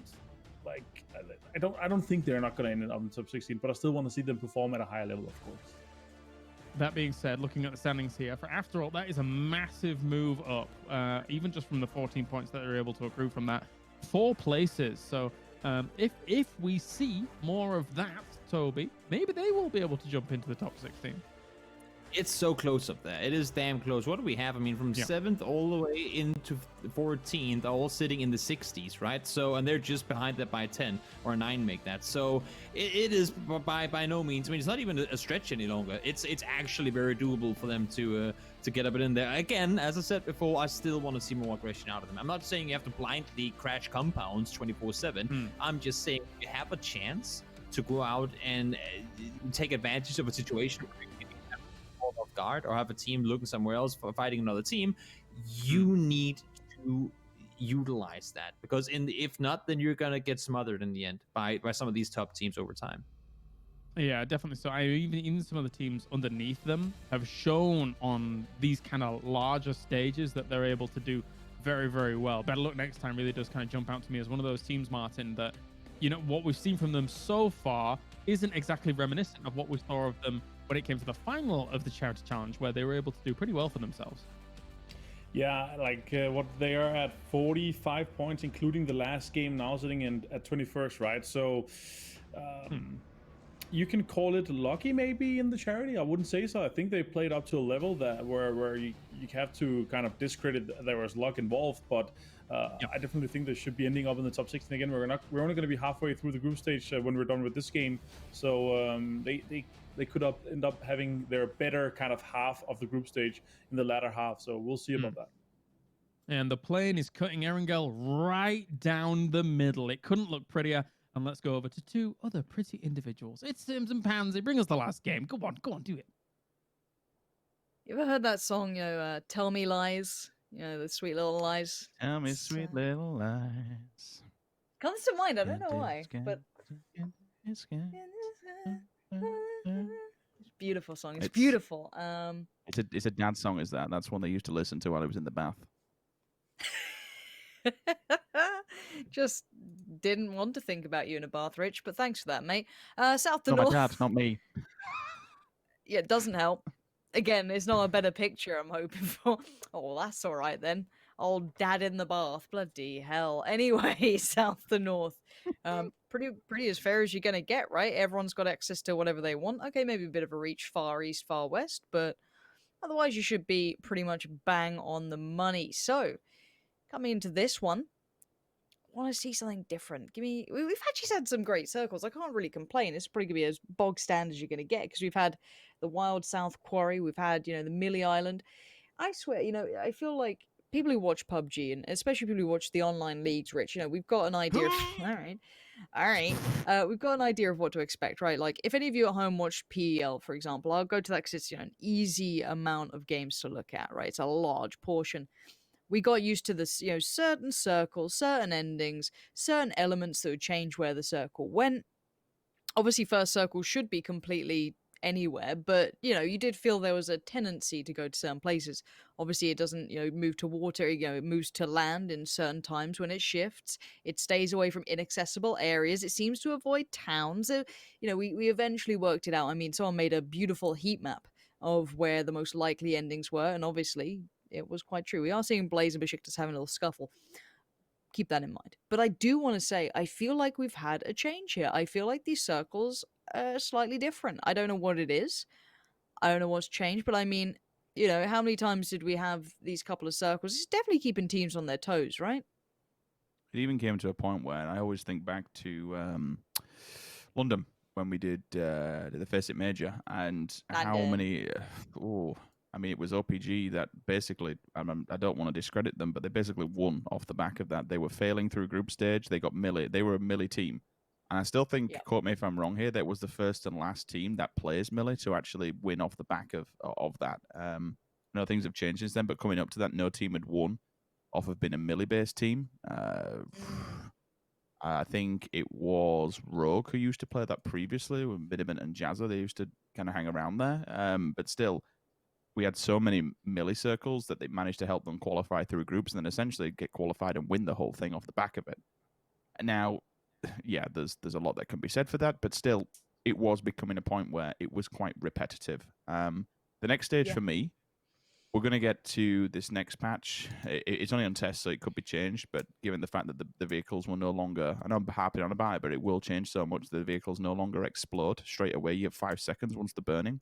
But like being able to shove that vehicle up against buildings and actually get out of it before just jumping or panicking, being able to put it in a position, even being able to use it as a battering ram into teams, it will change things up. I think the next step for me, I'm not sure how everyone feels on it and how the players feel on it, but I'd like to see land ratio either removed or adjusted. Like, okay, hold on. So explain really quickly what you mean by land ratio, just for those who don't maybe watch all the time. Just give me the 2-line, what is land ratio and when does it happen? Land ratio, circle 4, circle 8. It will pull away from water and it will try and, in theory, fit itself into most amount of land possible. Now, there are, again, I don't know how it 110% works, but there's theories that it also has a knock-on effect to inaccessible terrain. There is theories that it has, it works, it pulls away from, tendency, should I say, pulling away from cities, pulling away from certain areas. For me, I think removing that land ratio factor on Miramar, you would stop, or at least you would help relieve the same circles continuously because it does flow down away from the mountains. I agree, but this is where I want to ask the people at home. You guys watch a lot of PUBG, but I did see people yesterday not understanding the tendencies of the circles. People still thinking it moved towards the amount of players, or those theories you used to have, and maybe they're right. Maybe it's a conspiracy. But as said, working off the back of the heat maps that were made and the teams and the strategies they have, would you guys at home roll your minds back to early PUBG when that land ratio wasn't a thing? Would you like to see those harsher circles, kind of, the more public style circles that we still kind of get if you just play your normal PUBG games? Would you like to see that? Because I would personally. I think it'd be fun to kind of throw it in there, a little bit less readable. Obviously, the counter is then you have less predictable games, which then increases RNG elements potentially.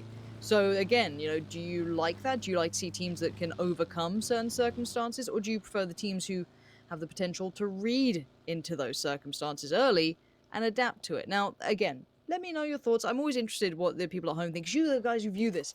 But into this game, of course, Rich, we have a very northern circle here, right? So this bodes pretty well for any of the teams that got out at the very end. But there's a strong compound, and the one that I always love to see being played, kind of both of these, I guess, is where Red Zone is, but mostly where Gemty is. I love that position down there. I think T-Bone's there with him as well.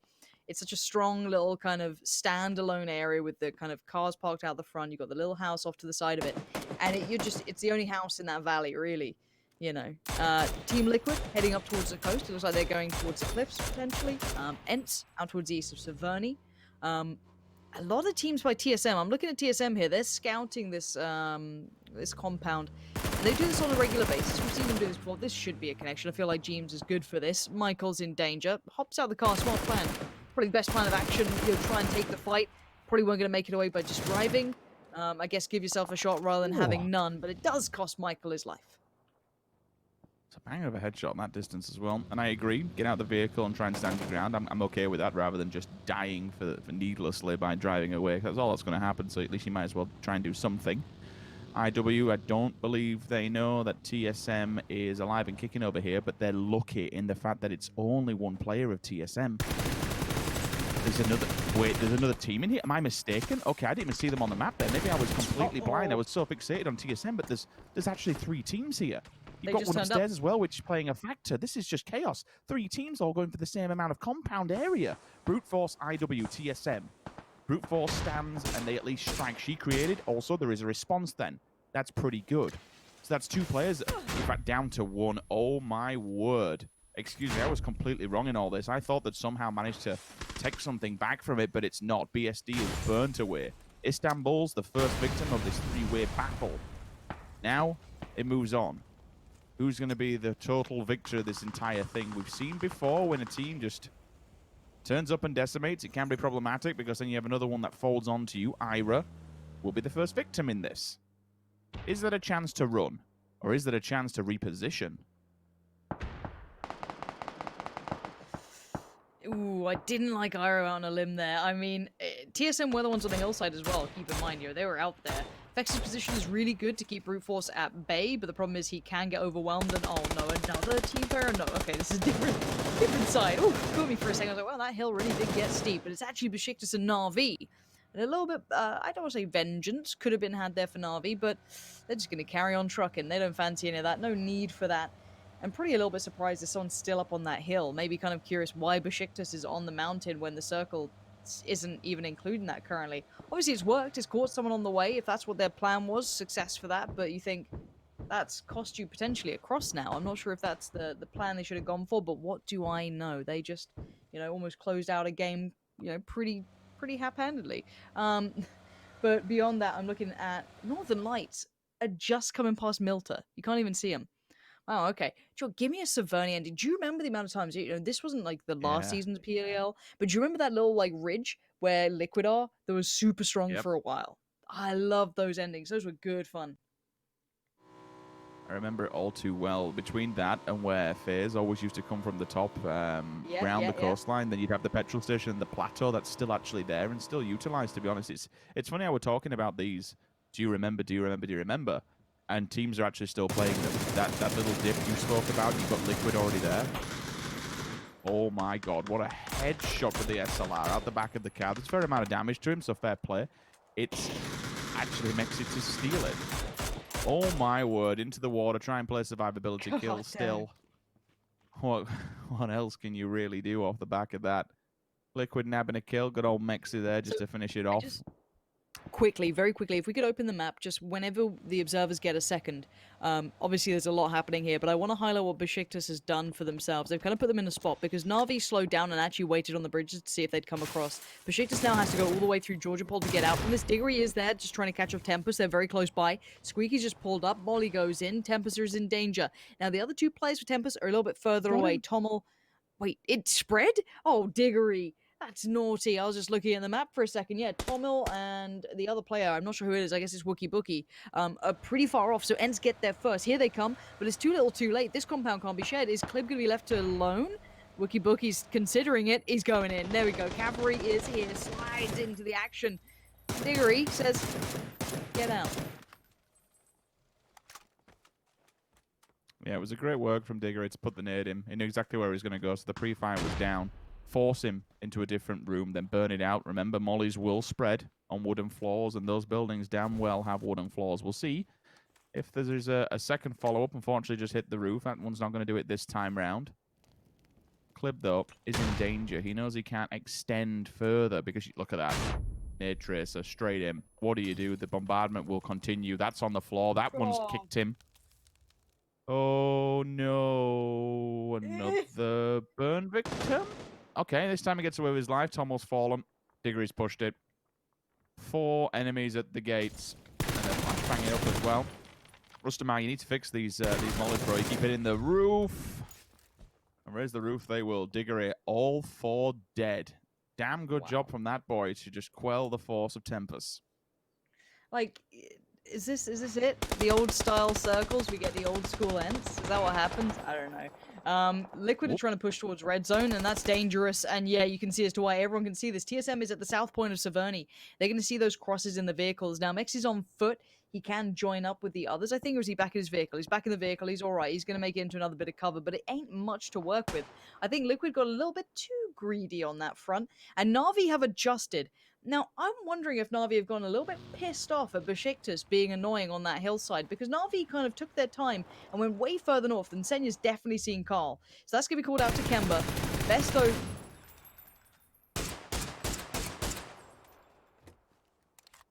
What?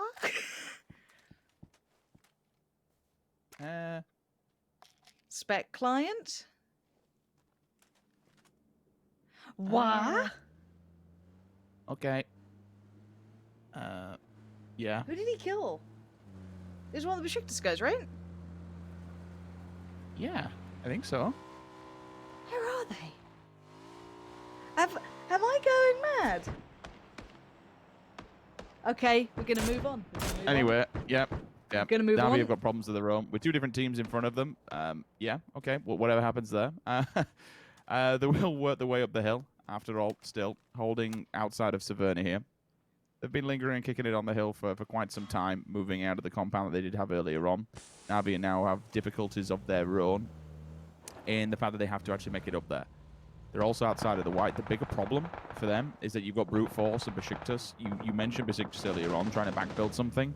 They have to show their hand eventually, and I think they will run straight into the back of Na'Vi. AA, Na'Vi, Brute Force, Besiktas, even the last player from TQ. Good lord. That western entry point is just rife with death right now. Vascu onto set. That's a steal from the side of Ents. They bang out the player in Unity, which Ents managed to get down. Danamon has to be left. It's like, no, boys, just get the hell out of here. There's no point. They're already making an advancement, going up the hill to try and swing around and get an angle. Vesterlock, he's back with us in the world of the living. Look at this Unity run, Rich. They are slicing through Ents, Omicron, Liquid. I think so far the only one to make it out is Orange. The rest of the team got caught on the way, and they might get found by Vard as well. So Quantum's gone down. That's to Besiktas. I'm still a little bit confused as to how they are in the blue at this point. Na'Vi have gone over to shooting range. Blaze down in the south with red zone. Red zone in a 2-2. Surprised that's held here. No one's crashed into that, which could have been a vulnerability, but it hasn't been. It hasn't been exploited at this point. TSM's position is quite nice. I actually like red lines, excuse me, a fair amount too. If they had Michael with them, that could have been additionally quite brilliant. But, you know, you get what you're given at some point. You got to move on. We do see Senya joining in with the others. Everyone's moving in. Besiktas about to make their entrance in the west up the main road. That's getting the attention of AA, but it's Ents to be engaging towards Northern Lights. And Northern Lights were coming in from the east. They were still quite far up the hill there, Rich. They've got fire towards it, though. Besiktas are just running the gauntlet. I mean, Severny at the backside of it's empty, so for them, this is a good old safe area to play off of. Circle could still definitely magnetize towards us, and in doing so, it would be extremely helpful. Northern Lights, they were slow and steady. This time, it might not win the race. Na'Vi, shots from afar, they do go down, or at least one of them does, should I say. Besto is downstairs. So safety from below in the bunkers.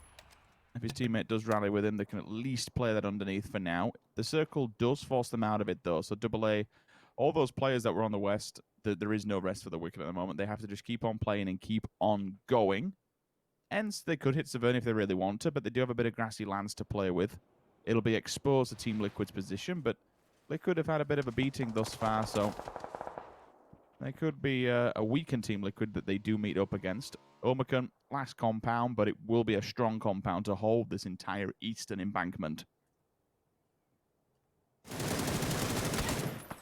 Ents under fire, K-Mine there, combined with Ibby, both doing a lot of damage, but it has garnered again once it's in the attention of TSM. As soon as anyone fires in the east, TSM just pile the shots in. Of course, the building's given that a little bit of a height advantage to get the shots down through. Northern Lights thinking, okay, we can't just go directly east, let's go a little further south, but that goes right towards Gemty. There's no easy way in for these guys. They're going to be struggling whichever way they want to look at it. Blaze opting to go around. I actually like this scouting from Blaze, heading over towards the shooting range hillside. It's not much, but it is open for now.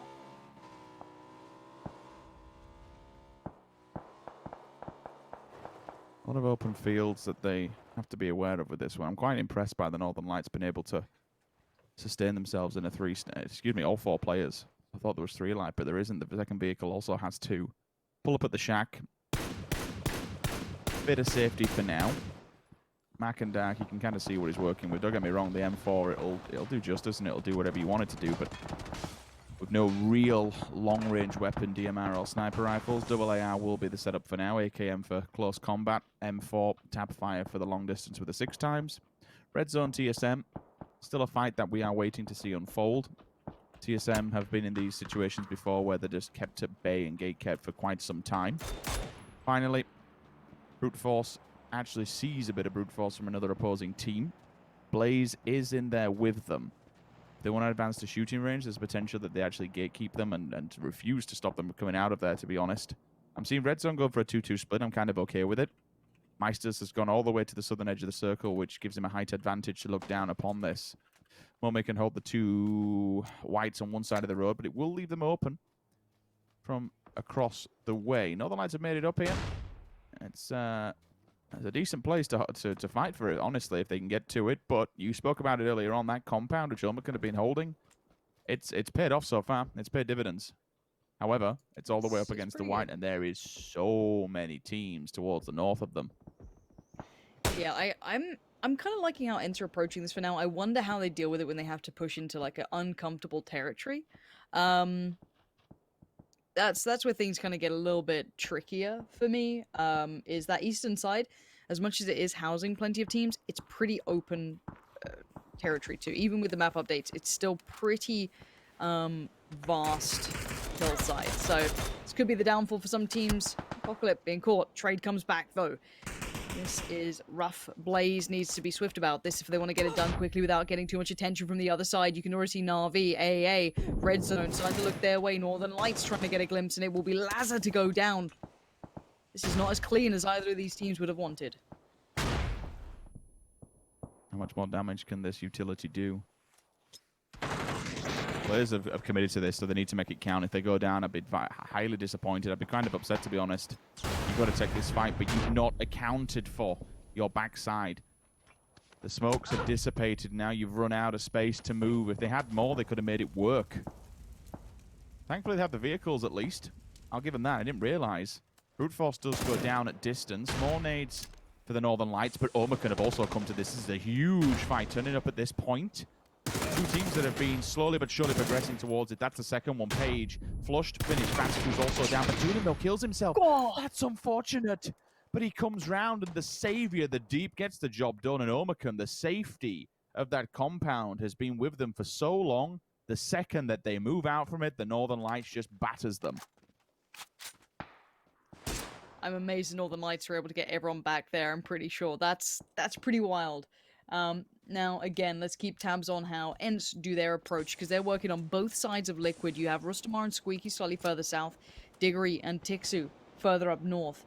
Now, Liquid might be aware of one side. Obviously, Rustamar's smokes are quite obvious in that regard as to where they're coming from, but Tixu's fire is going to keep them on their toes. And Liquid, they're just inside this, but they're being quite passive. They're being smoked in. They're going to have to fight from inside these buildings, which is a little bit tricky, and a couple of nades could do some real damage, and I see 2 Molotovs on Squeaky. If he can get up close unspotted, he is one of the deadliest men there is. Look at these smokes!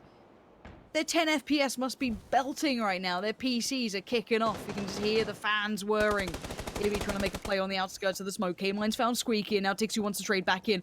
He just missed him. He just missed Ibby. Tixu has no idea the smokes are pluming. They're rich, and they are obscuring the vision. Ibby just appears from the smoke like a demon. Takes down Tixu. Rustamar falls, and how have Liquid held this? They've got help, that's why. Squeaky's been taken down, and so has Northern Lights. All of a sudden, several different teams chime in on this.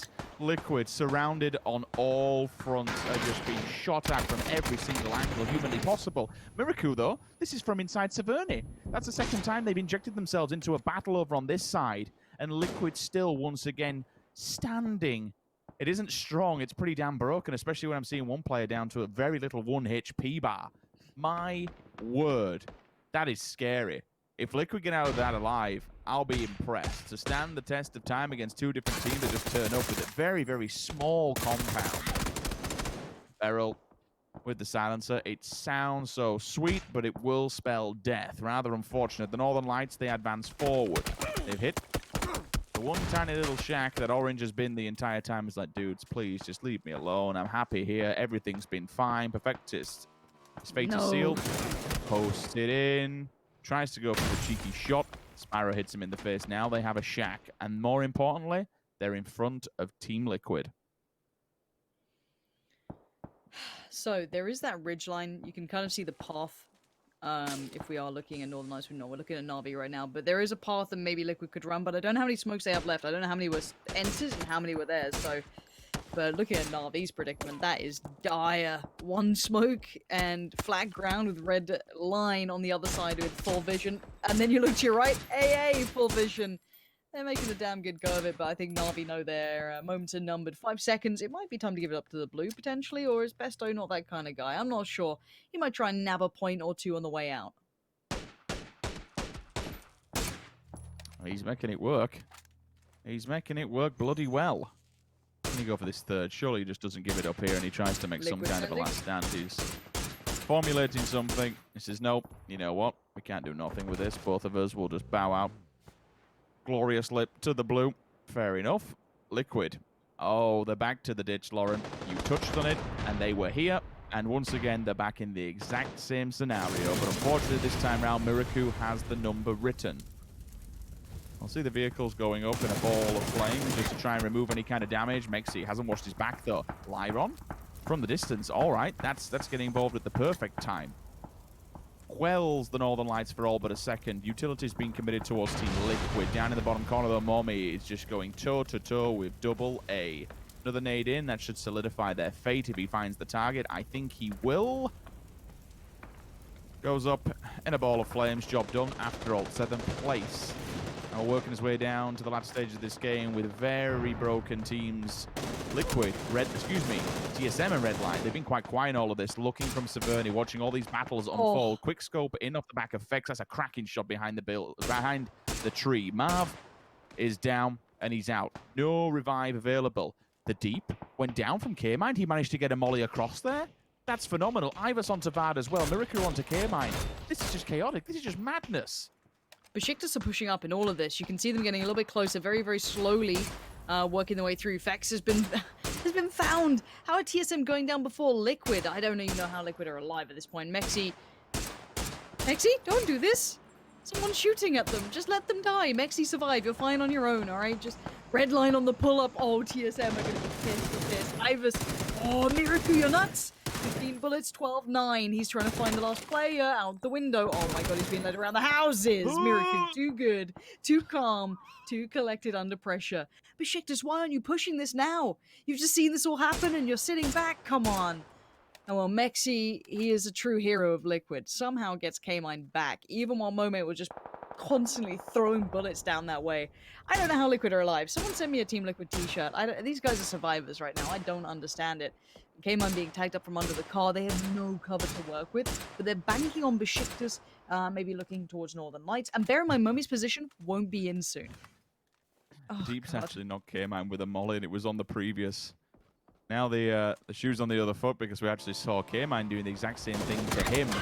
They've just turned up, rock and roll. All right, then lads, crack on. Why not? Quick trade-off, and both teams go out in a beautiful, beautiful fashion. I mean, why not? You might as well stick to the fight and crack on with it, rather than just sitting back and watching the blue take your friends with you. It was a nice little trade-off. Use the bait for the initial person with the car and then fold inwards off the back of it. Yes, you die, but at least you get a point while doing so. Now, Atomical. I see an M24 there. You've got a bit of ground to make up here, and not a lot of hard cover to work with.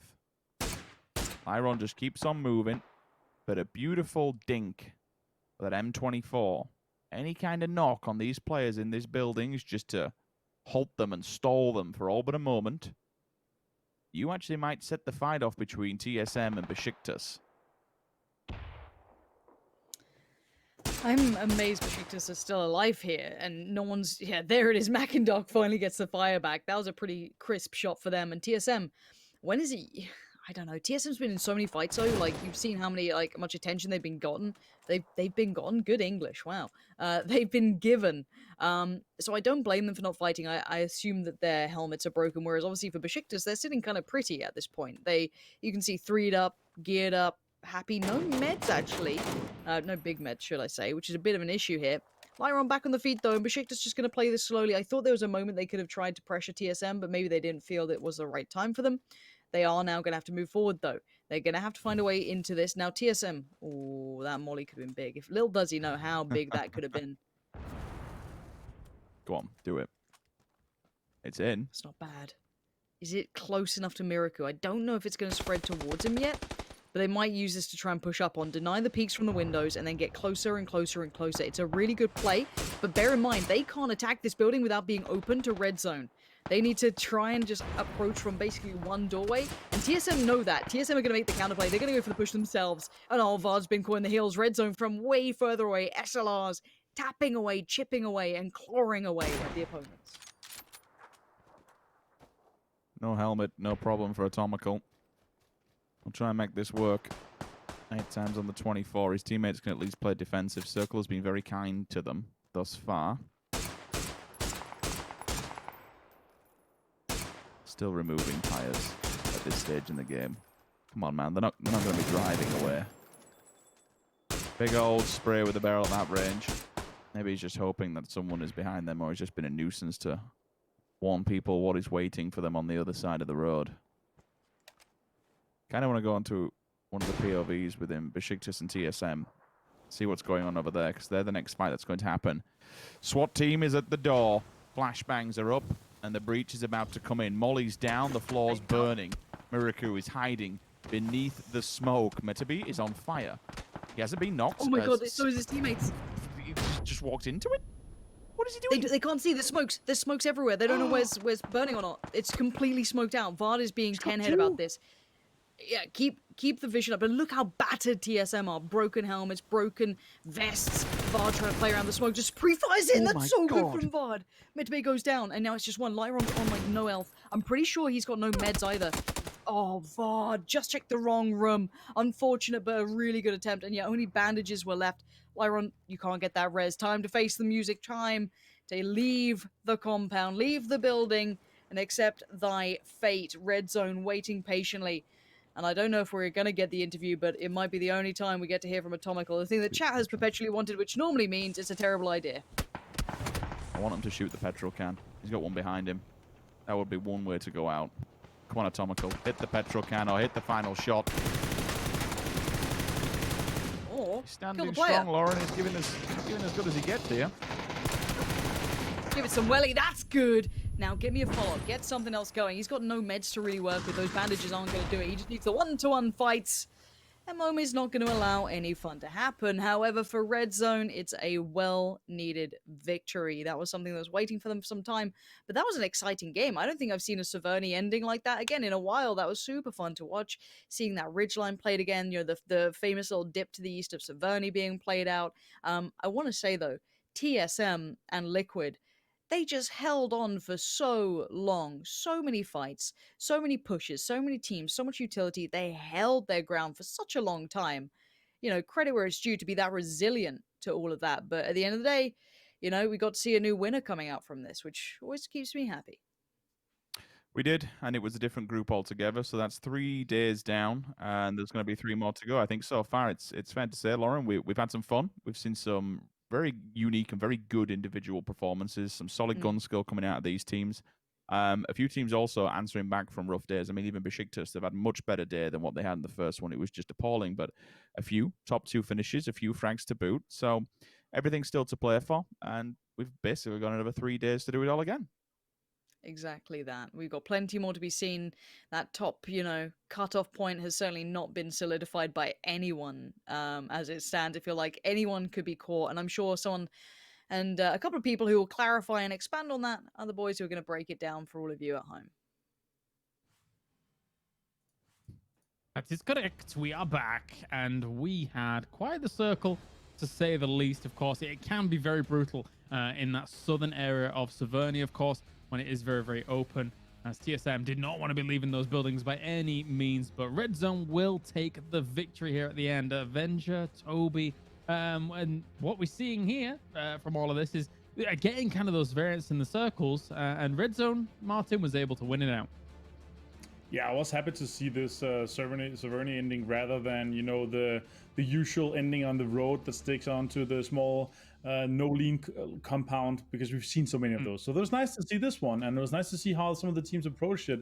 I was surprised to see the amount of teams that decided to stay on the edges rather than try to go into Severny and actually fight it, because it was actually very, very centered, and they knew that it was going to be in once it shifted away from water, at least for a decent amount of time, and then you can usually push onto the small ridges and stuff like that. So I expected a bit more teams to try to play the city a little bit more, but there was a lot of fights on the edges, which was really interesting, entertaining to see. Toby? No, I mean, just, first of all, I really loved the best of knock and flush there. I've never seen anyone be able to kill a bush and get points with it. I thought that was interesting. Nobody, we were both looking at it and going, "Wait, what the hell just happened?" But we saw in the map stream that we double checked on the map stream. Clearly showed that he shot one of the Besiktas, I believe, members out of the vehicle. So there's no no doubt about what went down. It just looked very, very confusing. I guess it was a little unobservable. Yeah, exactly. Nothing more than that. No, but I thought it was an interesting game. I mean, as Martin said, maybe would have thought to see more people try and kind of I guess roll the dice and admit defeat instead of trying to make a position out of the non-existing one, because you gotta admit it, sometimes there is nothing to play in the end of this game except for one shack or that dip that Liquid played or Severny. There's simply nothing else you can play. Yes, you can make a car fort, but if that circle shifts 1 meter on the other side of your cars, then you're gonna just die next circle, right? So it's a tricky situation to be in. And the thing is, Severny is only so big. It's not your Yasnaya, it's not your George Paul or Brichinki. So when the first teams that come in put themselves on the edges of the city, it makes it very difficult for more teams to crash. And that's what we saw CSM and the likes of other teams do position themselves so they can get entry and exit wins. Here's the points coming in from this game, of course, as we see Team Red Zone up towards the top. 21 points to their name. A great game for them. TSM with 9 kills. And if it had not been slightly unlucky for Vard, who was doing very well with nades and mollies towards the end, he could have got all of Besiktas, but that is not to be. And Northern Lights with 12 points as well from this game. So, Martin, we've had some topsy-turvy results. Red Zone, geez Louise, mummy. 7 kills coming out from him. Wait, this Vard hair, though. Yeah, it's he's taking it to himself. I didn't see that yesterday, did you? You weren't here, obviously, but nice to see from Mame. Oh, 12 damage short of 1,000, Mame. Well, he promised me to frag out today, and they definitely did, and also managed to get a win. So that was nice to see from Red Zone. They've had some rough games. Also had some rough games before today. So it was important for them to be able to get up into a top position like this. All right, well, we picked our team, and we're going to be talking to Batulins because we like talking to him with his lovely bathrobe. Hello, Batulins. How are you doing, friend? Hello, all. I missed you. Yeah, so let's talk a bit. Yeah, let's talk a bit. Indeed. All right. So, first question then. After Charity Showdown, of course, you guys did very well for yourselves there. Coming into this tournament and how the groups have stacked up, what were your expectations coming in, and then how did those expectations line up with reality? My expectations about this tournament, at least about group stage, that there are gonna be new teams that are gonna play maybe a bit our style. Maybe they're gonna loot our spots. Yeah, and that's what we can see. Like a lot of new teams that want to hot drop, like Kamishki, Primorsk, and so on. Yes, where we are losing, where before this tournament there were no teams. So we have a bit problems with that. Also, I expected that some new teams gonna play. Actually, they don't have an idea how to play this game, like how to win this game, and sometimes, yeah, that's true. Sometimes we lose because we just don't know what the team is gonna do in this group stage. Okay. So sorry for saying that, but that's true for us. Yeah. That's fair if that's your perspective. Martin, your question? Yeah, well, so but it kind of confirms our kind of process going into this. You have a lot of new teams. I'll do with a follow-up question. So from day number 1 into coming into today, like what changes did you guys make, and like did you prepare differently? Did you look at how the teams, like, tell me, like, talk me through what changes you made and why did you succeed today compared to having a more of a rougher day on day number 1? The most difference between the first day and second day for us was that first day we were playing a bit passive. We were making more mistakes, and we actually were trying to win. Yeah, and today we just were fighting with the teams. We were ready to see like a lot of teams who are fighting in the edge of the circle. We are coming with a third party, yeah, and take some kills. And we were not doing that at the first day, so that's why we have more points. And of course, we just played better, yeah, than the first day, and that's the reason why we took nice points from today's games. Nice. All right, Toby. I want to hear from you, Batslin. Of course, I mean, as you're saying, the games have been all over the place, both for you guys and also for a lot of other teams. There's been a lot of things happening that you guys couldn't predict. We couldn't predict. Other teams probably couldn't predict either. And I want to hear from you, Batslin, as an in-game leader, as a very, very PUBG knowledge person.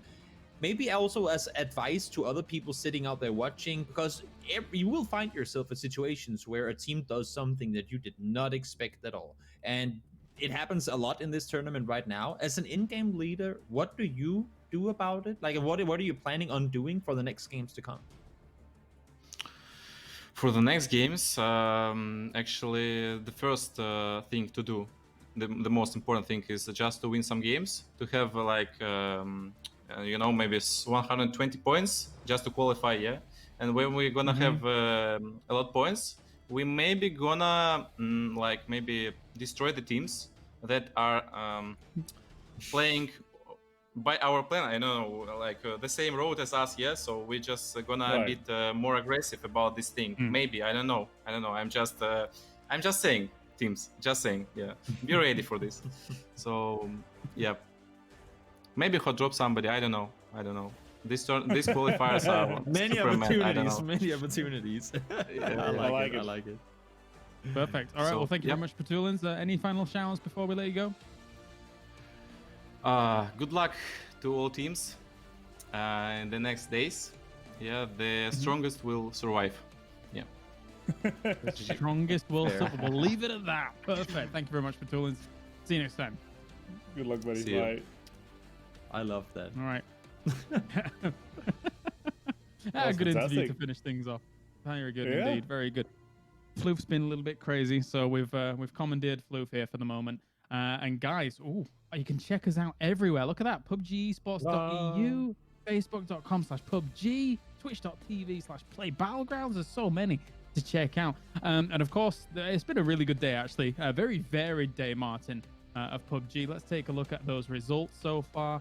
Plenty of winners across the board. ENCE Northern Lights, Team Liquid Redline, After Alt, and Team Red Zone. So we're seeing even a good opportunity for some of the lesser known teams here, Martin, to be able to get up there. Right. I think what you said varied, and that's exactly what we've seen from today. Yeah. A lot of unexpected winners, I would say, and some unexpected performances. And you can see this is a leaderboard as well. Northern Lights actually jumping up into third place with that. That talks to, first of all, how bad our day tempers have had today. But also how well they're able to kind of catch up, because they had 32 points on day number 1. Now they have 58 here, so nearly 2/3 of their points comes from today. So big day from them. And obviously we're at the halfway point here, so we can look at 16th place, 17th place. It's actually a tie. And I was talking about a hypothetical cutoff with the 115 to 120 point mark, because that's what we had at the charity. So that's very realistic. That's kind of the area we're going to hit. But look how close they are, guys. From 54 at After Alt and up to 8th place with 68. That's 14 points difference. It's a bad win. It's the After Alt win, basically. It's close. We're gonna have a nail biter of the next 3 days as well, and the last couple of games as well is gonna be deciding. It's gonna be extremely entertaining to watch. a few observations here, Toby. If Navi has the same performance that they have in the next 3 days, they won't be going to that top 16, which will be crazy in itself. And the second observation here is that we were running the numbers for Tempest, and I said I'd leave it towards the end of the day if it kept going, and I'm going to do it. They've had a very rough time since their 3 wins. Yeah, I mean, again, we don't have to spend too much time talking on it. We've kind of been over it already, but they have had ups and downs. And again, yes, 3 wins in a row. Amazing. It's impressive. I don't think we'll see anyone else do it within maybe even this year. Get 3 wins back to back to back in a tournament with this caliber of teams playing. But there's just been no follow-up. They had more points, and this is now we got to do it because you kind of set me up for it. They had more points in the first game yesterday than they've had in their last 9 games combined. That's telling a story. It's inconsistency, and it's not good. Yeah, it's absolutely. It's not any tempo or any tempos at least. Like this is not the speed we usually see from them, and I'm actually. I would say disappointed. It's like Tommel promised me some spicy games, and he promised me they would connect to Rainbow games. They didn't. So I'm looking at the next couple of days they're going to play here and see if they're able to keep up. Because if they continue this, they're not going to qualify. No, absolutely not. Well, all right. Well, thank you very much, gentlemen, and thank you very much to everybody tuning in around the world. That does it for day number 3. We'll be back tomorrow, same time, same place, to bring you day 4. It's the second round, effectively, of these group stages, as all the teams are going to go head-to-head once again to find out who makes that top 16 spot. So we'll see you next time for more PCS EU.